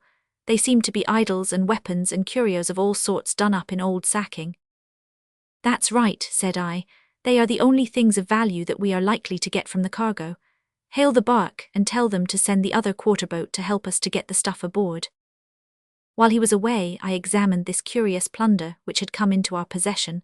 The curiosities were so wrapped up that I could only form a general idea as to their nature, but the striped box stood in a good light where I could thoroughly examine it. On the lid, which was clamped and cornered with metalwork, there was engraved a complex coat of arms, and beneath it was a line of Spanish which I was able to decipher as meaning: "The treasure chest of Don Ramirez de Leyra, Knight of the Order of St. James, Governor and Captain General of Terra Firma and of the province of Veraguas." In one corner was the date, 1606, and on the other a large white label upon which was written in English, "You are earnestly requested upon no account to open this box." The same warning was repeated underneath in Spanish. As to the lock, it was a very complex and heavy one of engraved steel, with a Latin motto, which was above a seaman's comprehension. By the time I had finished this examination of the peculiar box, the other quarterboat with Mr. Armstrong, the first officer, had come alongside, and we began to carry out and place in her the various curiosities, which appeared to be the only objects worth moving from the derelict ship. When she was full, I sent her back to the bark, and then Allardyce and I, with the carpenter and one seaman, shifted the striped box, which was the only thing left, to our boat, and lowered it over, balancing it upon the two middle thwarts, for it was so heavy that it would have given the boat a dangerous tilt had we placed it at either end. As to the dead man, we left him where we had found him. The mate had a theory that, at the moment of the desertion of the ship, this fellow had started plundering, and that the captain, in an attempt to preserve discipline, had struck him down with a hatchet or some other heavy weapon. It seemed more probable than any other explanation, and yet it did not entirely satisfy me either. But the ocean is full of mysteries, and we were content to leave the fate of the dead seaman of the Brazilian brig to be added to that long list which every sailor can recall.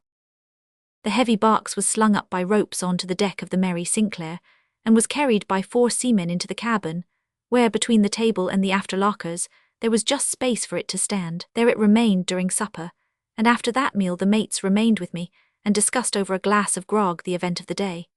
Mr. Armstrong was a long, thin, vulture-like man, an excellent seaman, but famous for his nearness and cupidity. Our treasure trove had excited him greatly, and already he had begun with glistening eyes to reckon up how much it might be worth to each of us when the shares of the salvage came to be divided. "If the paper said that they were unique, Mr. Barclay, then they may be worth anything that you like to name. You wouldn't believe the sums that the rich collectors give. £1,000 is nothing to them. We'll have something to show for our voyage, or I am mistaken." "I don't think that," said I. "As far as I can see, they are not very different from any other South American curios." "Well, sir, I've traded there for 14 voyages, and I have never seen anything like that chest before. That's worth a pile of money just as it stands, but it's so heavy that surely there must be something valuable inside it. Don't you think that we ought to open it and see?"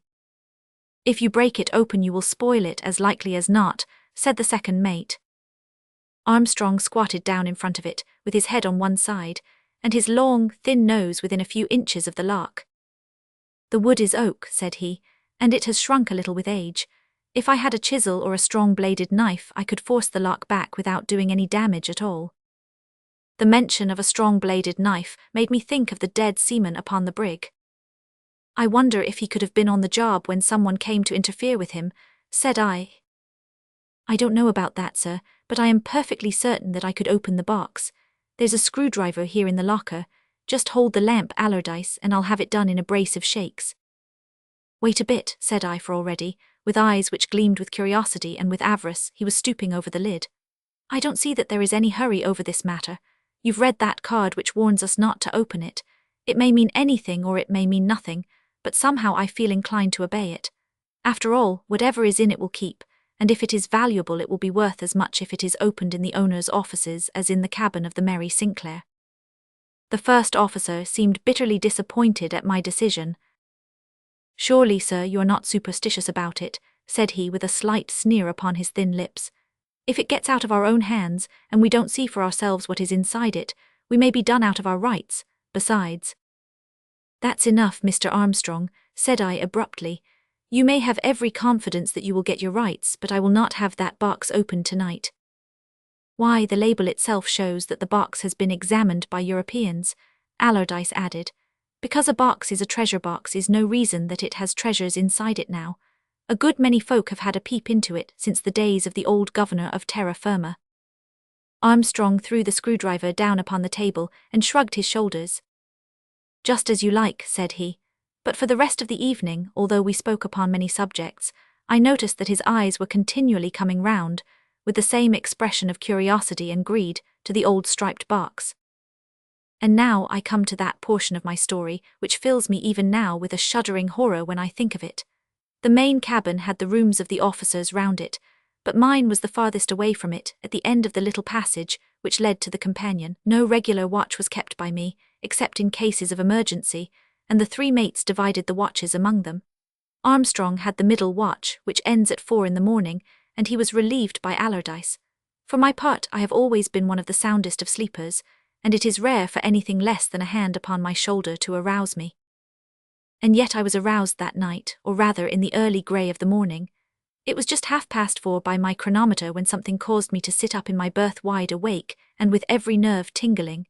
It was a sound of some sort, a crash with a human cry at the end of it, which still jarred on my ears. I sat listening, but all was now silent, and yet it could not have been imagination, that hideous cry, for the echo of it still rang in my head, and it seemed to have come from some place quite close to me. I sprang from my bunk and pulling on some clothes I made my way into the cabin. At first I saw nothing unusual there. In the cold, grey light I made out the red-clothed table, the 6 rotating chairs, the walnut lockers, the swinging barometer, and there at the end, the big striped chest. I was turning away, with the intention of going upon deck and asking the second mate if he had heard anything, when my eyes fell suddenly upon something which projected from under the table. It was the leg of a man, a leg with a long sea boot upon it. I stooped, and there was a figure sprawling upon his face, his arms thrown forward and his body twisted. One glance told me that it was Armstrong, the first officer, and a second that he was a dead man. For a few moments I stood gasping. Then I rushed on to the deck, called Allardyce to my assistance, and came back with him into the cabin. Together we pulled the unfortunate fellow from under the table, and as we looked at his dripping head, we exchanged glances, and I do not know which was the paler of the two. The same as the Spanish sailor, said I. The very same, God preserve us, it's that infernal chest, look at Armstrong's hand. He held up the mate's right hand, and there was the screwdriver which he had wished to use the night before. He's been at the chest, sir. He knew that I was on deck and you were asleep. He knelt down in front of it and he pushed the lock back with that tool. Then something happened to him and he cried out so that you heard him. Allardyce, I whispered, what could have happened to him? The second mate put his hand upon my sleeve and drew me into his cabin.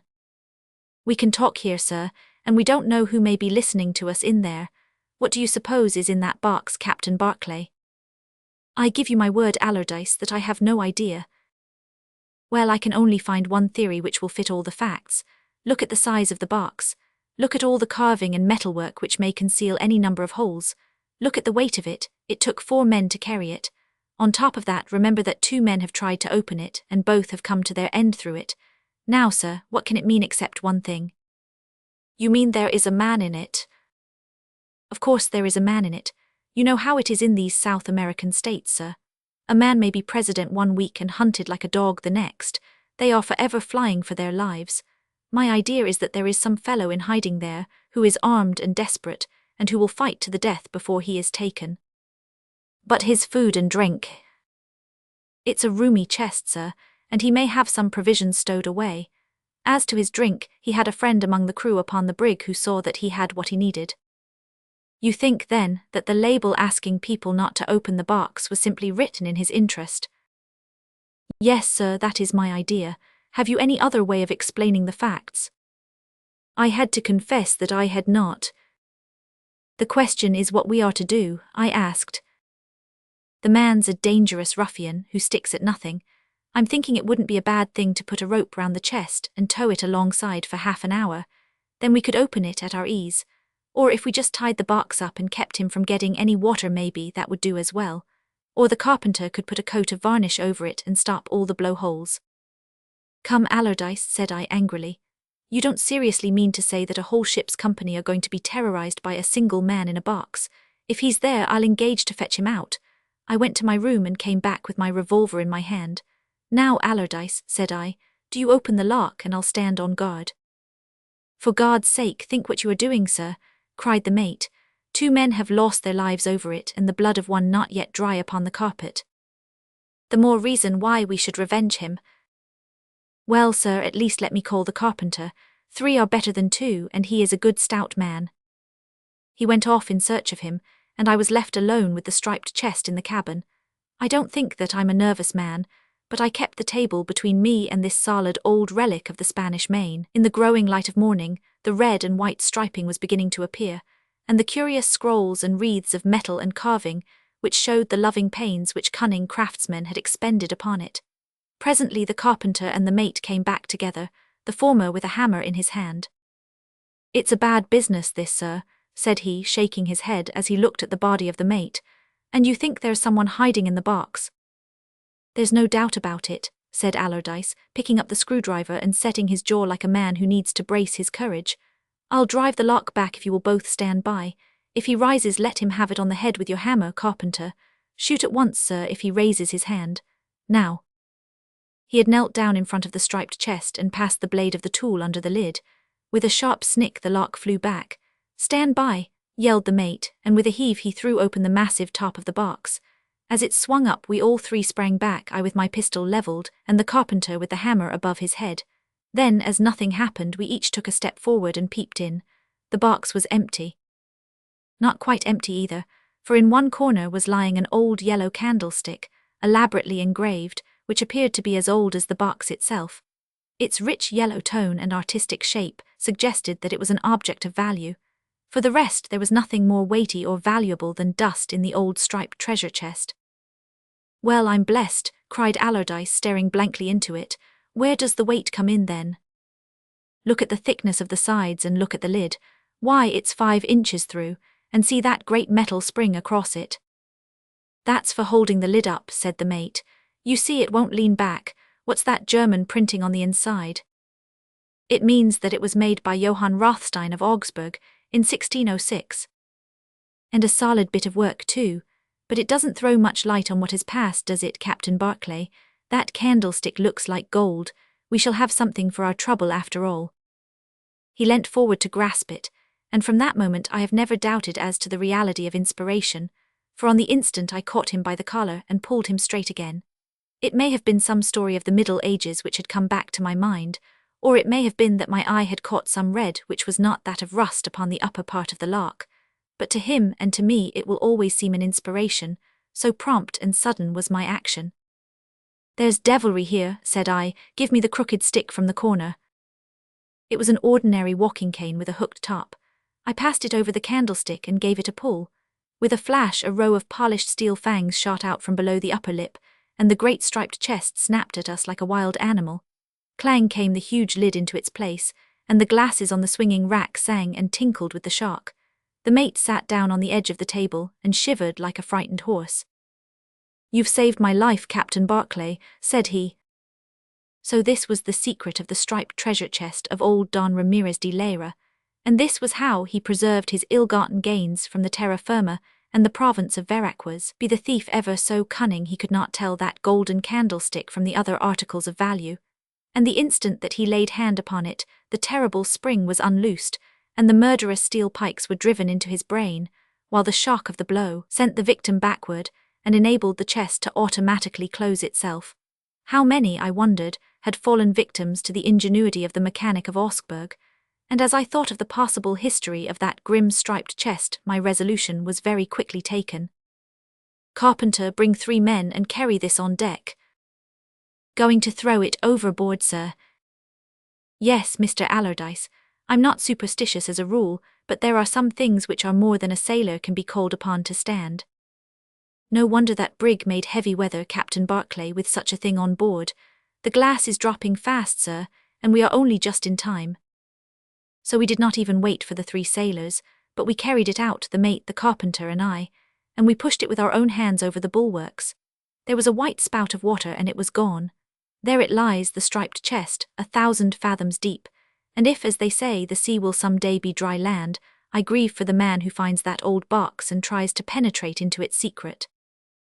A shadow before. The 15th of July, 1870, found John Worlington Dodds a ruined gamester of the Stock Exchange. Upon the 17th he was a very opulent man, and yet he had effected the change without leaving the penurious little Irish townlet of Dunsloe, which could have been bought outright for a quarter of the sum which he had earned during the single day that he was within its walls. There is a romance of finance yet to be written, a story of huge forces which are forever waxing and waning, of bold operations, of breathless suspense, of agonized failure, of deep combinations which are baffled by others still more subtle. The mighty debts of each great European power stand like so many columns of mercury, forever rising and falling to indicate the pressure upon each. He who can see far enough into the future to tell how that ever-varying column will stand tomorrow is the man who has fortune within his grasp. John Worlington Dodds had many of the gifts which lead a speculator to success.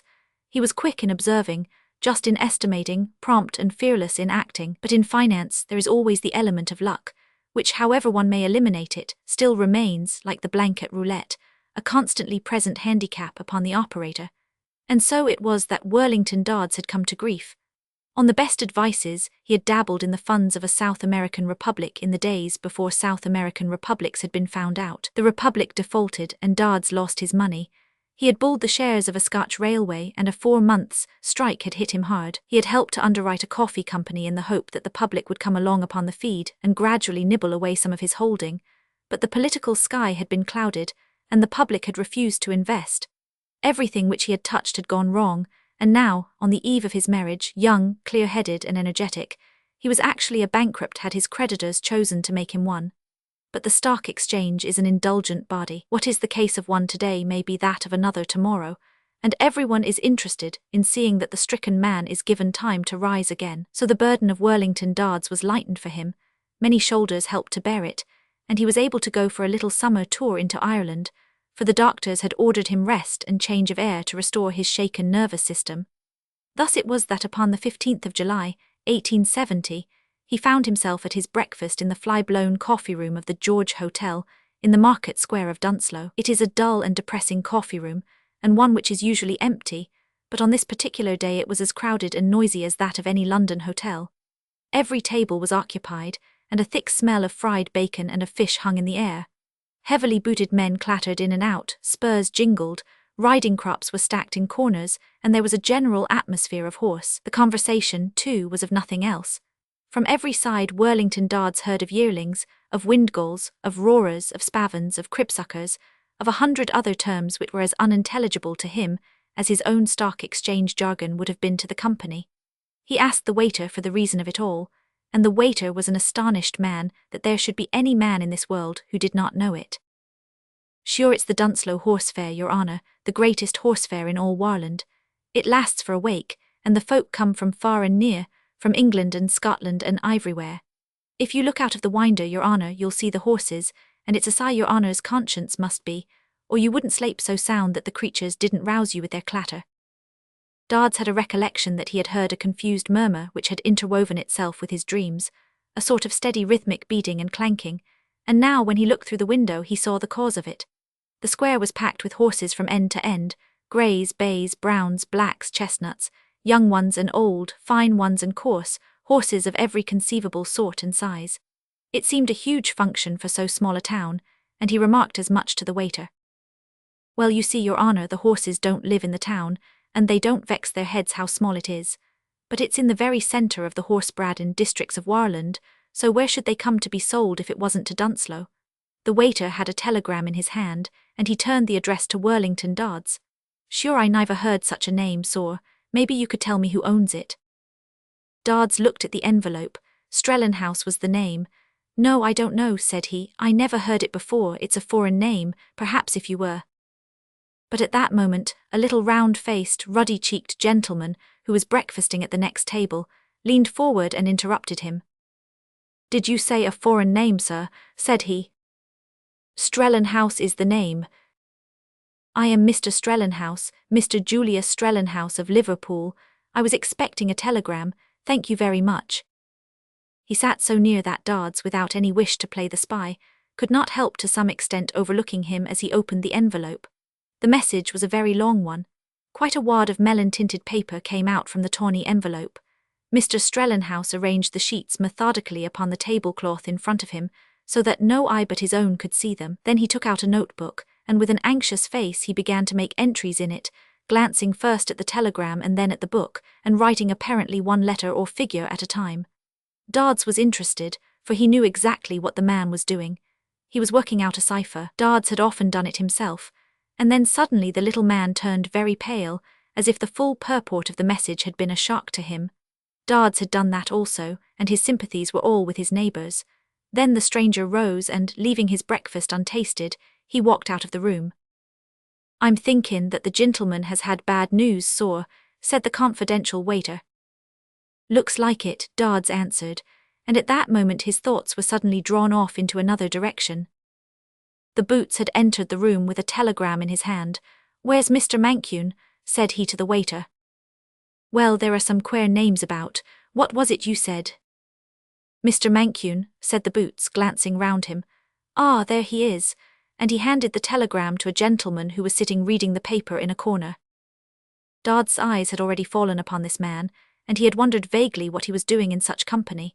He was a tall, white-haired, eagle-nosed gentleman, with a waxed moustache and a carefully pointed beard, an aristocratic type which seemed out of its element among the rough, hearty, noisy dealers who surrounded him. This, then, was Mr. Mancune, for whom the second telegram was intended. As he opened it, tearing it open with a feverish haste, Dodds could perceive that it was as bulky as the first one. He observed also, from the delay in reading it, that it was also in some sort of cipher. The gentleman did not write down any translation of it, but he sat for some time with his nervous, thin fingers twitching amongst the hairs of his white beard, and his shaggy brows bent in the deepest and most absorbed attention whilst he mastered the meaning of it. Then he sprang suddenly to his feet, his eyes flashed, his cheeks flushed, and in his excitement he crumpled the message up in his hand. With an effort he mastered his emotion, put the paper into his pocket, and walked out of the room. This was enough to excite a less astute and imaginative man than Worlington Dodds. Was there any connection between these two messages, or was it merely a coincidence? Two men with strange names received two telegrams within a few minutes of each other, each of considerable length, each in cipher, and each causing keen emotion to the man who received it. One turned pale. The other sprang excitedly to his feet. It might be a coincidence, but it was a very curious one. If it was not a coincidence, then what could it mean? Were they confederates who pretended to work apart but who each received identical orders from some person at a distance? That was possible, and yet there were difficulties in the way. He puzzled and puzzled, but could find no satisfactory solution to the problem. All breakfast he was turning it over in his mind. When breakfast was over, he sauntered out into the market square, where the horse sale was already in progress. The yearlings were being sold first, tall, long-legged, skittish, wild-eyed creatures, who had run free upon the upland pastures, with ragged hair and tossy manes, but hardy, inured to all weathers, and with the makings of splendid hunters and steeplechasers when corn and time had brought them to maturity. They were largely of thoroughbred blood, and were being bought by English dealers, who would invest a few pounds now on what they might sell for 50 guineas in a year, if all went well. It was legitimate speculation, for the horse is a delicate creature, he is afflicted with many ailments, the least accident may destroy his value. He is a certain expense and an uncertain profit, and for one who comes safely to maturity several may bring no return at all. So the English horse dealers took their risks as they bought up the shaggy Irish yearlings. One man with a ruddy face and a yellow overcoat took them by the dozen, with as much sang-froid as if they had been oranges, entering each bargain in a bloated notebook. He bought 40 or 50 during the time that Dodds was watching him. "Who is that?" he asked his neighbour, whose spurs and gaiters showed that he was likely to know. The man stared in astonishment at the stranger's ignorance. "Why, that's Jim Holloway, the great Jim Holloway," said he. Then, seeing by the blank look upon Dodd's face that even this information had not helped him much, he went into details. "Sure, he's the head of Holloway and Moreland of London," said he. "He's the buying partner, and he buys cheap, and the other stays at home and he sells dear. He owns more horses than any man in the world, and asks the best money for them. I dare say you'll find that half of what are sold at the Dunslow Fair this day will go to him, and he's got such a purse that there's not a man who can bid against him." Worlington Dodds watched the doings of the great dealer with interest. He had passed on now to the 2-year-olds and 3-year-olds full-grown horses, but still a little loose in the limb and weak in the bone. The London buyer was choosing his animals carefully, but having chosen them, the vigour of his competition drove all other bidders out of it. With a careless nod, he would run the figure up £5 at a time, until he was left in possession of the field. At the same time he was a shrewd observer, and when, as happened more than once, he believed that someone was bidding against him simply in order to run him up, the head would cease suddenly to nod, the notebook would be closed with a snap, and the intruder would be left with a purchase which he did not desire upon his hands. All Dodd's business instincts were aroused by the tactics of this great operator, and he stood in the crowd watching with the utmost interest all that occurred. It is not to buy young horses, however, that the great dealers come to Ireland, and the real business of the fair commenced when the 4- and 5-year-olds were reached, the full-grown, perfect horses at their prime, and ready for any work or any fatigue. 70 magnificent creatures had been brought down by a single breeder, a comfortable-looking, keen-eyed, ruddy-cheeked gentleman who stood beside the salesman and whispered cautions and precepts into his ear. "That's Flynn of Kildare," said Dodd's informant. "Jack Flynn has brought down that string of horses, and the other large string over yonder belongs to Tom Flynn, his brother. The two of them together are the 2 first breeders in Ireland." A crowd had gathered in front of the horses. By common consent a place had been made for Mr. Holloway, and Dodds could catch a glimpse of his florid face and yellow covert coat in the front rank. He had opened his notebook, and was tapping his teeth reflectively with his pencil as he eyed the horses. "You'll see a fight now between the first seller and the first buyer in the country," said Dodd's acquaintance. "They are a beautiful string anyhow. I shouldn't be surprised if he didn't average £35 apiece for the lot as they stand." The salesman had mounted upon a chair, and his keen, clean-shaven face overlooked the crowd. Mr. Jack Flynn's grey whiskers were at his elbow, and Mr. Holloway immediately in front. "You've seen these horses, gentlemen," said the salesman, with a backward sweep of his hand towards the line of tossing heads and streaming monnets. "When you know that they are bred by Mr. Jack Flynn, at his place in Kildare, you will have a guarantee of their quality. They are the best that Ireland can produce, and in this class of horse the best that Ireland can produce are the best in the world, as every riding man knows well. Hunters or carriage horses, all warranted sound, and bred from the best stock. There are 70 in Mr. Jack Flynn's string, and he bids me say that if any wholesale dealer would make one bid for the whole lot to save time, he would have the preference over any purchaser." There was a pause and a whisper from the crowd in front, with some expressions of discontent. By a single sweep all the small dealers had been put out of it. It was only a long purse which could buy on such a scale as that. The salesman looked round him inquiringly. "Come, Mr. Holloway," said he at last. "You didn't come over here for the sake of the scenery. You may travel the country and not see such another string of horses. Give us a starting bid." The great dealer was still rattling his pencil upon his front teeth. "Well," said he at last, "they are a fine lot of horses, and I won't deny it. They do you credit, Mr. Flynn, I am sure. All the same I didn't mean to fill a ship at a single bid in this fashion. I like to pick and choose my horses." "In that case Mr. Flynn is quite prepared to sell them in smaller lots," said the salesman. It was rather for the convenience of a wholesale customer that he was prepared to put them all up together, but if no gentleman wishes to bid— "Wait a minute," said a voice. "They are very fine horses these, and I will give you a bid to start you. I will give you £20 each for the string of 70. There was a rustle as the crowd all swayed their heads to catch a glimpse of the speaker. The salesman leaned forward. "May I ask your name, sir?" "Strellenhaus, Mr. Strellenhaus of Liverpool." "It's a new firm," said Dodd's neighbour. "I thought I knew them all, but I never heard of him before." The salesman's head had disappeared, for he was whispering with the breeder. Now he suddenly straightened himself again. "Thank you for giving us a lead, sir," said he. "Now, gentlemen, you have heard the offer of Mr. Strellenhaus of Liverpool. It will give us a base to start from. Mr. Strellenhaus has offered £20 a head." "Guineas," said Holloway. "Bravo, Mr. Holloway, I knew that you would take a hand. You are not the man to let such a string of horses pass away from you. The bid is 20 guineas a head." £25, said Mr. Strellenhaus. 26. 30. It was London against Liverpool, and it was the head of the trade against an outsider. Still, the one man had increased his bids by fives and the other only by ones. Those fives meant determination and also wealth. Holloway had ruled the market so long that the crowd was delighted at finding someone who would stand up to him. "The bid now stands at £30 a head," said the salesman. "The word lies with you, Mr. Holloway." The London dealer was glancing keenly at his unknown opponent, and he was asking himself whether this was a genuine rival, or whether it was a device of some sort, an agent of Flynn's perhaps, for running up the price. Little Mr. Strellenhaus, the same apple-faced gentleman whom Dodds had noticed in the coffee-room, stood looking at the horses with the sharp, quick glances of a man who knows what he is looking for.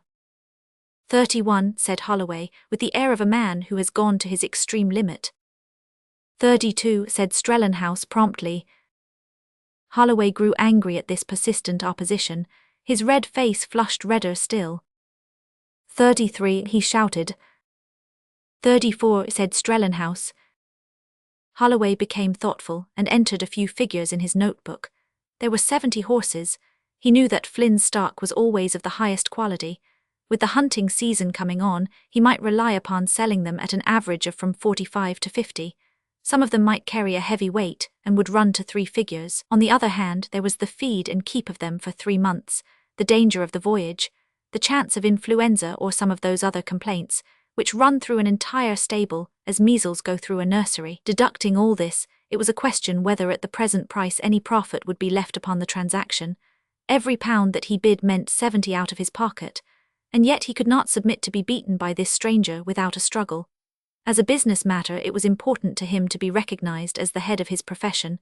He would make one more effort if he sacrificed his profit by doing so. "At the end of your rope, Mr. Holloway?"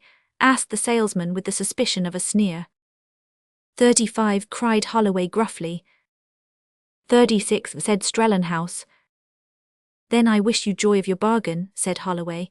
"I don't buy at that price, but I should be glad to sell you some." Mr. Strellenhaus took no notice of the irony. He was still looking critically at the horses. The salesman glanced round him in a perfunctory way. £36 bid, said he.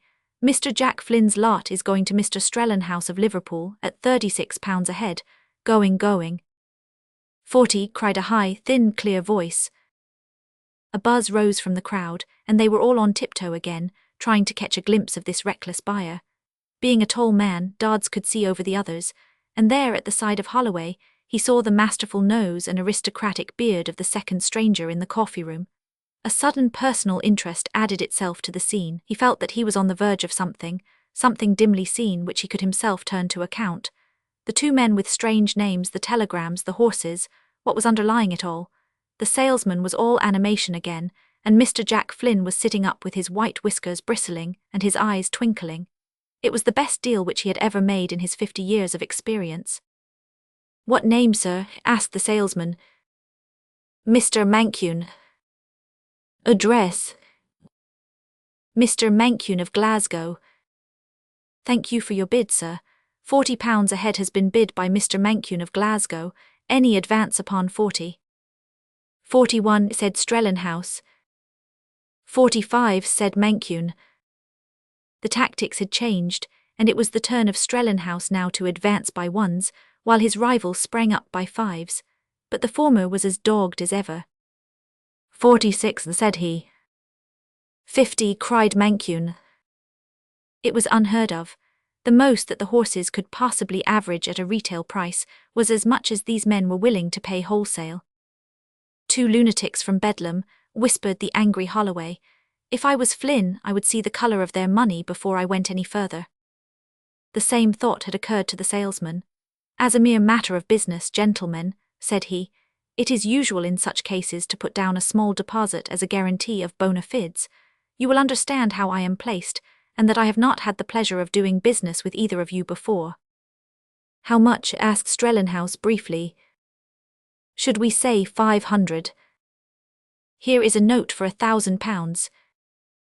"And here is another," said Mancune. "Nothing could be more handsome, gentlemen," said the salesman. "It's a treat to see such a spirited competition. The last bid was £50 ahead from Mancune. The word lies with you, Mr. Strellenhaus." Mr. Jack Flynn whispered something to the salesman. "Quite so. Mr. Flynn suggests, gentlemen, that as you are both large buyers, it would perhaps be a convenience to you if he was to add the string of Mr. Tom Flynn, which consists of 70 animals of precisely the same quality, making 140 in all. Have you any objection, Mr. Mancune?" "No, sir." "And you, Mr. Strellenhaus?" "I should prefer it." very handsome indeed," murmured the salesman. "Then I understand, Mr. Mancune, that your offer of £50 a head extends to the whole of these horses." "Yes, sir." A long breath went up from the crowd.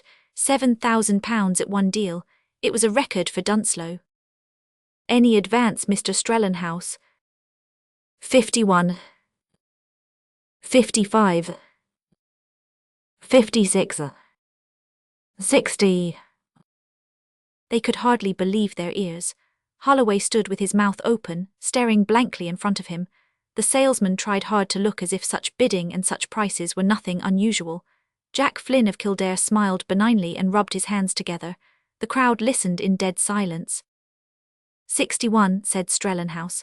From the beginning he had stood without a trace of emotion upon his round face, like a little automatic figure which bid by clockwork. His rival was of a more excitable nature. His eyes were shining, and he was forever twitching at his beard. 65, he cried. 66. 70.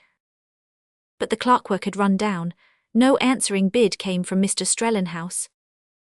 70 bid, sir. Mr. Strellenhaus shrugged his shoulders. I am buying for another, and I have reached his limit, said he, if you will permit me to send for instructions. I am afraid, sir, that the sale must proceed.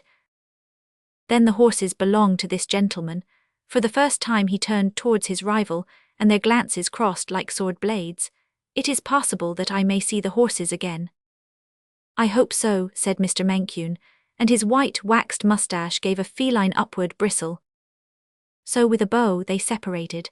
Mr. Strellenhaus walked down to the telegraph office, where his message was delayed because Mr. Worlington Dodds was already at the end of the wires, for, after dim guesses and vague conjecture, he had suddenly caught a clear view of this coming event which had cast so curious a shadow before it in this little Irish town.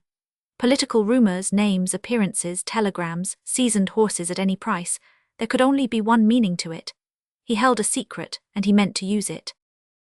Mr. Warner, who was the partner of Mr. Worlington Dodds, and who was suffering from the same eclipse, had gone down to the Stock Exchange, but had found little consolation there, for the European system was in a ferment, and rumours of peace and of war were succeeding each other with such rapidity and assurance that it was impossible to know which to trust. It was obvious that a fortune lay either way, for every rumour set the funds fluctuating. But without special information it was impossible to act, and no one dared to plunge heavily upon the strength of newspaper surmise and the gossip of the street. Warner knew that an hour's work might resuscitate the fallen fortunes of himself and his partner, and yet he could not afford to make a mistake. He returned to his office in the afternoon, half inclined to back the chances of peace, for of all war scares not 1 in 10 comes to pass. As he entered the office a telegram lay upon the table. It was from Dunslow, a place of which he had never heard, and was signed by his absent partner. The message was in cipher, but he soon translated it, for it was short and crisp. I am a bear of everything German and French. Sell, sell, sell, keep on selling. For a moment Warner hesitated. What could Worlington Dodds know at Dunslow which was not known in Throgmorton Street? But he remembered the quickness and decision of his partner. He would not have sent such a message without very good grounds. If he was to act at all, he must act at once. So, hardening his heart, he went down to the house, and dealing upon that curious system by which a man can sell what he has not got, and what he could not pay for if he had it, he disposed of heavy parcels of French and German securities. He had caught the market in one of its little spasms of hope, and there was no lack of buying until his own persistent selling caused others to follow his lead, and so brought about a reaction. When Warner returned to his offices, it took him some hours to work out his accounts, and he emerged into the streets in the evening with the absolute certainty that the next settling day would leave him either hopelessly bankrupt or exceedingly prosperous. It all depended upon Worlington Dodd's information. What could he possibly have found out at Dunsloe? And then suddenly he saw a newspaper boy fasten a poster upon a lamp-post, and a little crowd had gathered round it in an instant. One of them waved his hat in the air, another shouted to a friend across the street. Warner hurried up and caught a glimpse of the poster between two craning heads. "France declares war on Germany." "By Jove," cried Warner, "old Dodds was right after all. The king of the foxes." It was after a hunting dinner, and there were as many scarlet coats as black ones round the table.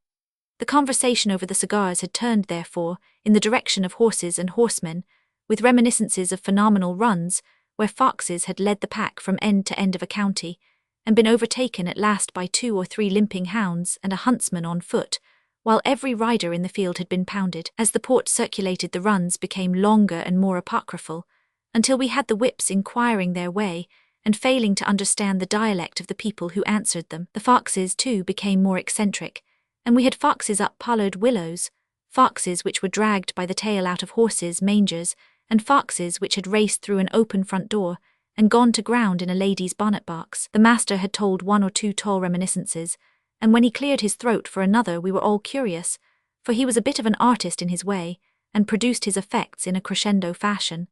His face wore the earnest, practical, severely accurate expression which heralded some of his finest efforts.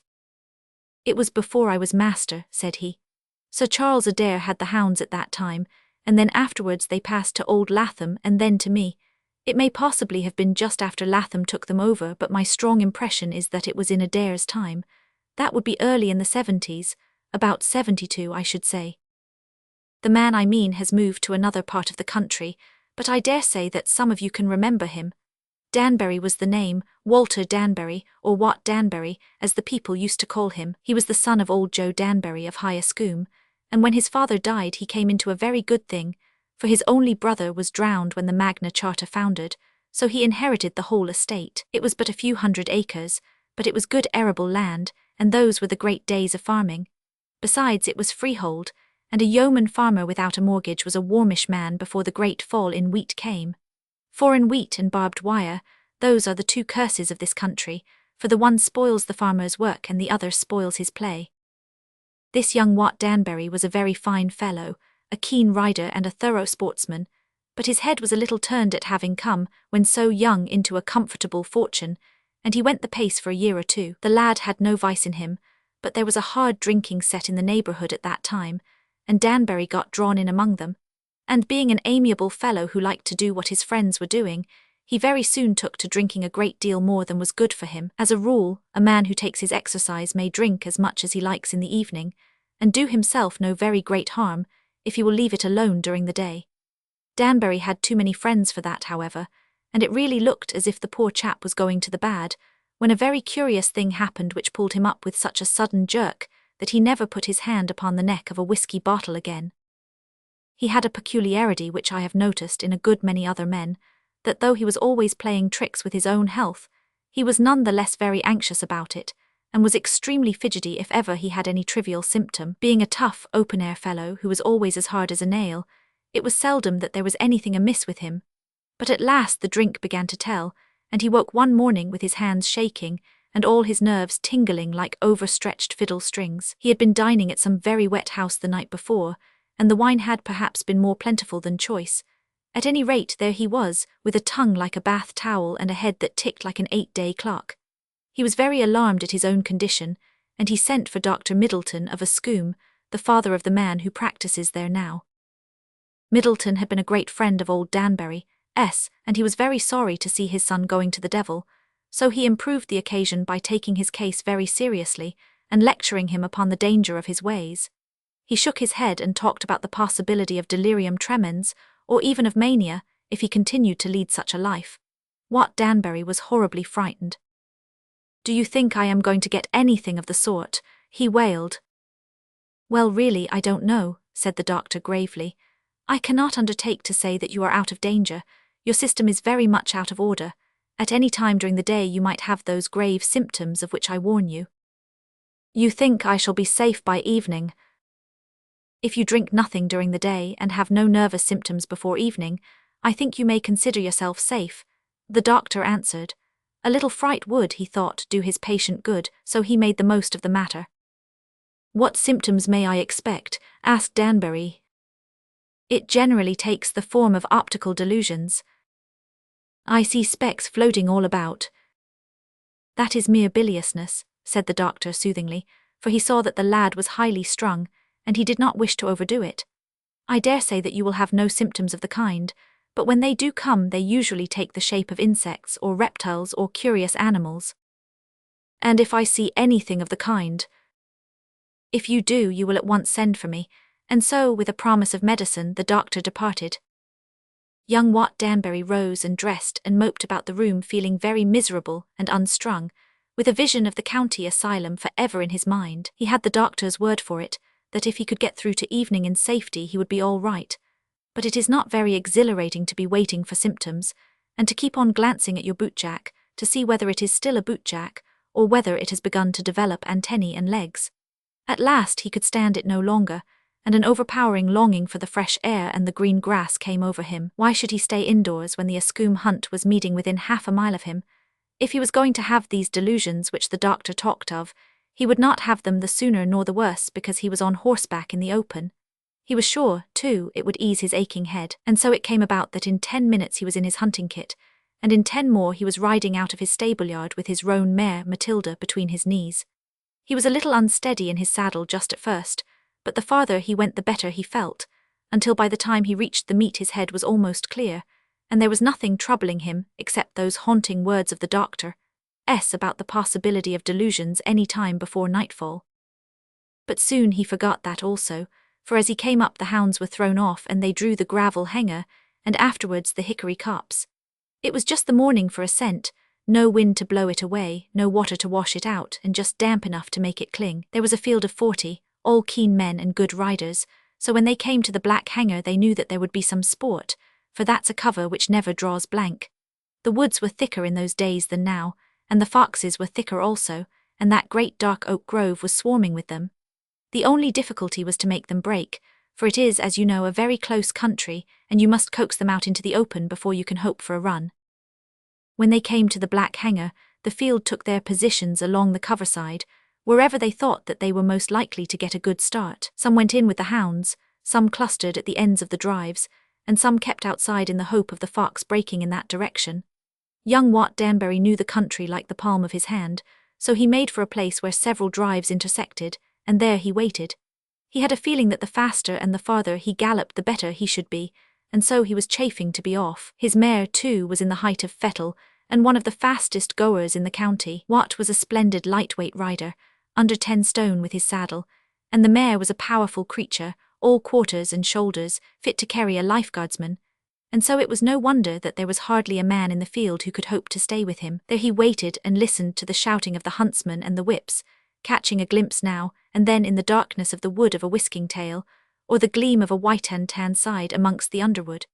It was a well-trained pack, and there was not so much as a whine to tell you that 40 hounds were working all round you. And then suddenly there came one long-drawn yell from one of them, and it was taken up by another, and another, until within a few seconds the whole pack was giving tongue together and running on a hot scent. Danbury saw them stream across one of the drives and disappear upon the other side, and an instant later the 3 red coats of the hunt servants flashed after them upon the same line. He might have made a shorter cut down one of the other drives, but he was afraid of heading the fox, so he followed the lead of the huntsman. Right through the wood they went in a bee-line, galloping with their faces brushed by their horses' manes as they stooped under the branches. It's ugly going, as you know, with the roots all wriggling about in the darkness, but you can take a risk when you catch an occasional glimpse of the pack, running with a breast-high scent.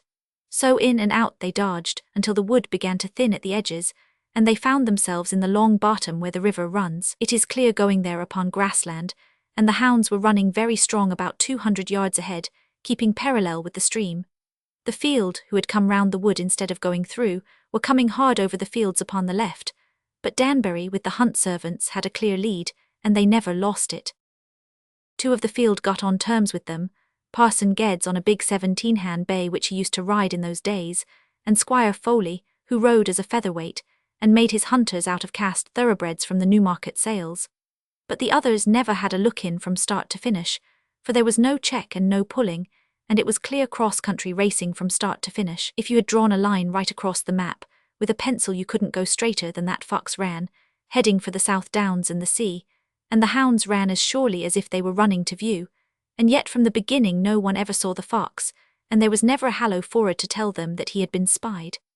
This, however, is not so surprising, for if you've been over that line of country you will know that there are not very many people about. There were 6 of them then in the front row, Parson Geddes, Squire Foley the huntsman, 2 whips and Wat Danbury, who had forgotten all about his head and the doctor by this time, and had not a thought for anything but the run. All 6 were galloping just as hard as they could lay hoofs to the ground. One of the whips dropped back, however, as some of the hounds were tailing off, and that brought them down to 5. Then Foley's thoroughbred strained herself, as these slim-legged, dainty fetlocked thoroughbreds will do when the going is rough, and he had to take a back seat. But the other 4 were still going strong, and they did 4 or 5 miles down the river flat at a rasping pace. It had been a wet winter, and the waters had been out a little time before, so there was a deal of sliding and splashing. But by the time they came to the bridge the whole field was out of sight, and these 4 had the hunt to themselves. The fox had crossed the bridge, for foxes do not care to swim a chilly river any more than humans do, and from that point he had streaked away southward as hard as he could tear. It is broken country, rolling heaths, down one slope and up another, and it's hard to say whether the up or the down is the more trying for the horses. This sort of switchback work is all right for a cobby, short-backed, short-legged little horse, but it is killing work for a big, long-striding hunter such as one wants in the Midlands.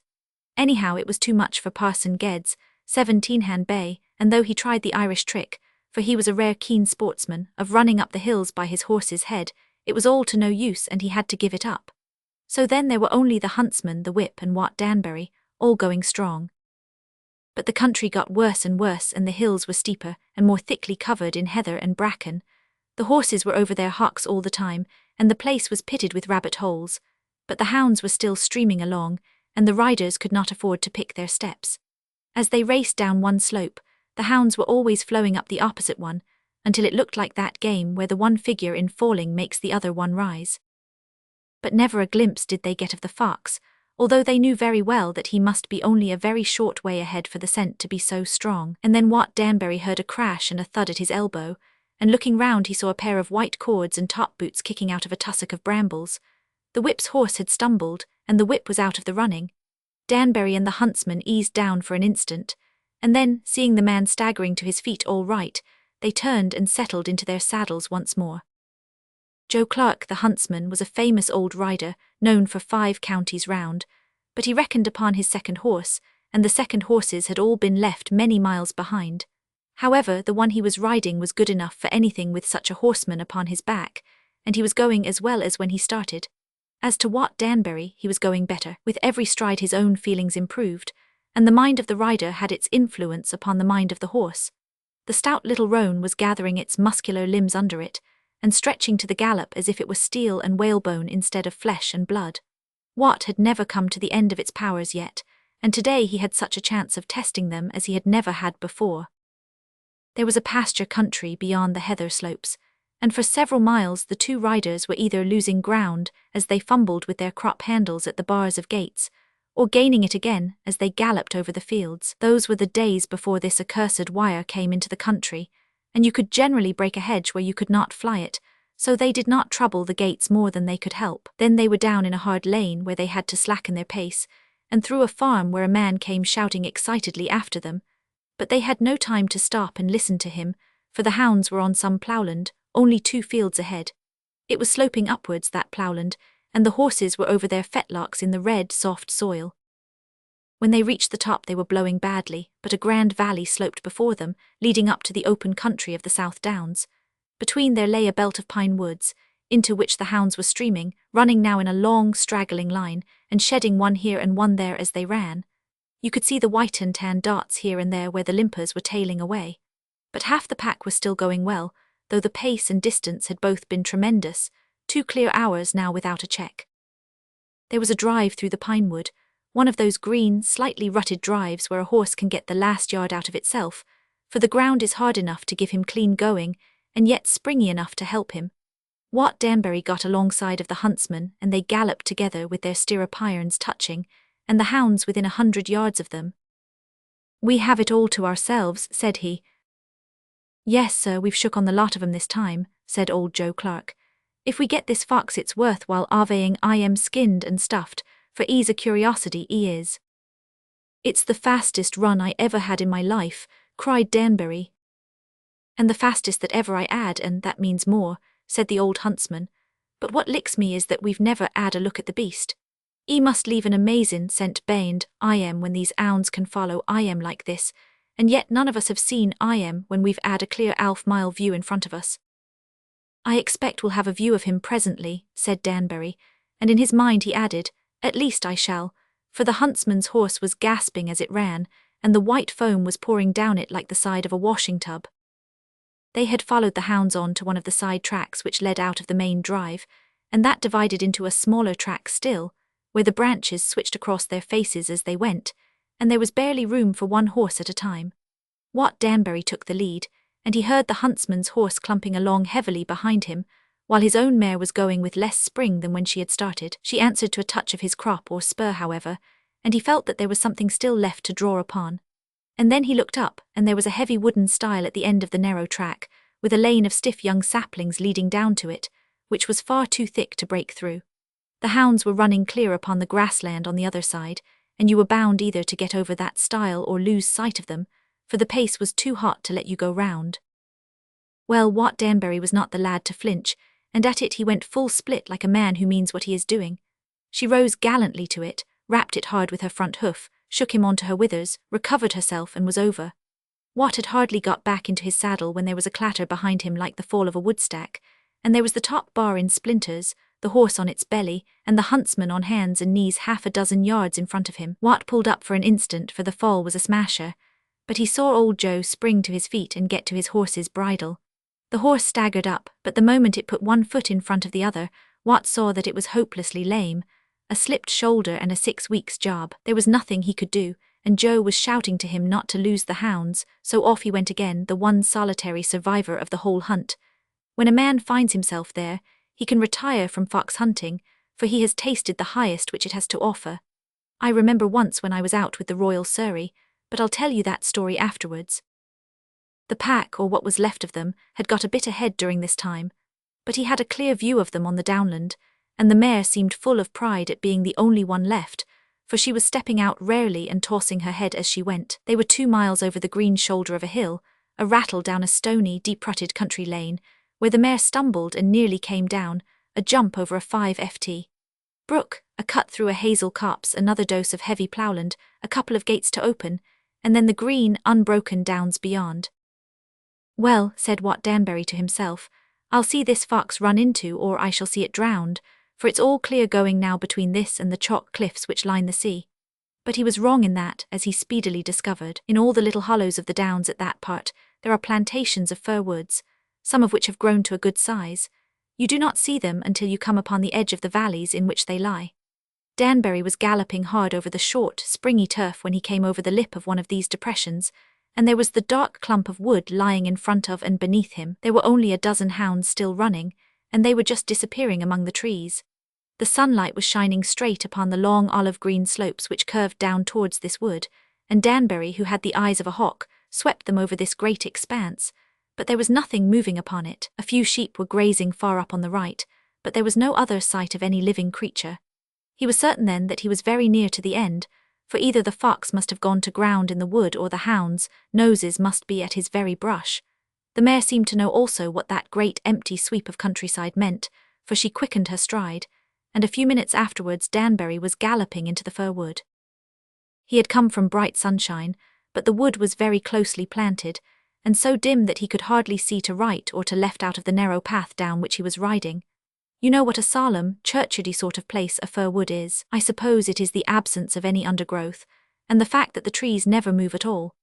At any rate, a kind of chill suddenly struck Wat Danbury, and it flashed through his mind that there had been some very singular points about this run, its length and its straightness, and the fact that from the first find no one had ever caught a glimpse of the creature. Some silly talk which had been going round the country about the king of the foxes, a sort of demon fox, so fast that it could outrun any pack, and so fierce that they could do nothing with it if they overtook it, suddenly came back into his mind, and it did not seem so laughable now in the dim fir wood as it had done when the story had been told over the wine and cigars. The nervousness which had been on him in the morning, and which he had hoped that he had shaken off, swept over him again in an overpowering wave. He had been so proud of being alone, and yet he would have given £10 now to have had Joe Clark's homely face beside him. And then, just at that moment, there broke out from the thickest part of the wood the most frantic hullabaloo that ever he had heard in his life. The hounds had run into their fox. Well, you know, or you ought to know, what your duty is in such a case. You have to be whip, huntsman, and everything else if you are the first man up. You get in among the hounds, lash them off, and keep the brush and pads from being destroyed. Of course, Wat Danbury knew all about that, and he tried to force his mare through the trees to the place where all this hideous screaming and howling came from, but the wood was so thick that it was impossible to ride it. He sprang off, therefore, left the mare standing, and broke his way through as best he could with his hunting lash ready over his shoulder. But as he ran forward, he felt his flesh go cold and creepy all over. He had heard hounds run into foxes many times before, but he had never heard such sounds as these. They were not the cries of triumph, but of fear. Every now and then came a shrill yelp of mortal agony. Holding his breath, he ran on until he broke through the interlacing branches, and found himself in a little clearing with the hounds all crowding round a patch of tangled bramble at the further end. When he first caught sight of them, the hounds were standing in a half-circle round this bramble patch, with their backs bristling and their jaws gaping. In front of the brambles lay one of them with his throat torn out, all crimson and white and tan. Wat came running out into the clearing, and at the sight of him the hounds took heart again, and one of them sprang with a growl into the bushes. At the same instant, a creature the size of a donkey jumped on to its feet. A huge grey head, with monstrous glistening fangs and tapering fox jaws, shot out from among the branches, and the hound was thrown several feet into the air and fell howling among the cover. Then there was a clashing snap, like a rat trap closing, and the howls sharpened into a scream and then were still. Danbury had been on the lookout for symptoms all day, and now he had found them. He looked once more at the thicket, saw a pair of savage red eyes fixed upon him, and fairly took to his heels. It might only be a passing delusion, or it might be the permanent mania of which the doctor had spoken, but anyhow the thing to do was to get back to bed and to quiet, and to hope for the best. He forgot the hounds, the hunt, and everything else in his desperate fears for his own reason. He sprang upon his mare, galloped her madly over the downs, and only stopped when he found himself at a country station. There he left his mare at the inn and made back for home as quickly as steam would take him. It was evening before he got there, shivering with apprehension and seeing those red eyes and savage teeth at every turn. He went straight to bed and sent for Dr. Middleton. "I've got 'em, doctor," said he. "It came about exactly as you said, strange creatures, optical delusions, and everything. All I ask you now is to save my reason." The doctor listened to his story and was shocked as he heard it. "It appears to be a very clear case," said he. "This must be a lesson to you for life." "Never a drop again if I only come safely through this," cried Wat Danbury. "Well, my dear boy, if you will stick to that it may prove a blessing in disguise. But the difficulty in this case is to know where fact ends and fancy begins. You see, it is not as if there was only one delusion. There have been several. The dead dogs, for example, must have been one as well as the creature in the bush. I saw it all as clearly as I see you. One of the characteristics of this form of delirium is that what you see is even clearer than reality. I was wondering whether the whole run was not a delusion also." Wat Danbury pointed to his hunting boots still lying upon the floor, necked with the splashings of 2 counties. That looks very real, certainly. No doubt in your weak state you overexerted yourself and so brought this attack upon yourself. Well, whatever the cause, our treatment is clear. You will take the soothing mixture which I will send to you, and we shall put 2 leeches upon your temples tonight to relieve any congestion of the brain." So Wat Danbury spent the night in tossing about, and reflecting what a sensitive thing this machinery of ours is, and how very foolish it is to play tricks with what is so easily put out of gear, and so difficult to mend. And so he repeated and repeated his oath that this first lesson should be his last, and that from that time forward he would be a sober, hard-working yeoman as his father had been before him. So he lay, tossing and still repentant, when his door flew open in the morning, and in rushed the doctor with a newspaper crumpled up in his hand. "My dear boy," he cried, "I owe you 1,000 apologies. You're the most ill-used lad and I the greatest numbskull in the county. Listen to this." And he sat down upon the side of the bed, flattened out his paper upon his knee and began to read. The paragraph was headed, "Disaster to the Ascombe Hounds," and it went on to say that 4 of the hounds, shockingly torn and mangled, had been found in Winton Fir Wood upon the South Downs. The run had been so severe that half the pack were lamed, but the 4 found in the wood were actually dead, although the cause of their extraordinary injuries was still unknown. "So you see," said the doctor, looking up, "that I was wrong when I put the dead hounds among the delusions." "But the cause," cried Watt. "Well, I think we may guess the cause from an item which has been inserted just as the paper went to press. Late last night, Mr. Brown, of Smithers Farm, to the east of Hastings, perceived what he imagined to be an enormous dog worrying one of his sheep. He shot the creature, which proves to be a grey Siberian wolf of the variety known as Lupus giganticus. It is supposed to have escaped from some travelling menagerie. That's the story, gentlemen, and Wat Danbury stuck to his good resolutions, for the fright which he had cured him of all wish to run such a risk again, and he never touches anything stronger than lime juice. At least, he hadn't before he left this part of the country, 5 years ago next Lady Day. The 3 correspondents. There was only the one little feathery clump of dam palms in all that great wilderness of black rocks and orange sand. It stood high on the bank, and below it the brown Nile swirled swiftly towards the Ambigole cataract, fitting a little frill of foam round each of the boulders which studded its surface. Above, out of a naked blue sky, the sun was beating down upon the sand, and up again from the sand under the brims of the pith hats of the horsemen with the scorching glare of a blast furnace. It had risen so high that the shadows of the horses were no larger than themselves. "Hugh," cried Mortimer, mopping his forehead, "you'd pay 5 shillings for this at the Hummums." "Precisely," said Scott, "but you are not asked to ride 20 miles in a Turkish bath with a field glass and a revolver, and a water bottle and a whole Christmas tree full of things dangling from you. The hothouse at Kew is excellent as a conservatory, but not adapted for exhibitions upon the horizontal bar. I vote for a camp in the Palm Grove and a halt until evening." Mortimer rose on his stirrups and looked hard to the southward. Everywhere were the same black burned rocks and deep orange sand. At one spot only an intermittent line appeared to have been cut through the rugged spurs which ran down to the river. It was the bed of the old railway, long destroyed by the Arabs, but now in process of reconstruction by the advancing Egyptians. There was no other sign of man's handiwork in all that desolate scene. "It's palm trees or nothing," said Scott. "Well, I suppose we must, and yet I grudge every hour until we catch the force up. What would our editors say if we were late for the action?" "My dear chap, an old bird like you doesn't need to be told that no sane modern general would ever attack until the press is up." "You don't mean that," said young Annerly. "I thought we were looked upon as an unmitigated nuisance." "Newspaper correspondents and travelling gentlemen and all that tribe of useless drones, being an extract from Lord Walsalley's soldier's pocket-book," cried Scott. "We know all about that, Annerly," and he winked behind his blue spectacles. "If there was going to be a battle, we should very soon have an escort of cavalry to hurry us up. I've been in 15, and I never saw one where they had not arranged for a reporter's table." "That's very well, but the enemy may be less considerate," said Mortimer. "They are not strong enough to force a battle." "A skirmish, then?" "Much more likely to be a raid upon the rear. In that case we are just where we should be." "So we are. What a score over Reuter's man up with the advance. Well, we'll outspan and have our tiffin under the palms." There were 3 of them, and they stood for 3 great London dailies.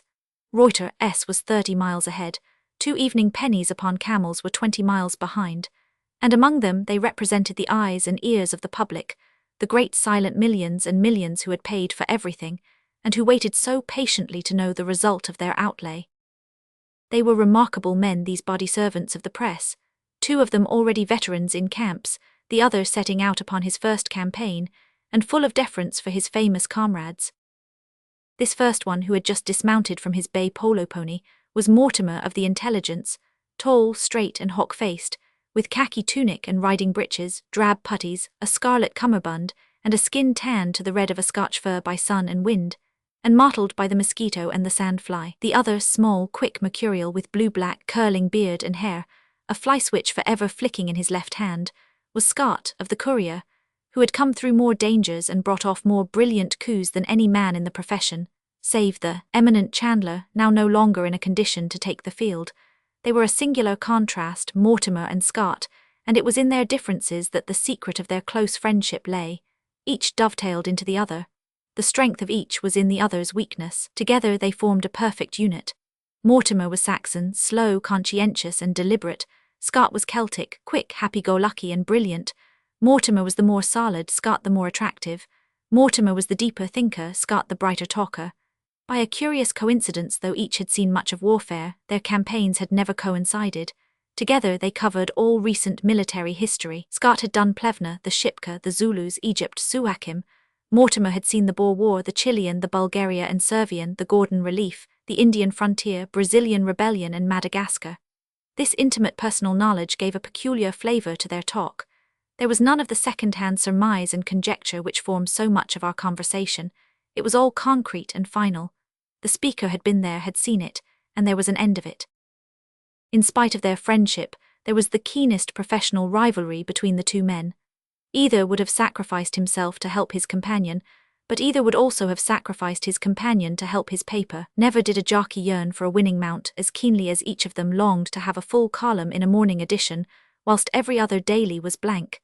They were perfectly frank about the matter. Each professed himself ready to steal a march on his neighbour, and each recognized that the other's duty to his employer was far higher than any personal consideration. The third man was Annerly, of the Gazette, young, inexperienced, and rather simple-looking. He had a droop of the lip, which some of his more intimate friends regarded as a libel upon his character, and his eyes were so slow and so sleepy that they suggested an affectation. A leaning towards soldiering had sent him twice to autumn manoeuvres, and a touch of colour in his descriptions had induced the proprietors of the Gazette to give him a trial as a war special. There was a pleasing diffidence about his bearing which recommended him to his experienced companions, and if they had a smile sometimes at his guileless ways, it was soothing to them to have a comrade from whom nothing was to be feared. From the day that they left the telegraph wire behind them at Sarras, the man who was mounted upon a 15-guinea 13-4 Syrian was delivered over into the hands of the owners of the two fastest polo ponies that ever shot down the Gezer ground. The three had dismounted and led their beasts under the welcome shade. In the brassy, yellow glare every branch above threw so black and solid a shadow that the men involuntarily raised their feet to step over them. "The palm makes an excellent hat-rack," said Scott, slinging his revolver and his water bottle over the little upward-pointing pegs which bristle from the trunk. "As a shade tree, however, it isn't an unqualified success. Curious that in the universal adaptation of means to ends, something a little less flimsy could not have been devised for the tropics. Like the banyan in India, or the fine hardwood trees in Ashanti, where a whole regiment could picnic under the shade. The teak tree isn't bad in Burma either. By Jove, the barky has all come loose in the saddlebag. That long-cut mixture smokes rather hot for this climate. How about the bagels, Annerly?" "They'll be here in 5 minutes."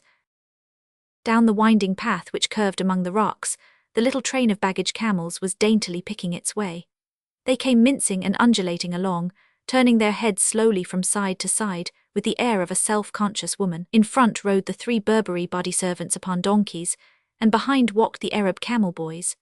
They had been travelling for 9 long hours, ever since the first rising of the moon, at the weary camel drag of 2.5 miles an hour. But now they brightened, both beasts and men, at the sight of the grove and the riderless horses. In a few minutes the loads were unstrapped, the animals tethered, a fire lighted, fresh water carried up from the river, and each camel boy provided with his own little heap of tibbin laid in the centre of the tablecloth, without which no well-bred Arabian will condescend to feed. The dazzling light without, the subdued half-tones within, the green palm fronds outlined against the deep blue sky, the flitting, silent-footed Arab servants, the crackling of sticks, the reek of a lighting fire, the placid supercilious heads of the camels, they all come back in their dreams to those who have known them. Scott was breaking eggs into a pan and rolling out a love song in his rich, deep voice. Annerly, with his head and arms buried in a deal packing case, was working his way through strata of tinned soups, bully beef, potted chicken, and sardines to reach the jams which lay beneath. The conscientious Mortimer, with his notebook upon his knee, was jotting down what the railway engineer had told him at the line end the day before. Suddenly he raised his eyes and saw the man himself on his chestnut pony, dipping and rising over the broken ground. "Hullo, here's Merryweather. A pretty lather his pony is in. He's had her at that hen gallop for hours by the look of her. Hullo, Merryweather, hullo." The engineer, a small, compact man with a pointed red beard, had made as though he would ride past their camp without word or halt. Now he swerved, and easing his pony down to a canter, he headed her towards them. "For God's sake, a drink," he croaked. "My tongue is stuck to the roof of my mouth." Mortimer ran with the water bottle, Scott with the whiskey flask, and Annerly with the tin pannikin. The engineer drank until his breath failed him. "Well, I must be off," said he, striking the drops from his red moustache. "Any news?" "A hitch in the railway construction. I must see the general. It's the devil not having a telegraph." "Anything we can report?" Out came 3 notebooks. "I'll tell you after I've seen the general." "Any dervishes?" "The usual shaves. Hud up, Ginny, goodbye." With a soft thudding upon the sand, and a clatter among the stones, the weary pony was off upon her journey once more. "Nothing serious, I suppose," said Mortimer, staring after him. "Deuced serious," cried Scott. "The ham and eggs are burned. No, it's all right, saved and done to a turn. Pull the box up, Annerly. Come on, Mortimer, stow that notebook. The fork is mightier than the pen just at present. What's the matter with you, Annerly?" "I was wondering whether what we have just seen was worth a telegram." "Well, it's for the proprietors to say if it's worth it. Sordid money considerations are not for us. We must wire about something just to justify our khaki coats and our puttees." "But what is there to say?" Mortimer's long, austere face broke into a smile over the youngster's innocence. "It's not quite usual in our profession to give each other tips," said he. "However, as my telegram is written, I've no objection to your reading it. You may be sure that I would not show it to you if it were of the slightest importance." Annerly took up the slip of paper and read. "Merryweather obstacles, stop journey confer general stop nature, difficulties later stop rumors dervishes." "This is very condensed," said Annerly with wrinkled brows. "Condensed," cried Scott. "Why, it's simply garrulous. If my old man got a wire like that, his language would crack the lampshades. I'd cut out half this. For example, I'd have out journey and nature and rumors. But my old man would make a 10-line paragraph of it for all that." "How?" "Well, I'll do it myself just to show you. Lend me that stylo." He scribbled for a minute in his notebook. "It works out somewhat on these lines. Mr. Charles H. Merryweather, the eminent railway engineer, who is at present engaged in superintending the construction of the line from Sarras to the front, has met with considerable obstacles to the rapid completion of his important task." Of course the old man knows who Merryweather is, and what he is about, so the word obstacles would suggest all that to him. He has today been compelled to make a journey of 40 miles to the front, in order to confer with the general upon the steps which are necessary in order to facilitate the work. Further particulars of the exact nature of the difficulties met with will be made public at a later date. All is quiet upon the line of communications, though the usual persistent rumors of the presence of dervishes in the eastern desert continue to circulate. Our own correspondent. "How is that?" cried Scott triumphantly, and his white teeth gleamed suddenly through his black beard. "That's the sort of flapdoodle for the dear old public." "Will it interest them?" "Oh, everything interests them. They want to know all about it, and they like to think that there is a man who is getting 100 a month simply in order to tell it to them." "It's very kind of you to teach me all this." "Well, it is a little unconventional, for after all we are here to score over each other if we can. There are no more eggs, and you must take it out in jam. Of course, as Mortimer says, such a telegram as this is of no importance one way or another, except to prove to the office that we are in the Soudan and not at Monte Carlo. But when it comes to serious work, it must be every man for himself." "Is that quite necessary?" "Why, of course it is." I should have thought if 3 men were to combine and to share their news, they would do better than if they were each to act for himself, and they would have a much pleasanter time of it. The 2 older men sat with their bread and jam in their hands, and an expression of genuine disgust upon their faces. "We are not here to have a pleasant time," said Mortimer, with a flash through his glasses. "We are here to do our best for our papers. How can they score over each other if we do not do the same? If we all combine, we might as well amalgamate with Reuter at once." "Why, it would take away the whole glory of the profession," cried Scott. "At present the smartest man gets his stuff first on the wires. What inducement is there to be smart if we all share and share alike?" "And at present the man with the best equipment has the best chance," remarked Mortimer, glancing across at the shot silk polo ponies and the cheap little Syrian grey. "That is the fair reward of foresight and enterprise. Every man for himself, and let the best man win." "That's the way to find who the best man is. Look at Chandler. He would never have got his chance if he had not played always off his own bat.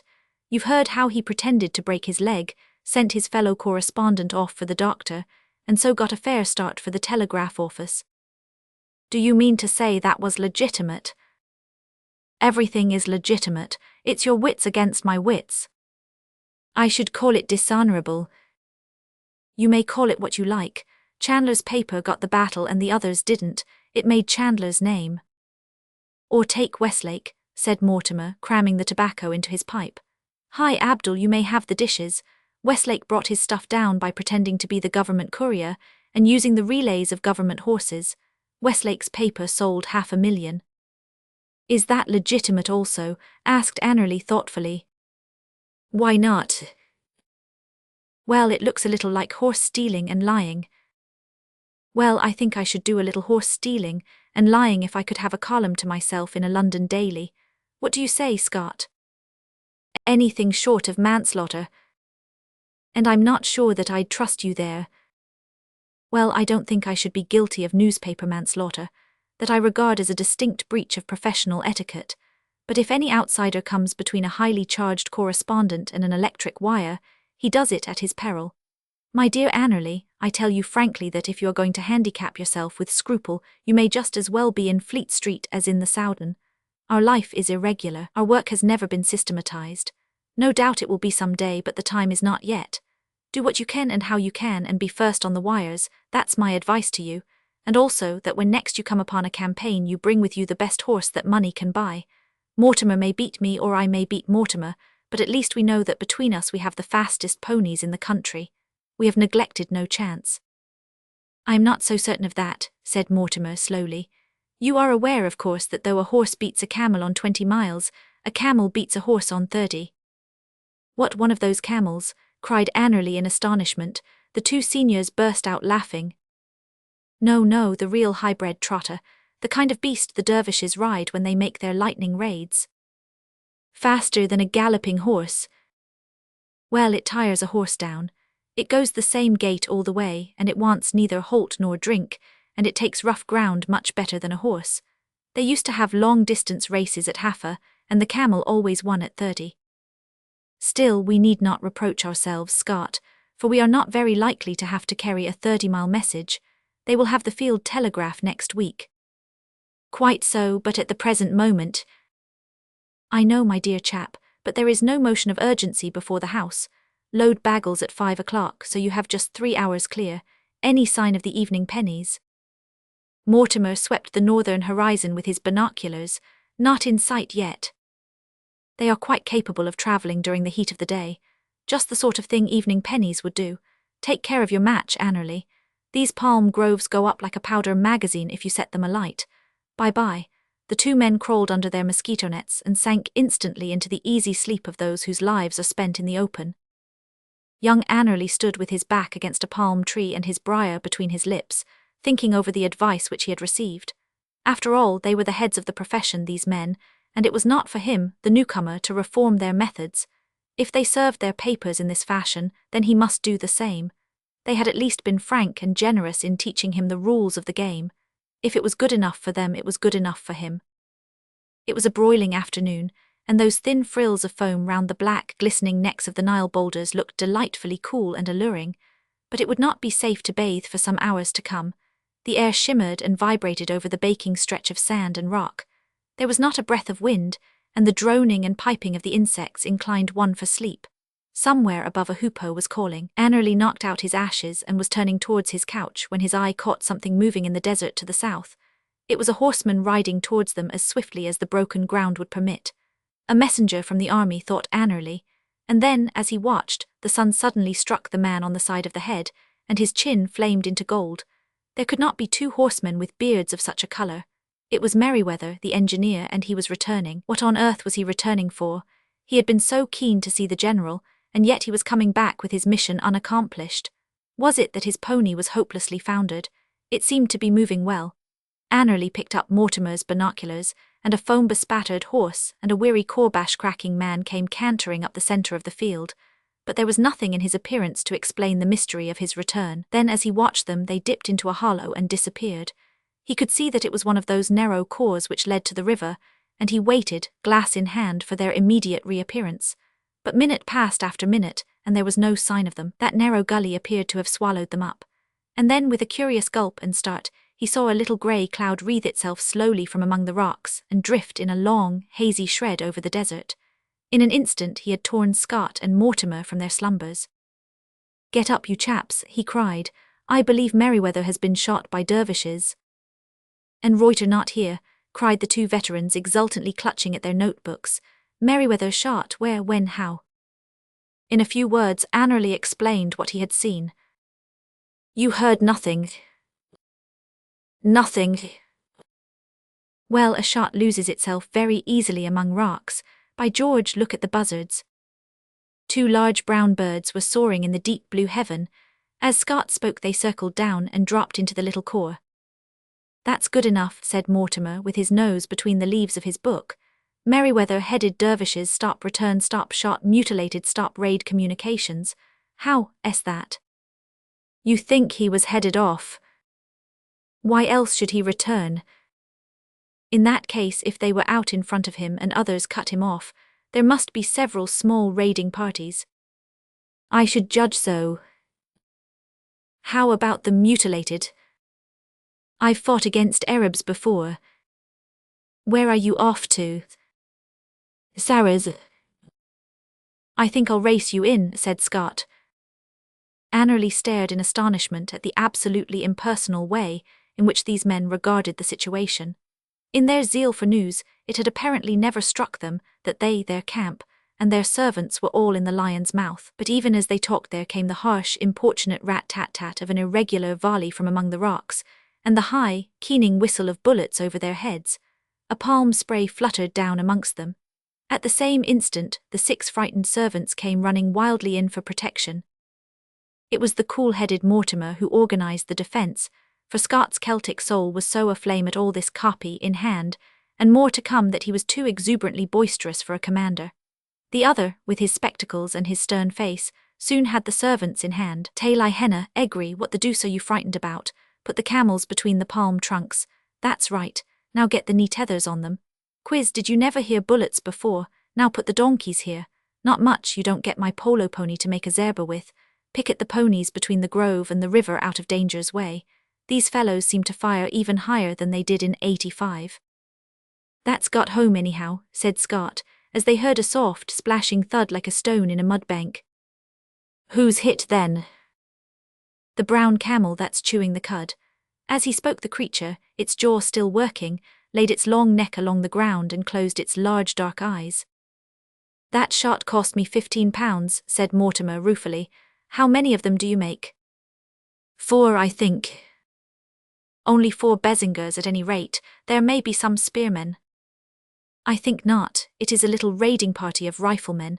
By the way, Annerly, you've never been under fire before, have you?"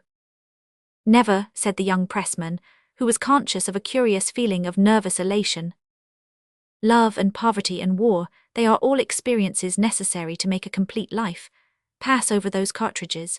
This is a very mild baptism that you are undergoing, for behind these camels you are as safe as if you were sitting in the back room of the Authors' Club." "As safe but hardly as comfortable," said Scott. "A long glass of hock and seltzer would be exceedingly acceptable, but oh, Mortimer, what a chance! Think of the general's feelings when he hears that the first action of the war has been fought by the press column. Think of Reuter, who has been stewing at the front for a week. Think of the evening pennies just too late for the fun. By George, that slug brushed a mosquito off me. And one of the donkeys is hit. This is sinful. It will end in our having to carry our own kits to Khartoum. Never mind, my boy, it all goes to make copy. I can see the headlines: raid on communications, murder of British engineer, press column attacked. Won't it be ripping? I wonder what the next line will be, said Annerly. Our special wounded, cried Scott, rolling over onto his back. No harm done, he added, gathering himself up again. Only a chip off my knee. This is getting sultry. I confess that the idea of that back room at the Authors' Club begins to grow upon me. I have some diachylin. Afterwards will do. We're having a happy day with Fuzzy on the rush. I wish he would rush. They're coming near us. This is an excellent revolver of mine if it didn't throw so devilish high. I always aim at a man's toes if I want to stimulate his digestion. Oh Lord, there's our kettle gone. With a boom like a dinner gong, a Remington bullet had passed through the kettle, and a cloud of steam hissed up from the fire. A wild shout came from the rocks above. The idiots think that they have blown us up. They'll rush us now as sure as fate. Then it will be our turn to lead. Got your revolver, Annerly? I have this double-barreled fowling piece. Sensible man, it's the best weapon in the world at this sort of rough-and-tumble work. What cartridges? Swan shot. That will do all right. I carry this big-bore double-barreled pistol loaded with slugs. You might as well try to stop one of these fellows with a pea shooter as with a service revolver. There are ways and means, said Scott. The Geneva Convention does not hold south of the First Cataract. It's easy to make a bullet mushroom by a little manipulation of the tip of it. When I was in the broken square at Tamai. Wait a bit, cried Mortimer, adjusting his glasses. I think they are coming now. The time, said Scott, snapping up his watch, being exactly 17 minutes past 4. Annerly had been lying behind a camel, staring with an interest which bordered upon fascination at the rocks opposite. Here was a little woolly puff of smoke, and there was another one, but never once had they caught a glimpse of the attackers. To him, there was something weird and awesome in these unseen, persistent men who, minute by minute, were drawing closer to them. He had heard them cry out when the kettle was broken, and once, immediately afterwards, an enormously strong voice had roared something which had set Scott shrugging his shoulders. They've got to take us first, said he, and Annerly thought his nerve might be better if he did not ask for a translation. The firing had begun at a distance of some 100 yards, which put it out of the question for them, with their lighter weapons, to make any reply to it. Had their antagonists continued to keep that range, the defenders must either have made a hopeless sally, or tried to shelter themselves behind their zerba, as best they might on the chance that the sound might bring up help. But luckily for them, the African has never taken kindly to the rifle, and his primitive instinct to close with his enemy is always too strong for his sense of strategy. They were drawing in, therefore, and now, for the first time, Annerly caught sight of a face looking at them from over a rock. It was a huge, virile, strong-jawed head of a pure Negro type, with silver trinkets gleaming in the ears. The man raised a great arm from behind the rock, and shook his Remington at them. Shall I fire? Asked Annerly. No, it is too far. Your shot would scatter all over the place. It's a picturesque ruffian, said Scott. Couldn't you Kodak him, Mortimer? There's another. A fine-featured brown Arab with a black, pointed beard was peeping from behind another boulder. He wore the green turban which proclaimed him Haji, and his face showed the keen, nervous exultation of the religious fanatic. They seem a piebald crowd, said Scott. That last is one of the real fighting Baggara, remarked Mortimer. He's a dangerous man. He looks pretty vicious. There's another Negro. 2 more, Dingas by the look of them. Just the same chaps we get our own black battalions from. As long as they get a fight, they don't mind who it's for. But if the idiots had only sense enough to understand, they would know that the Arab is their hereditary enemy, and we their hereditary friends. Look at the silly Juggins, gnashing his teeth at the very men who put down the slave trade. Couldn't you explain? I'll explain with this pistol when he comes a little nearer. Now sit tight, Annerly, they're off. They were indeed. It was the brown man with the green turban who headed the rush. Close at his heels was the Negro with the silver ear-rings, a giant of a man, and the other two were only a little behind. As they sprang over the rocks one after the other, it took Annerly back to the school sports when he held the tape for the hurdle race. It was magnificent, the wild spirit and abandon of it, the flutter of the checkered galabeers, the gleam of steel, the wave of black arms, the frenzied faces, the quick pitter-patter of the rushing feet. The law-abiding Briton is so imbued with the idea of the sanctity of human life that it was hard for the young pressman to realize that these men had every intention of killing him, and that he was at perfect liberty to do as much for them. He lay staring as if this were a show and he a spectator. "Now, Annerly, now take the Arab," cried somebody.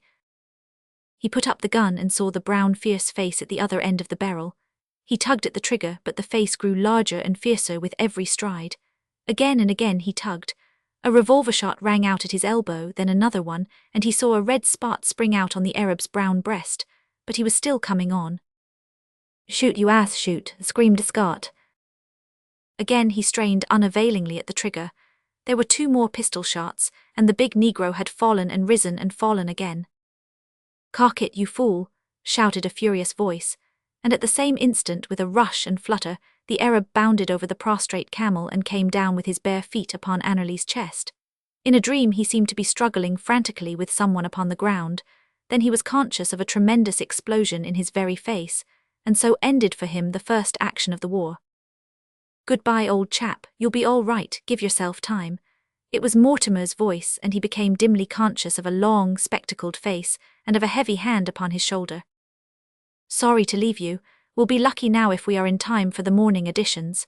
Scott was tightening his girth as he spoke. "We'll put in our wire that you have been hurt, so your people will know why they don't hear from you. If Reuter or the evening pennies come up, don't give the thing away. Arbers will look after you and will be back tomorrow afternoon. Bye-bye." Annerly heard it all, though he did not feel energy enough to answer. Then, as he watched 2 sleek brown ponies with their yellow-clad riders dwindling among the rocks, his memory cleared suddenly, and he realized that the first great journalistic chance of his life was slipping away from him. It was a small fight, but it was the first of the war, and the great public at home were all athirst for news. They would have it in the Courier, they would have it in the Intelligence, and not a word in the Gazette. The thought brought him to his feet, though he had to throw his arm round the stem of the palm tree to steady his swimming head. There was a big black man lying where he had fallen, his huge chest pocked with bullet marks, every wound rosetted with its circle of flies. The Arab was stretched out within a few yards of him, with 2 hands clasped over the dreadful thing which had been his head. Across him was lying Annerly's fowling piece, one barrel discharged, the other at half-cock. "Scott Effendi, shoot him your gun," said a voice. It was Arbers, his English-speaking body-servant. Annerly groaned at the disgrace of it. He had lost his head so completely that he had forgotten to cock his gun, and yet he knew that it was not fear but interest which had so absorbed him. He put his hand up to his head, and felt that a wet handkerchief was bound round his forehead. "Where are the 2 other dervishes?" "They ran away, one got shot in arm." "What's happened to me?" "Effendi got cut on head, Effendi catch bad man by arms and Scott Effendi shot him, face burn very bad." Annerly became conscious suddenly that there was a pringling about his skin and an overpowering smell of burned hair under his nostrils. He put his hand to his mustache. It was gone, his eyebrows too. He could not find them. His head, no doubt, was very near to the dervishes when they were rolling upon the ground together, and this was the effect of the explosion of his own gun. Well, he would have time to grow some more hair before he saw Fleet Street again, but the cut, perhaps, was a more serious matter. Was it enough to prevent him getting to the telegraph office at Sarah's? The only way was to try and see. But there was only that poor little Syrian grey of his. There it stood in the evening sunshine, with a sunk head and a bent knee, as if its morning's work was still heavy upon it. What hope was there of being able to do 35 miles of heavy going upon that? It would be a strain upon the splendid ponies of his companions, and they were the swiftest and most enduring in the country. The most enduring. There was one creature more enduring, and that was a real trotting camel. If he had had one, he might have got to the wires first after all, for Mortimer had said that over 30 miles they have the better of any horse. Yes, if he had only had a real trotting camel. And then like a flash came Mortimer's words. It is the kind of beast that the dervishes ride when they make their lightning raids. The beasts the dervishes ride. What had these dead dervishes ridden? In an instant he was clambering up the rocks, with Arbers protesting at his heels. Had the 2 fugitives carried away all the camels, or had they been content to save themselves? The brass gleam from a litter of empty Remington cases caught his eye, and showed where the enemy had been crouching.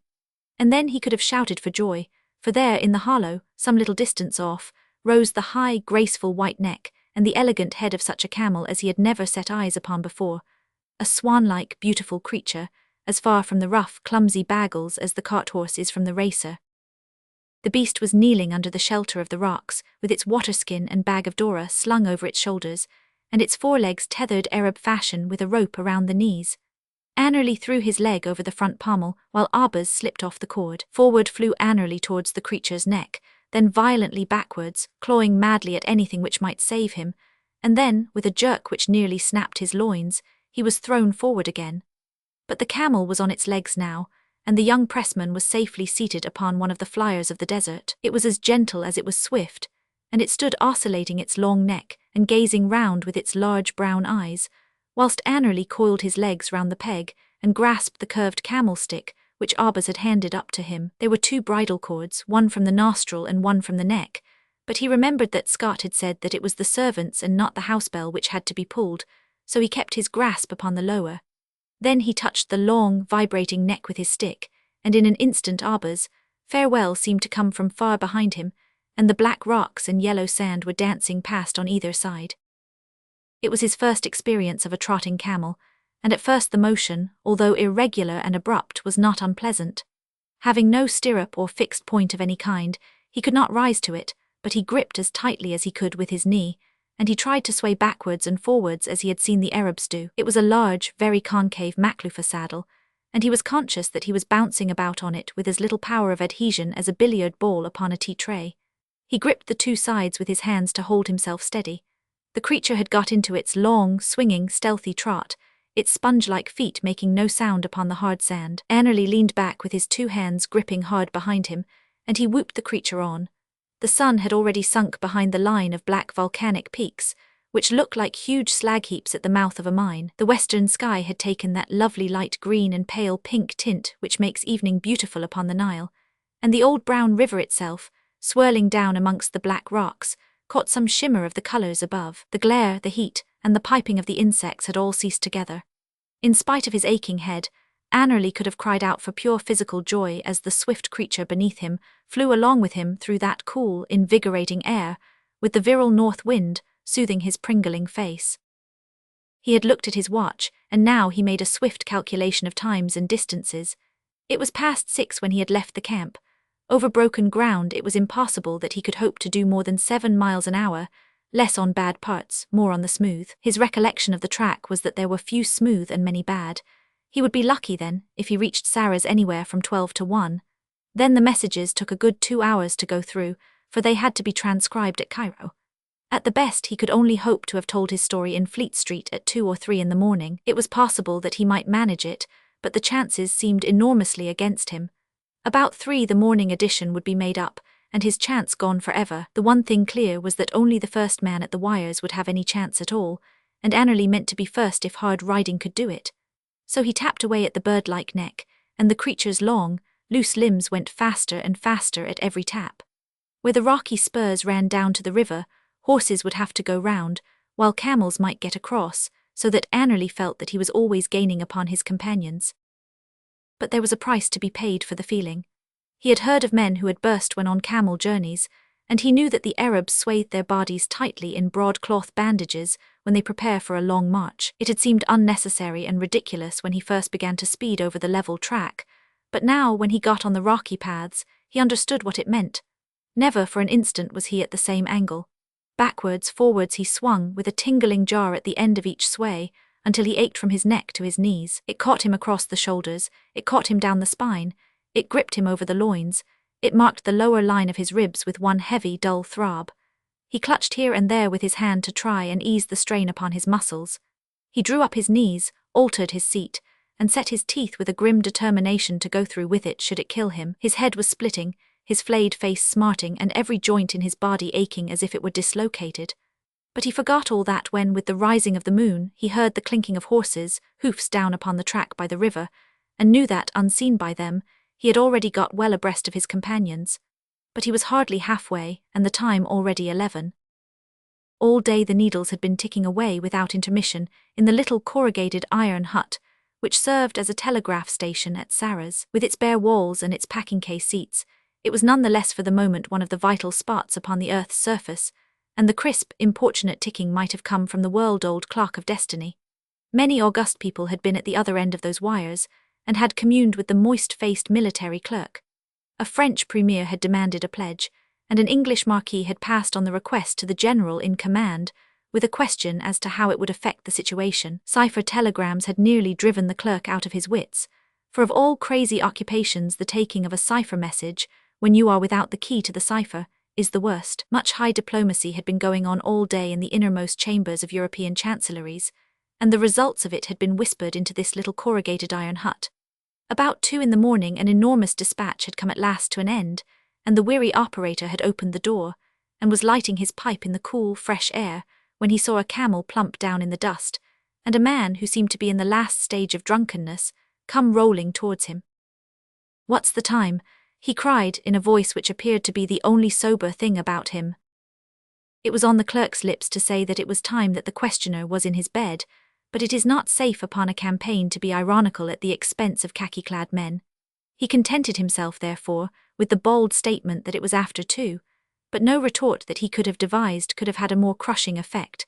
The voice turned drunken also, and the man caught at the doorpost to uphold him. 2 o'clock, I'm done after all, said he. His head was tied up in a bloody handkerchief, his face was crimson, and he stood with his legs crooked as if the pith had all gone out of his back. The clerk began to realize that something out of the ordinary was in the wind. "How long does it take to get a wire to London?" "About 2 hours. And it's 2 now, I could not get it there before 4. Before 3. 4. No, 3. But you said 2 hours. Yes, but there's more than an hour's difference in longitude. By heaven, I'll do it yet, cried Annerly, and staggering to a packing-case he began the dictation of his famous dispatch.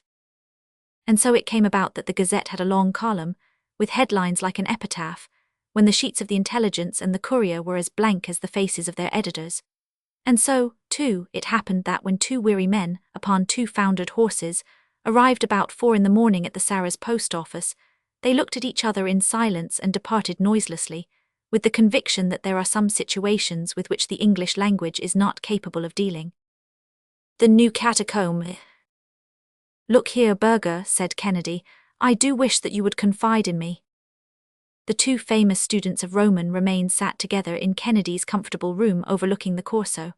The night was cold, and they had both pulled up their chairs to the unsatisfactory Italian stove, which threw out a zone of stuffiness rather than of warmth. Outside under the bright winter stars lay the modern Rome, the long double chain of the electric lamps, the brilliantly lighted cafes, the rushing carriages, and the dense throng upon the footpaths. But inside, in the sumptuous chamber of the rich young English archaeologist, there was only old Rome to be seen. Cracked and time-worn friezes hung upon the walls, grey old busts of senators and soldiers with their fighting heads, and their hard, cruel faces peered out from the corners. On the centre table, amidst a litter of inscriptions, fragments, and ornaments, there stood the famous reconstruction by Kennedy of the Baths of Caracalla, which excited such interest and admiration when it was exhibited in Berlin. Amphorae hung from the ceiling, and a litter of curiosities strewed the rich red Turkey carpet, and of them all there was not one which was not of the most unimpeachable authenticity, and of the utmost rarity and value. For Kennedy, though little more than 30, had a European reputation in this particular branch of research, and was, moreover, provided with that long purse which either proves to be a fatal handicap to the student's energies, or, if his mind is still true to its purpose, gives him an enormous advantage in the race for fame. Kennedy had often been seduced by whim and pleasure from his studies, but his mind was an incisive one, capable of long and concentrated efforts which ended in sharp reactions of sensuous languor. His handsome face, with its high, white forehead, its aggressive nose, and its somewhat loose and sensuous mouth, was a fair index of the compromise between strength and weakness in his nature. Of a very different type was his companion, Julius Burger. He came of a curious blend, a German father and an Italian mother, with the robust qualities of the North mingling strangely with the softer graces of the South. Blue Teutonic eyes lightened his sun-browned face, and above them rose a square, massive forehead, with a fringe of close yellow curls lying round it. His strong, firm jaw was clean-shaven, and his companion had frequently remarked how much it suggested those old Roman busts which peered out from the shadows in the corners of his chamber. Under its bluff German strength there lay always a suggestion of Italian subtlety, but the smile was so honest, and the eyes so frank, that one understood that this was only an indication of his ancestry, with no actual bearing upon his character. In age and in reputation, he was on the same level as his English companion, but his life and his work had both been far more arduous. 12 years before he had come as a poor student to Rome, and had lived ever since upon some small endowment for research which had been awarded to him by the University of Bonn. Painfully, slowly, and doggedly, with extraordinary tenacity and single-mindedness, he had climbed from rung to rung of the ladder of fame, until now he was a member of the Berlin Academy, and there was every reason to believe that he would shortly be promoted to the chair of the greatest of German universities. But the singleness of purpose which had brought him to the same high level as the rich and brilliant Englishmen had caused him in everything outside their work to stand infinitely below him. He had never found a pause in his studies in which to cultivate the social graces. It was only when he spoke of his own subject that his face was filled with life and soul. At other times he was silent and embarrassed, too conscious of his own limitations in larger subjects, and impatient of that small talk which is the conventional refuge of those who have no thoughts to express. And yet for some years there had been an acquaintanceship which appeared to be slowly ripening into a friendship between these two very different rivals. The base and origin of this lay in the fact that in their own studies each was the only one of the younger men who had knowledge and enthusiasm enough to properly appreciate the other. Their common interests and pursuits had brought them together, and each had been attracted by the other's knowledge. And then gradually something had been added to this.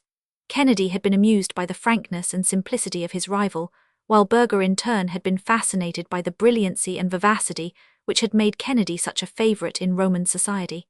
I say had, because just at the moment the young Englishman was somewhat under a cloud. A love affair, the details of which had never quite come out, had indicated a heartlessness and callousness upon his part which shocked many of his friends.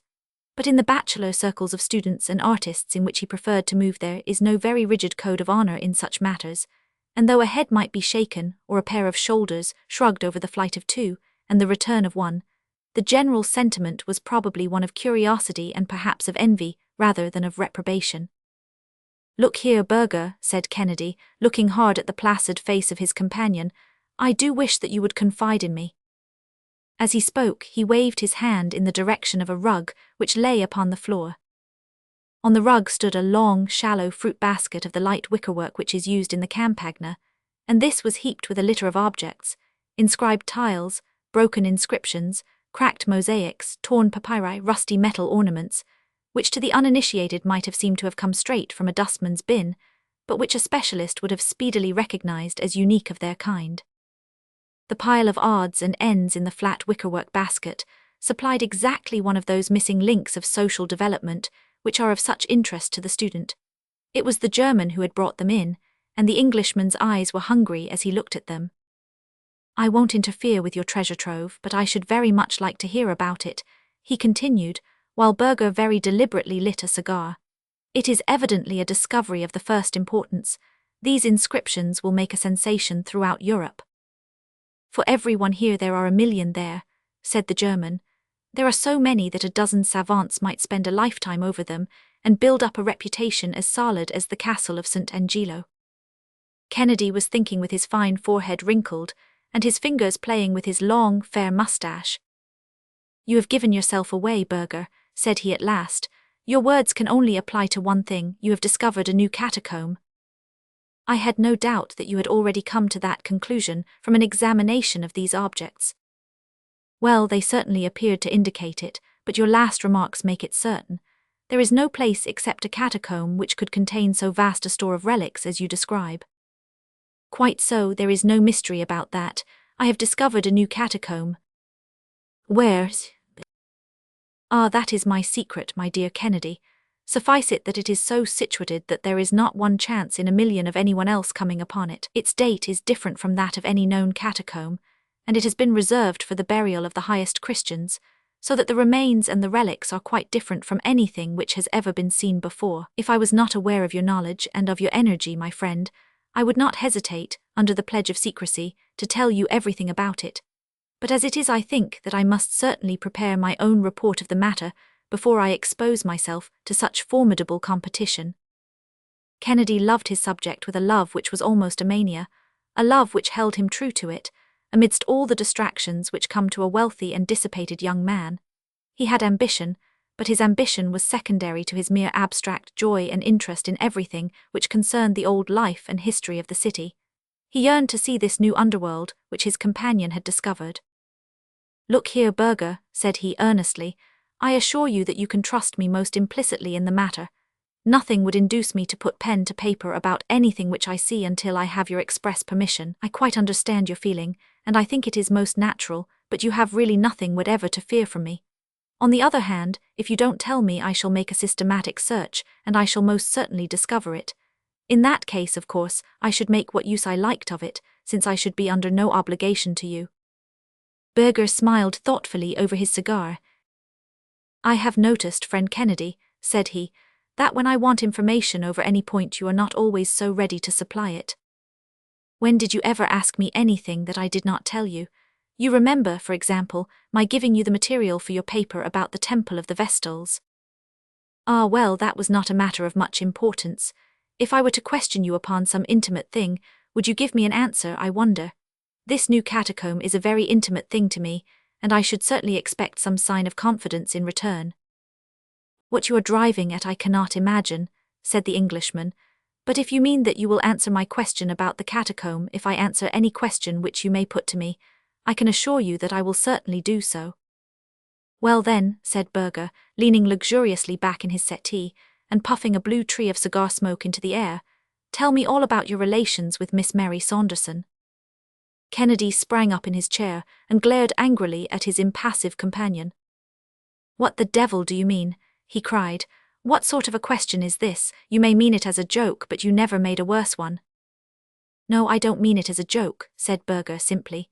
"I am really rather interested in the details of the matter. I don't know much about the world and women and social life and that sort of thing, and such an incident has the fascination of the unknown for me. I know you, and I knew her by sight. I had even spoken to her once or twice. I should very much like to hear from your own lips exactly what it was which occurred between you." "I won't tell you a word." "That's all right. It was only my whim to see if you would give up a secret as easily as you expected me to give up my secret of the new catacomb. You wouldn't, and I didn't expect you to. But why should you expect otherwise of me? There's St. John's clock striking 10. It is quite time that I was going home." "No, wait a bit, Burger," said Kennedy. "This is really a ridiculous caprice of yours to wish to know about an old love affair which has burned out months ago. You know, we look upon a man who kisses and tells as the greatest coward and villain possible." "Certainly," said the German, gathering up his basket of curiosities. "When he tells anything about a girl which is previously unknown, he must be so. But in this case, as you must be aware, it was a public matter which was the common talk of Rome, so that you are not really doing Miss Mary Saunderson any injury by discussing her case with me. But still, I respect your scruples, and so good night." "Wait a bit, Burger," said Kennedy, laying his hand upon the other's arm. "I am very keen upon this catacomb business, and I can't let it drop quite so easily. Would you mind asking me something else in return, something not quite so eccentric this time?" "No, no, you have refused, and there is an end of it," said Burger with his basket on his arm. "No doubt you are quite right not to answer, and no doubt I am quite right also. And so again, my dear Kennedy, good night." The Englishman watched Burger cross the room, and he had his hand on the handle of the door before his host sprang up with the air of a man who is making the best of that which cannot be helped. "Hold on, old fellow," said he. "I think you are behaving in a most ridiculous fashion, but still, if this is your condition, I suppose that I must submit to it. I hate saying anything about a girl, but as you say, it is all over Rome, and I don't suppose I can tell you anything which you do not know already. What was it you wanted to know?" The German came back to the stove, and laying down his basket, he sank into his chair once more. "May I have another cigar?" said he. "Thank you very much. I never smoke when I work, but I enjoy a chat much more when I am under the influence of tobacco. Now, as regards this young lady with whom you had this little adventure, what in the world has become of her?" She is at home with her own people. Oh, really, in England? Yes. What part of England? London? No, Twickenham. You must excuse my curiosity, my dear Kennedy, and you must put it down to my ignorance of the world. No doubt it is quite a simple thing to persuade a young lady to go off with you for 3 weeks or so, and then to hand her over to her own family at, what did you call the place? Twickenham. Quite so, at Twickenham, but it is something so entirely outside my own experience that I cannot even imagine how you set about it. For example, if you had loved this girl, your love could hardly disappear in 3 weeks, so I presume that you could not have loved her at all. But if you did not love her, why should you make this great scandal which has damaged you and ruined her? Kennedy looked moodily into the red eye of the stove. That's a logical way of looking at it, certainly, said he. Love is a big word, and it represents a good many different shades of feeling. I liked her, and well, you say you've seen her, you know how charming she can look, but still I am willing to admit, looking back, that I could never have really loved her. Then, my dear Kennedy, why did you do it? The adventure of the thing had a great deal to do with it. What, you are so fond of adventures? Where would the variety of life be without them? It was for an adventure that I first began to pay my attentions to her. I've chased a good deal of game in my time, but there's no chase like that of a pretty woman. There was the piquant difficulty of it also, for, as she was the companion of Lady Emily Rood, it was almost impossible to see her alone. On the top of all the other obstacles which attracted me, I learned from her own lips very early in the proceedings that she was engaged. Main Gart to whom? She mentioned no names. I do not think that anyone knows that, so that made the adventure more alluring, did it? Well, it did certainly give a spice to it, don't you think so? I tell you that I am very ignorant about these things. My dear fellow, you can remember that the apple you stole from your neighbour's tree was always sweeter than that which fell from your own, and then I found that she cared for me. What, at once? Oh no, it took about 3 months of sapping and mining, but at last I won her over. She understood that my judicial separation from my wife made it impossible for me to do the right thing by her, but she came all the same, and we had a delightful time, as long as it lasted. But how about the other man? Kennedy shrugged his shoulders. I suppose it is the survival of the fittest, said he. If he had been the better man, she would not have deserted him. Let's drop the subject, for I have had enough of it. Only one other thing. How did you get rid of her in 3 weeks? Well, we had both cooled down a bit, you understand. She absolutely refused, under any circumstances, to come back to face the people she had known in Rome. Now, of course, Rome is necessary to me, and I was already pining to be back at my work, so there was one obvious cause of separation. Then, again, her old father turned up at the hotel in London, and there was a scene, and the whole thing became so unpleasant that really, though I missed her dreadfully at first, I was very glad to slip out of it. Now, I rely upon you not to repeat anything of what I have said. My dear Kennedy, I should not dream of repeating it, but all that you say interests me very much, for it gives me an insight into your way of looking at things, which is entirely different from mine, for I have seen so little of life. And now you want to know about my new catacomb. There's no use my trying to describe it, for you would never find it by that. There is only one thing, and that is for me to take you there. That would be splendid. When would you like to come? The sooner the better. I am all impatience to see it. Well, it is a beautiful night, though a trifle cold. Suppose we start in an hour. We must be very careful to keep the matter to ourselves. If anyone saw us hunting in couples, they would suspect that there was something going on. We can't be too cautious, said Kennedy. Is it far? Some miles. Not too far to walk. Oh no, we could walk there easily. We had better do so then. A cabman's suspicions would be aroused if he dropped us both at some lonely spot in the dead of the night. Quite so. I think it would be best for us to meet at the gate of the Appian Way at midnight. I must go back to my lodgings for the matches and candles and things. All right, Burger. I think it is very kind of you to let me into this secret, and I promise you that I will write nothing about it until you have published your report. Goodbye for the present. You will find me at the gate at 12. The cold, clear air was filled with the musical chimes from that city of clocks as Burger, wrapped in an Italian overcoat, with a lantern hanging from his hand, walked up to the rendezvous. Kennedy stepped out of the shadow to meet him. "You are ardent in work as well as in love," said the German, laughing. "Yes, I have been waiting here for nearly half an hour. I hope you left no clue as to where we were going." "Not such a fool, by Jove, I am chilled to the bone. Come on, Berger, let us warm ourselves by a spurt of hard walking." Their footsteps sounded loud and crisp upon the rough stone paving of the disappointing road, which is all that is left of the most famous highway of the world. A peasant or two going home from the wine shop, and a few carts of country produce coming up to Rome, were the only things which they met. They swung along, with the huge tombs looming up through the darkness upon each side of them, until they had come as far as the catacombs of St. Calixtus, and saw against a rising moon the great circular bastion of Cecilia Metella in front of them. Then Berger stopped with his hand to his side. "Your legs are longer than mine and you are more accustomed to walking," said he, laughing. "I think that the place where we turn off is somewhere here. Yes, this is it, round the corner of the trattoria. Now it is a very narrow path, so perhaps I had better go in front and you can follow." He had lit his lantern, and by its light they were enabled to follow a narrow and devious track which wound across the marshes of the Campagna. The great aqueduct of old Rome lay like a monstrous caterpillar across the moonlit landscape, and their road led them under one of its huge arches, and past the circle of crumbling bricks which marks the old arena.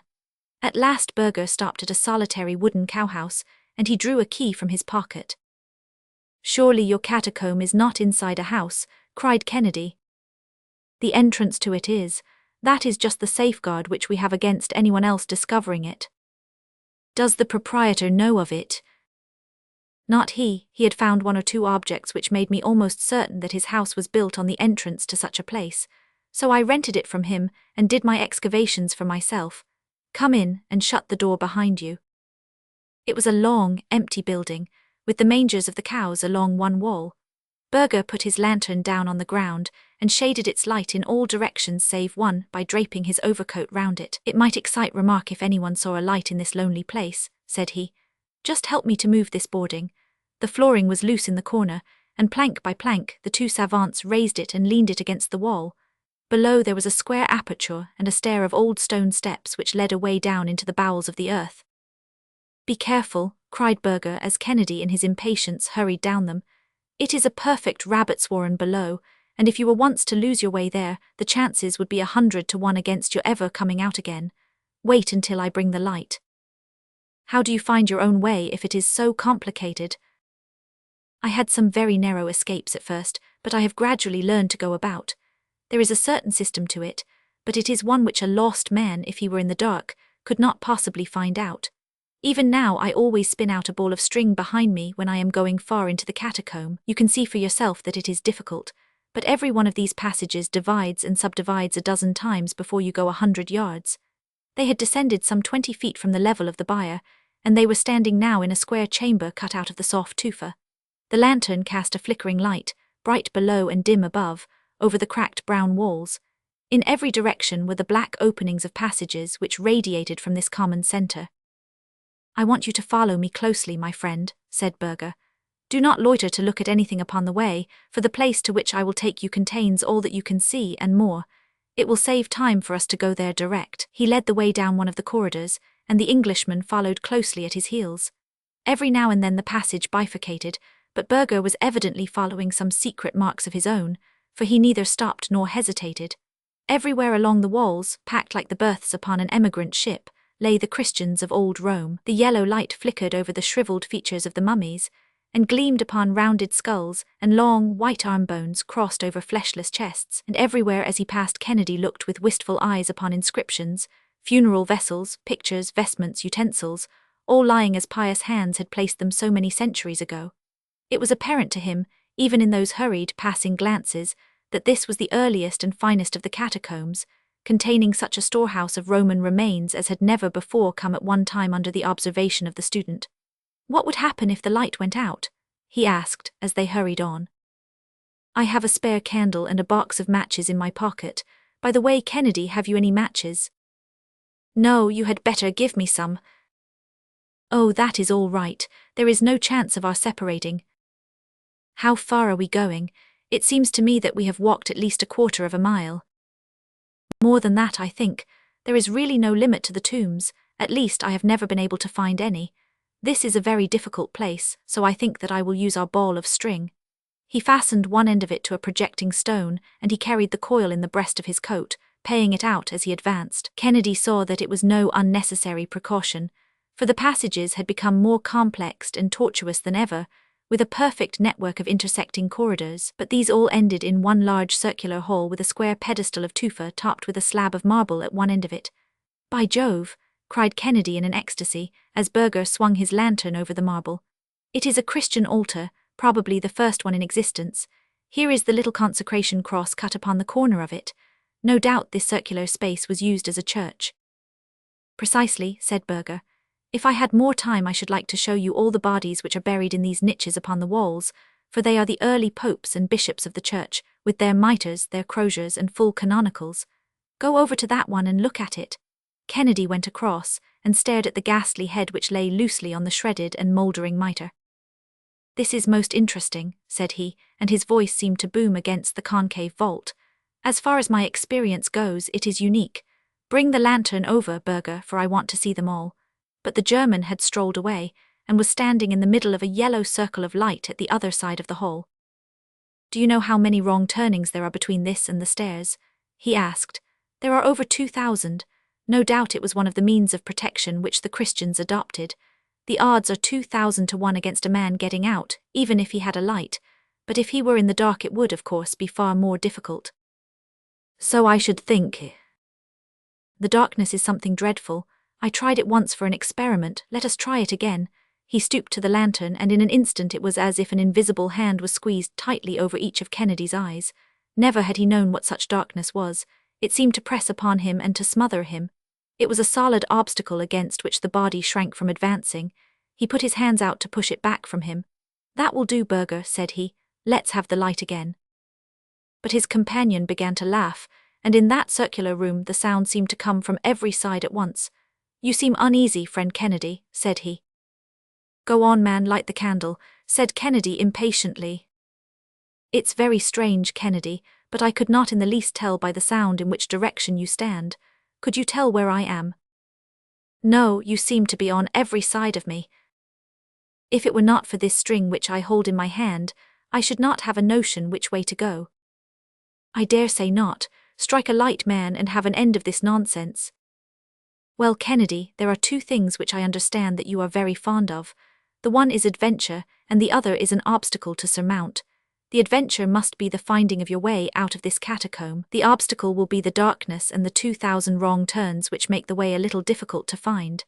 But you need not hurry, for you have plenty of time, and when you halt for a rest now and then, I should like you just to think of Miss Mary Saunderson, and whether you treated her quite fairly." "You devil, what do you mean?" roared Kennedy.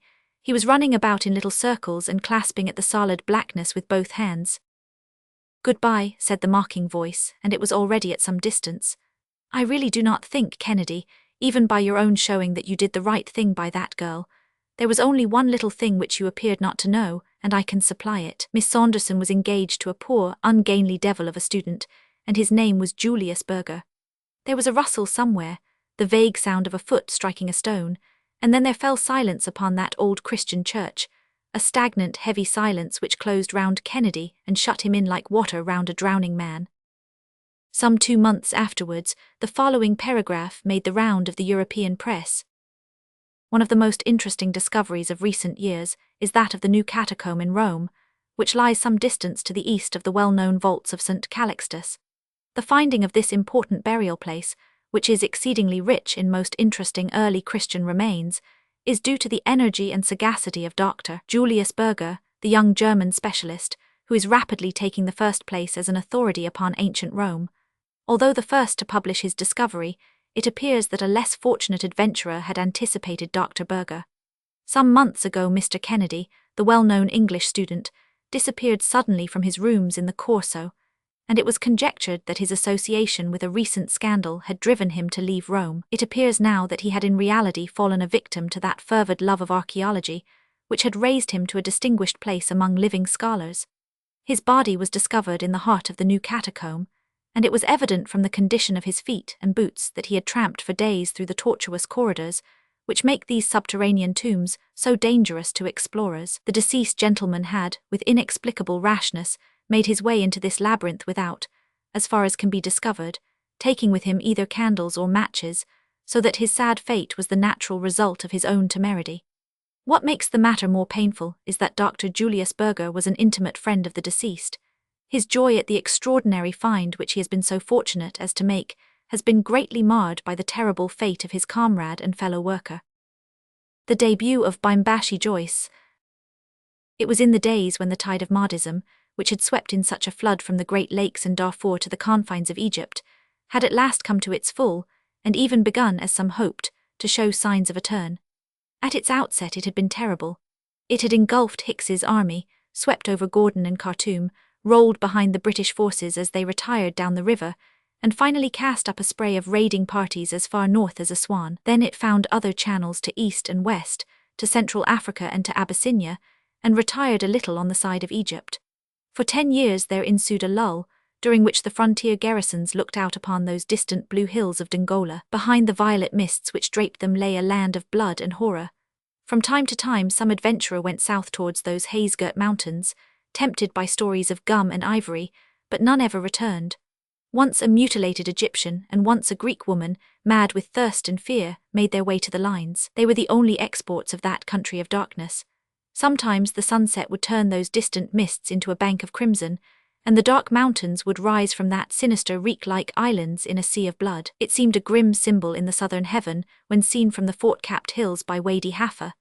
10 years of lust in Khartoum, 10 years of silent work in Cairo, and then all was ready, and it was time for civilization to take a trip south once more, travelling as her wont is in an armoured train. Everything was ready, down to the last pack saddle of the last camel, and yet no one suspected it, for an unconstitutional government has its advantage. A great administrator had argued and managed and cajoled. A great soldier had organised and planned, and made piasters do the work of pounds. And then one night these two master spirits met and clasped hands, and the soldier vanished away upon some business of his own. And just at that very time, Bimbashi Hilary Joyce, seconded from the Royal Mallow Fusiliers, and temporarily attached to the 9th Soudanese, made his first appearance in Cairo. Napoleon had said, and Hilary Joyce had noted, that great reputations are only to be made in the East. Here he was in the East with 4 tin cases of baggage, a Wilkinson sword, a Barnes slug-throwing pistol, and a copy of Green's Introduction to the Study of Arabic. With such a start and the blood of youth running hot in his veins, everything seemed easy. He was a little frightened of the general. He had heard stories of his sternness to young officers, but with tact and suavity he hoped for the best. So, leaving his effects at Shepherd's Hotel, he reported himself at headquarters. It was not the general, but the head of the intelligence department who received him, the chief being still absent upon that business which had called him. Hilary Joyce found himself in the presence of a short, thick-set officer, with a gentle voice and a placid expression which covered a remarkably acute and energetic spirit. With that quiet smile and guileless manner he had undercut and outwitted the most cunning of Orientals. He stood, a cigarette between his fingers, looking at the newcomer. "I heard that you had come. Sorry the chief isn't here to see you. Gone up to the frontier, you know." "My regiment is at Wadi Halfa. I suppose, sir, that I should report myself there at once." "No, I was to give you your orders." He led the way to a map upon the wall and pointed with the end of his cigarette. "You see this place, it's the oasis of Kirkur, a little quiet I am afraid, but excellent air. You are to get out there as quick as possible. You'll find a company of the 9th and half a squadron of cavalry. You will be in command." Hilary Joyce looked at the name, printed at the intersection of 2 black lines without another dot upon the map for several inches around it. "A village, sir?" "No, a well, not very good water I'm afraid, but you soon get accustomed to natron. It's an important post, as being at the junction of 2 caravan routes. All routes are closed now, of course, but still you never know who might come along them." "We are there, I presume, to prevent raiding." "Well, between you and me there's really nothing to raid. You are there to intercept messengers. They must call at the wells. Of course you have only just come out, but you probably understand already enough about the conditions of this country to know that there is a great deal of disaffection about, and that the Khalifa is likely to try and keep in touch with his adherents. Then again, Senussi lives up that way." He waved his cigarette to the westward. "The Khalifa might send a message to him along that route. Anyhow, your duty is to arrest everyone coming along and get some account of him before you let him go. You don't talk Arabic, I suppose?" "I am learning, sir." Well, you'll have time enough for study there, and you'll have a native officer, Ali something or other, who speaks English and can interpret for you. Well, goodbye, I'll tell the chief that you reported yourself. Get on to your post now as quickly as you can. Railway to Baliani, the postboat to Aswan, and then 2 days on a camel in the Libyan desert, with an Ababde guide, and 3 baggage camels to tie one down to their own exasperating pace. However, even 2.5 miles an hour mount up in time, and at last, on the 3rd evening, from the blackened slag heap of a hill which is called the Jebel Kirka, Hilary Joyce looked down upon a distant clump of palms, and thought that this cool patch of green in the midst of the merciless blacks and yellows was the fairest colour effect that he had ever seen.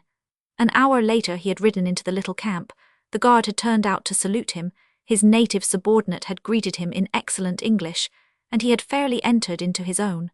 It was not an exhilarating place for a lengthy residence. There was one large, bowl-shaped, grassy depression sloping down to the 3 pits of brown and brackish water. There was the grove of palm trees also, beautiful to look upon, but exasperating in view of the fact that nature has provided her least shady trees on the very spot where shade is needed most. A single widespread acacia did something to restore the balance. Here Hilary Joyce slumbered in the heat, and in the cool he inspected his square-shouldered, spindle-shanked Soudanese, with their cheery black faces and their funny little pork-pie forage caps. Joyce was a martinet at drill, and the blacks loved being drilled, so the Bimbashi was soon popular among them. But one day was exactly like another. The weather, the view, the employment, the food, everything was the same. At the end of 3 weeks he felt that he had been there for interminable years, and then at last there came something to break the monotony. One evening, as the sun was sinking, Hilary Joyce rode slowly down the old caravan road. It had a fascination for him, this narrow track, winding among the boulders and curving up the nullahs, for he remembered how in the map it had gone on, stretching away into the unknown heart of Africa. The countless pads of innumerable camels through many centuries had beaten it smooth, so that now, unused and deserted, it still wound away, the strangest of roads, a foot broad, and perhaps 2,000 miles in length. Joyce wondered as he rode how long it was since any traveller had journeyed up it from the south, and then he raised his eyes, and there was a man coming along the path. For an instant Joyce thought that it might be one of his own men, but a second glance assured him that this could not be so. The stranger was dressed in the flowing robes of an Arab, and not in the close-fitting khaki of a soldier. He was very tall, and a high turban made him seem gigantic. He strode swiftly along with head erect, and the bearing of a man who knows no fear. Who could he be, this formidable giant coming out of the unknown, the precursor possibly of a horde of savage spearmen, and where could he have walked from? The nearest well was a long 100 miles down the track. At any rate the frontier post of Kirka could not afford to receive casual visitors. Hilary Joyce whisked round his horse, galloped into camp, and gave the alarm. Then, with 20 horsemen at his back, he rode out again to reconnoitre. The man was still coming on in spite of these hostile preparations. For an instant he hesitated when first he saw the cavalry, but escape was out of the question, and he advanced with the air of one who makes the best of a bad job. He made no resistance, and said nothing when the hands of 2 troopers clutched at his shoulders, but walked quietly between their horses into camp. Shortly afterwards the patrol came in again. There were no signs of any dervishes. The man was alone. A splendid trotting camel had been found lying dead a little way down the track. The mystery of the stranger's arrival was explained, but why and whence and whither? These were questions for which a zealous officer must find an answer. Hilary Joyce was disappointed that there were no dervishes. It would have been a great start for him in the Egyptian army had he fought a little action on his own account, but even as it was, he had a rare chance of impressing the authorities. He would love to show his capacity to the head of the intelligence, and even more to that grim chief who never forgot what was smart, or forgave what was slack. The prisoner's dress and bearing showed that he was of importance. Mean men do not ride purebred trotting camels. Joyce sponged his head with cold water, drank a cup of strong coffee, put on an imposing official tarbouche instead of his sun helmet, and formed himself into a court of inquiry and judgment under the acacia tree. He would have liked his people to have seen him now with his 2 black orderlies in waiting and his Egyptian native officer at his side. He sat behind a camp table, and the prisoner, strongly guarded, was led up to him. The man was a handsome fellow, with bold grey eyes and a long black beard. "Why," cried Joyce, "the rascal is making faces at me. A curious contraction had passed over the man's features, but so swiftly that it might have been a nervous twitch. He was now a model of oriental gravity. Ask him who he is and what he wants. The native officer did so, but the stranger made no reply, save that the same sharp spasm passed once more over his face. "Well, I'm blessed," cried Hilary Joyce. "Of all the impudent scoundrels, he keeps on winking at me. Who are you, you rascal? Give an account of yourself, 500 ye here." But the tall Arab was as impervious to English as to Arabic. The Egyptian tried again and again. The prisoner looked at Joyce with his inscrutable eyes and occasionally twitched his face at him but never opened his mouth. The Bimbashi scratched his head in bewilderment. "Look here, Muhammad Ali, we've got to get some sense out of this fellow. You say there are no papers on him?" "No, sir, we found no papers. No clue of any kind." "He has come far, sir. A trotting camel does not die easily. He has come from Dongola at least." "Well, we must get him to talk. It is possible that he is deaf and dumb." "Not he, I never saw a man look more old there in my life." "You might send him across to Aswan and give someone else the credit." "No, thank you, this is my bird. But how are we going to get him to find his tongue?" The Egyptian's dark eyes skirted the encampment and rested on the cook's fire. "Perhaps," said he, "if the Bimbashi thought fit." He looked at the prisoner and then at the burning wood. No, it wouldn't do. No, by Jove, that's going too far." "A very little might do it." No, it's all very well here, but it would sound just awful if ever it got as far as Fleet Street." "But I say," he whispered, "we might frighten him a bit. There's no harm in that." "No, sir." "Tell them to undo the man's galabeer. Order them to put a horseshoe in the fire and make it red hot." The prisoner watched the proceedings with an air which had more of amusement than of uneasiness. He never winced as the black sergeant approached with the glowing shoe held upon 2 bayonets. "Will you speak now?" asked the Bimbashi savagely. The prisoner smiled gently and stroked his beard. "Oh, chuck the infernal thing away," cried Joyce, jumping up in a passion. "There's no use trying to bluff the fellow. He knows we won't do it. But I can, and I will flog him, and you can tell him from me that if he hasn't found his tongue by tomorrow morning I'll take the skin off his back as sure as my name's Joyce. Have you said all that?" "Yes, sir." "Well, you can sleep upon it, you beauty, and a good night's rest may it give you." He adjourned the court, and the prisoner, as imperturbable as ever, was led away by the guard to his supper of rice and water. Hilary Joyce was a kind-hearted man, and his own sleep was considerably disturbed by the prospect of the punishment which he must inflict next day. He had hopes that the mere sight of the courbash and the thongs might prevail over his prisoner's obstinacy. And then, again, he thought how shocking it would be if the man proved to be really dumb after all. The possibility shook him so that he had almost determined by daybreak that he would send the stranger on unhurt to Aswan. And yet what a tame conclusion it would be to the incident. He lay upon his angareb still debating it when the question suddenly and effectively settled itself. Ali Mahomet rushed into his tent. "Sir," he cried, "the prisoner is gone." "Gone?" "Yes, sir, and your own best riding camel as well. There is a slit cut in the tent, and he got away unseen in the early morning." The Bimbashi acted with all energy. Cavalry rode along every track. Scouts examined the soft sand of the wadis for signs of the fugitive, but no trace was discovered. The man had utterly disappeared. With a heavy heart, Hilary Joyce wrote an official report of the matter and forwarded it to Aswan. 5 days later there came a curt order from the chief that he should report himself there. He feared the worst from the stern soldier, who spared others as little as he spared himself, and his worst forebodings were realized. Travel-stained and weary, he reported himself one night at the general's quarters. Behind a table piled with papers and strewn with maps, the famous soldier and his chief of intelligence were deep in plans and figures. Their greeting was a cold one. "I understand, Captain Joyce," said the general, "that you have allowed a very important prisoner to slip through your fingers." "I am sorry, sir." "No doubt, but that will not mend matters. Did you ascertain anything about him before you lost him?" "No, sir." "How was that?"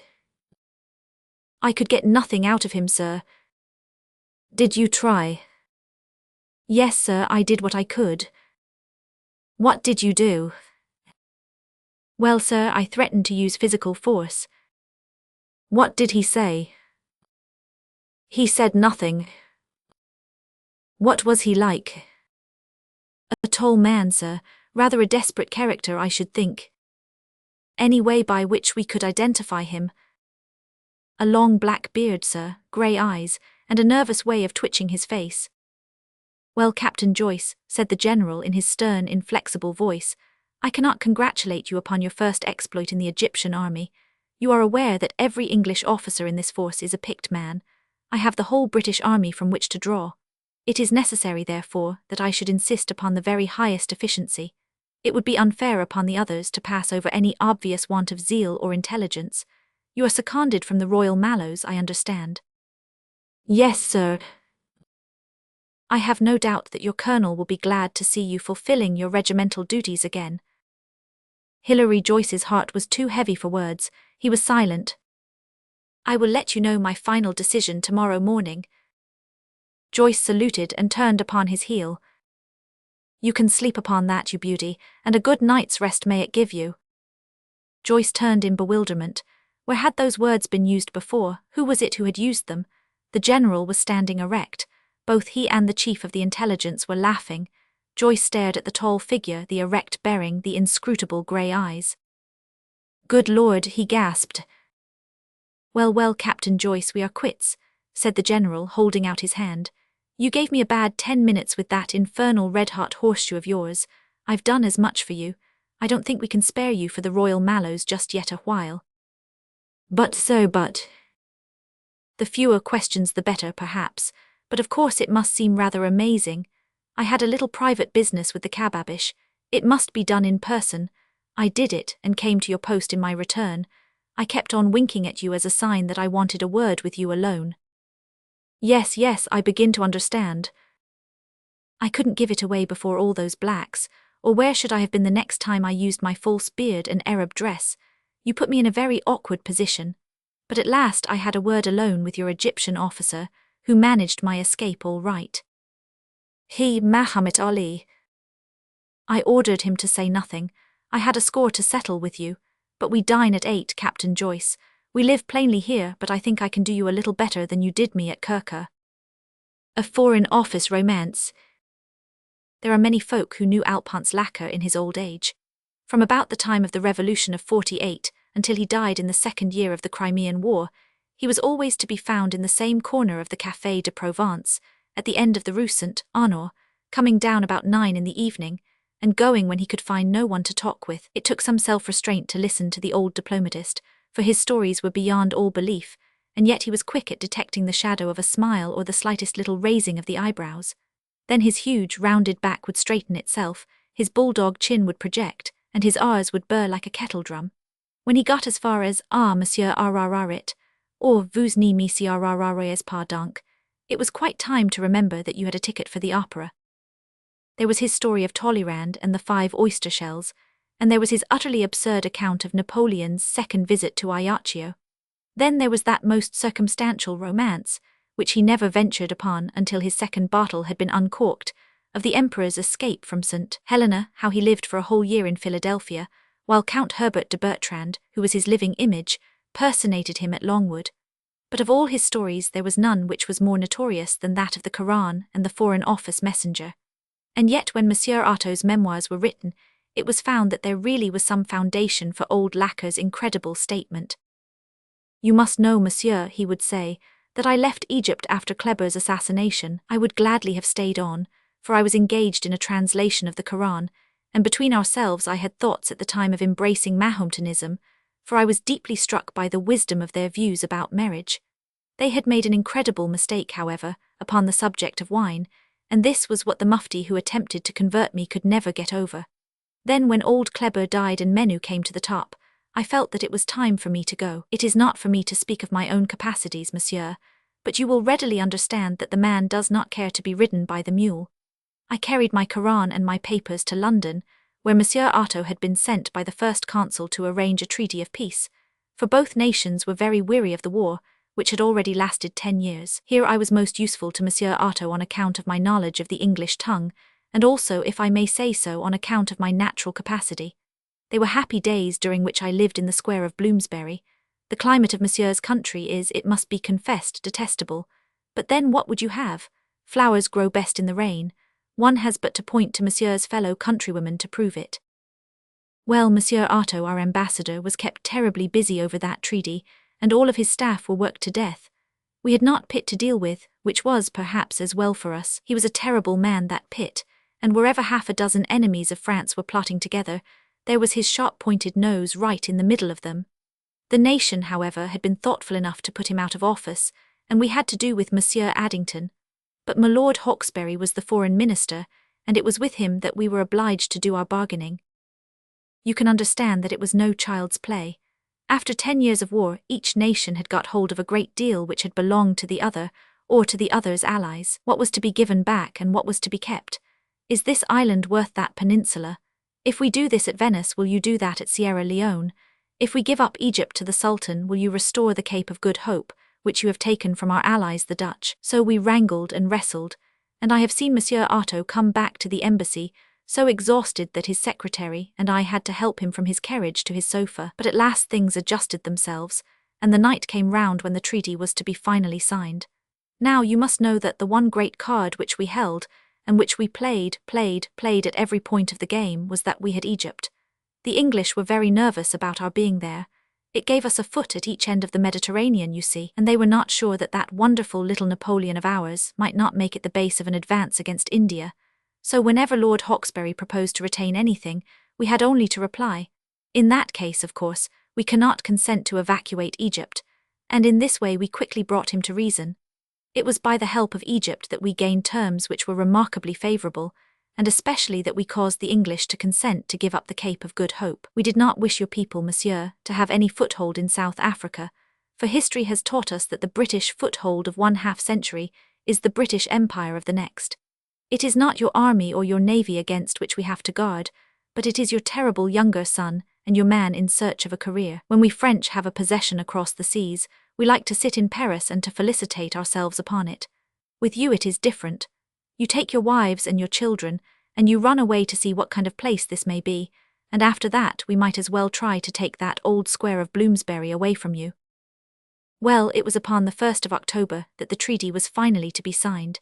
In the morning I was congratulating Monsieur Otto upon the happy conclusion of his labours. He was a little pale shrimp of a man, very quick and nervous, and he was so delighted now at his own success that he could not sit still, but ran about the room chattering and laughing, while I sat on a cushion in the corner, as I had learned to do in the East. Suddenly in came a messenger with a letter which had been forwarded from Paris. Monsieur Otto cast his eye upon it, and then, without a word, his knees gave way and he fell senseless upon the floor.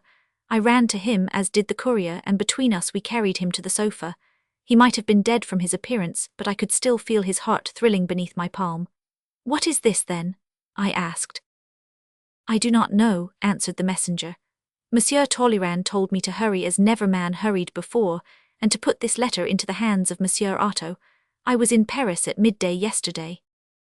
I know that I am to blame, but I could not help glancing at the letter, picking it out of the senseless hand of Monsieur Otto. My God, the thunderbolt that it was! I did not faint, but I sat down beside my chief and I burst into tears. It was but a few words, but they told us that Egypt had been evacuated by our troops a month before. All our treaty was undone then, and the one consideration which had induced our enemies to give us good terms had vanished. In 12 hours it would not have mattered. But now the treaty was not yet signed. We should have to give up the Cape. We should have to let England have Malta. Now that Egypt was gone, we had nothing left to offer in exchange. But we are not so easily beaten, we Frenchmen. You English misjudge us when you think that because we show emotions which you conceal, that we are therefore of a weak and womanly nature. You cannot read your histories and believe that. Monsieur Otto recovered his senses presently, and we took counsel what we should do. "It is useless to go on, Alphonse," said he. "This Englishman will laugh at me when I ask him to sign." "Courage," I cried, and then a sudden thought coming into my head, how do we know that the English will have news of this? Perhaps they may sign the treaty before they know of it. Monsieur Otto sprang from the sofa and flung himself into my arms. "Alphonse," he cried, "you have saved me. Why should they know about it? Our news has come from Toulon to Paris and thence straight to London. Theirs will come by sea through the Straits of Gibraltar. At this moment it is unlikely that anyone in Paris knows of it, save only Talleyrand and the First Consul. If we keep our secret, we may still get our treaty signed." Ah, monsieur, you can imagine the horrible uncertainty in which we spent the day. Never, never shall I forget those slow hours during which we sat together, starting at every distant shout, lest it should be the first sign of the rejoicing which this news would cause in London. Monsieur Otto passed from youth to age in a day. As for me, I find it easier to go out and meet danger than to wait for it. I set forth, therefore, towards evening. I wandered here and wandered there. I was in the fencing rooms of Monsieur Angelo, and in the salon de barques of Monsieur Jackson, and in the Club of Brooks, and in the lobby of the Chamber of Deputies, but nowhere did I hear any news.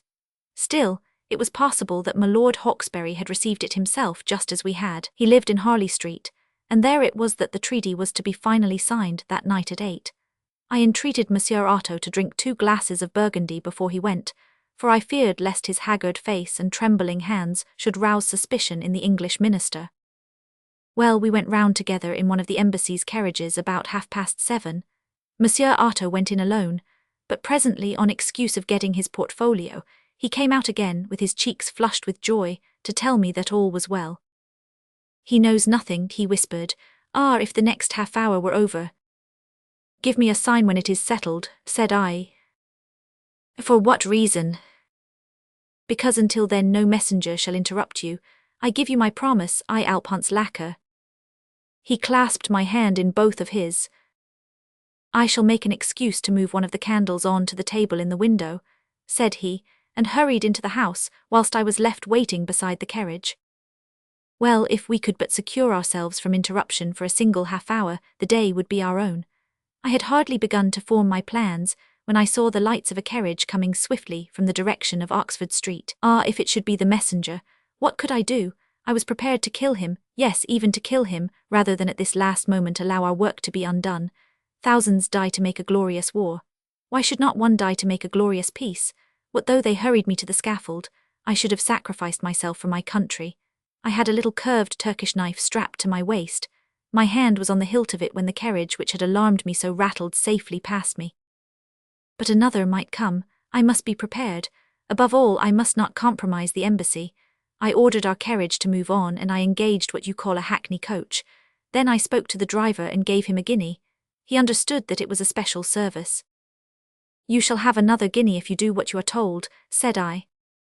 All right, master, said he, turning his slow eyes upon me without a trace of excitement or curiosity.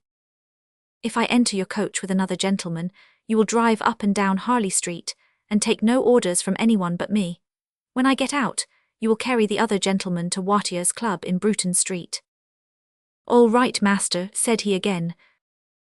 So I stood outside my Lord Hawkesbury's house, and you can think how often my eyes went up to that window in the hope of seeing the candle twinkle in it. 5 minutes passed, and another 5. Oh, how slowly they crept along. It was a true October night, raw and cold, with a white fog crawling over the wet, shining cobblestones and blurring the dim oil lamps. I could not see 50 paces in either direction, but my ears were straining to catch the rattle of hoofs or the rumble of wheels. It is not a cheering place, monsieur, that street of Harley, even upon a sunny day. The houses are solid and very respectable over yonder, but there is nothing of the feminine about them. It is a city to be inhabited by males. But on that raw night, amid the damp and the fog, with the anxiety gnawing at my heart, it seemed the saddest, weariest spot in the whole wide world. I paced up and down, slapping my hands to keep them warm, and still straining my ears. And then suddenly, out of the dull hum of the traffic down in Oxford Street, I heard a sound detach itself, and grow louder and louder, and clearer with every instant, until 2 yellow lights came flashing through the fog, and a light cabriolet whirled up to the door of the foreign minister. It had not stopped before a young fellow sprang out of it and hurried to the steps, while the driver turned his horse and rattled off into the fog once more. Ah, it is in the moment of action that I am best, monsieur. You who only see me when I am drinking my wine in the Café de Provence cannot conceive the heights to which I rise. At that moment, when I knew that the fruits of a 10 years' war were at stake, I was magnificent. It was the last French campaign, and I the general and army in one. Sir, said I, touching him upon the arm, are you the messenger for Lord Hawkesbury? Yes, said he. I have been waiting for you half an hour, said I. You are to follow me at once. He is with the French ambassador. I spoke with such assurance that he never hesitated for an instant.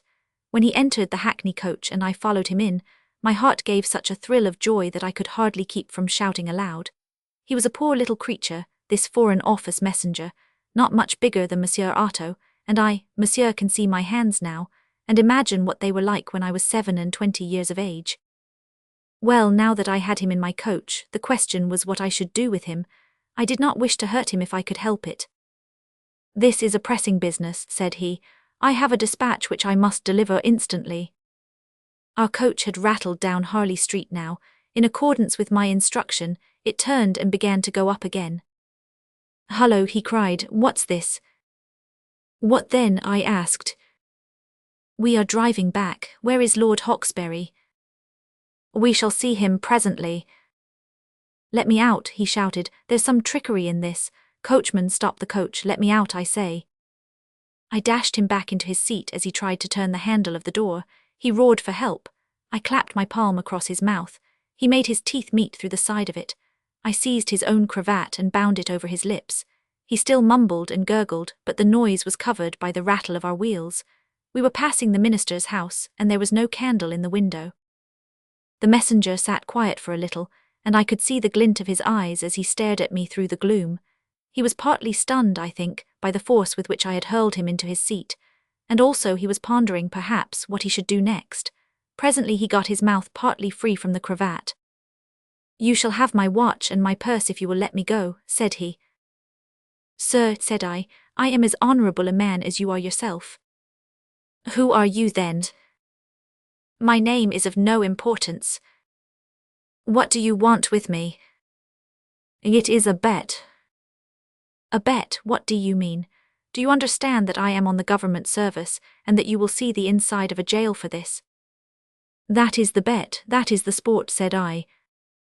"You may find it poor sport before you finish," he cried. "What is this insane bet of yours then?" "I have bet," I answered, "that I will recite a chapter of the Koran to the first gentleman whom I should meet in the street." I do not know what made me think of it, save that my translation was always running in my head. He clutched at the door handle, and again I had to hurl him back into his seat. "How long will it take?" he gasped.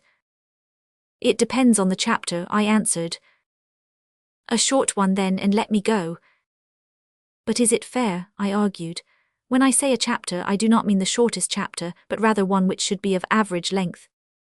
"Help, help, help," he squealed, and I was compelled again to adjust his cravat. "A little patience," said I, "and it will soon be over. I should like to recite the chapter which would be of most interest to yourself. You will confess that I am trying to make things as pleasant as I can for you." He slipped his mouth free again. "Quick then, quick," he groaned. "The chapter of the camel," I suggested. "Yes, yes." "Or that of the fleet stallion." "Yes, yes, only proceed." We had passed the window and there was no candle. I settled down to recite the chapter of the stallion to him. "Perhaps you do not know your Koran very well, monsieur." Well, I knew it by heart then, as I know it by heart now. The style is a little exasperating for anyone who is in a hurry. But then, what would you have? The people in the East are never in a hurry, and it was written for them. I repeated it all with the dignity and solemnity which a sacred book demands, and the young Englishman, he wriggled and groaned. When the horses, standing on 3 feet and placing the tip of their 4th foot upon the ground, were mustered in front of him in the evening, he said, "I have loved the love of earthly good above the remembrance of things on high, and have spent the time in viewing these horses. Bring the horses back to me." And when they were brought back, he began to cut off their legs and... It was at this moment that the young Englishman sprang at me. My God, how little can I remember of the next few minutes. He was a boxer, this shred of a man. He had been trained to strike. I tried to catch him by the hands. Pack, pack, he came upon my nose and upon my eye. I put down my head and thrust at him with it. Pack, he came from below. But I was too much for him. I hurled myself upon him, and he had no place where he could escape from my weight. He fell flat upon the cushions, and I seated myself upon him with such conviction that the wind flew from him as from a burst bellows. Then I searched to see what there was with which I could tie him. I drew the strings from my shoes, and with one I secured his wrists and with another his ankles. Then I tied the cravat round his mouth again, so that he could only lie and glare at me. When I had done all this and had stopped the bleeding of my own nose, I looked out of the coach and monsieur, the very first thing which caught my eyes was that candle, that dear little candle, glimmering in the window of the minister. Alone, with these two hands, I had retrieved the capitulation of an army and the loss of a province. Yes, monsieur, what Abercrombie and 0 men had done upon the beach at Aboukir was undone by me, single-handed in a hackney coach in Harley Street. I had no time to lose, for at any moment Monsieur Otto might be down. I shouted to my driver, gave him his second guinea, and allowed him to proceed to Watier's. For myself, I sprang into our embassy's carriage, and a moment later the door of the minister opened. He had himself escorted Monsieur Otto downstairs, and now so deep was he in talk that he walked out bareheaded as far as the carriage. As he stood there by the open door, there came the rattle of wheels, and a man rushed down the pavement. "A dispatch of great importance for my Lord Hawkesbury," he cried. I could see that it was not my messenger, but a second one. My Lord Hawkesbury caught the paper from his hand, and read it by the light of the carriage lamp. His face, monsieur, was as white as this plate before he had finished. "Monsieur Otto," he cried, "we have signed this treaty upon a false understanding. Egypt is in our hands." "What?" cried Monsieur Otto, "impossible." "It is certain. It fell to Abercrombie last month." "In that case," said Monsieur Otto, "it is very fortunate that the treaty is signed." "Very fortunate for you, sir," cried my Lord Hawkesbury as he turned back to the house. Next day, monsieur, what they call the Bow Street runners were after me, but they could not run across salt water, and Alphonse Lacker was receiving the congratulations of Monsieur Talleyrand and the First Consul before ever his pursuers had got as far as Dover.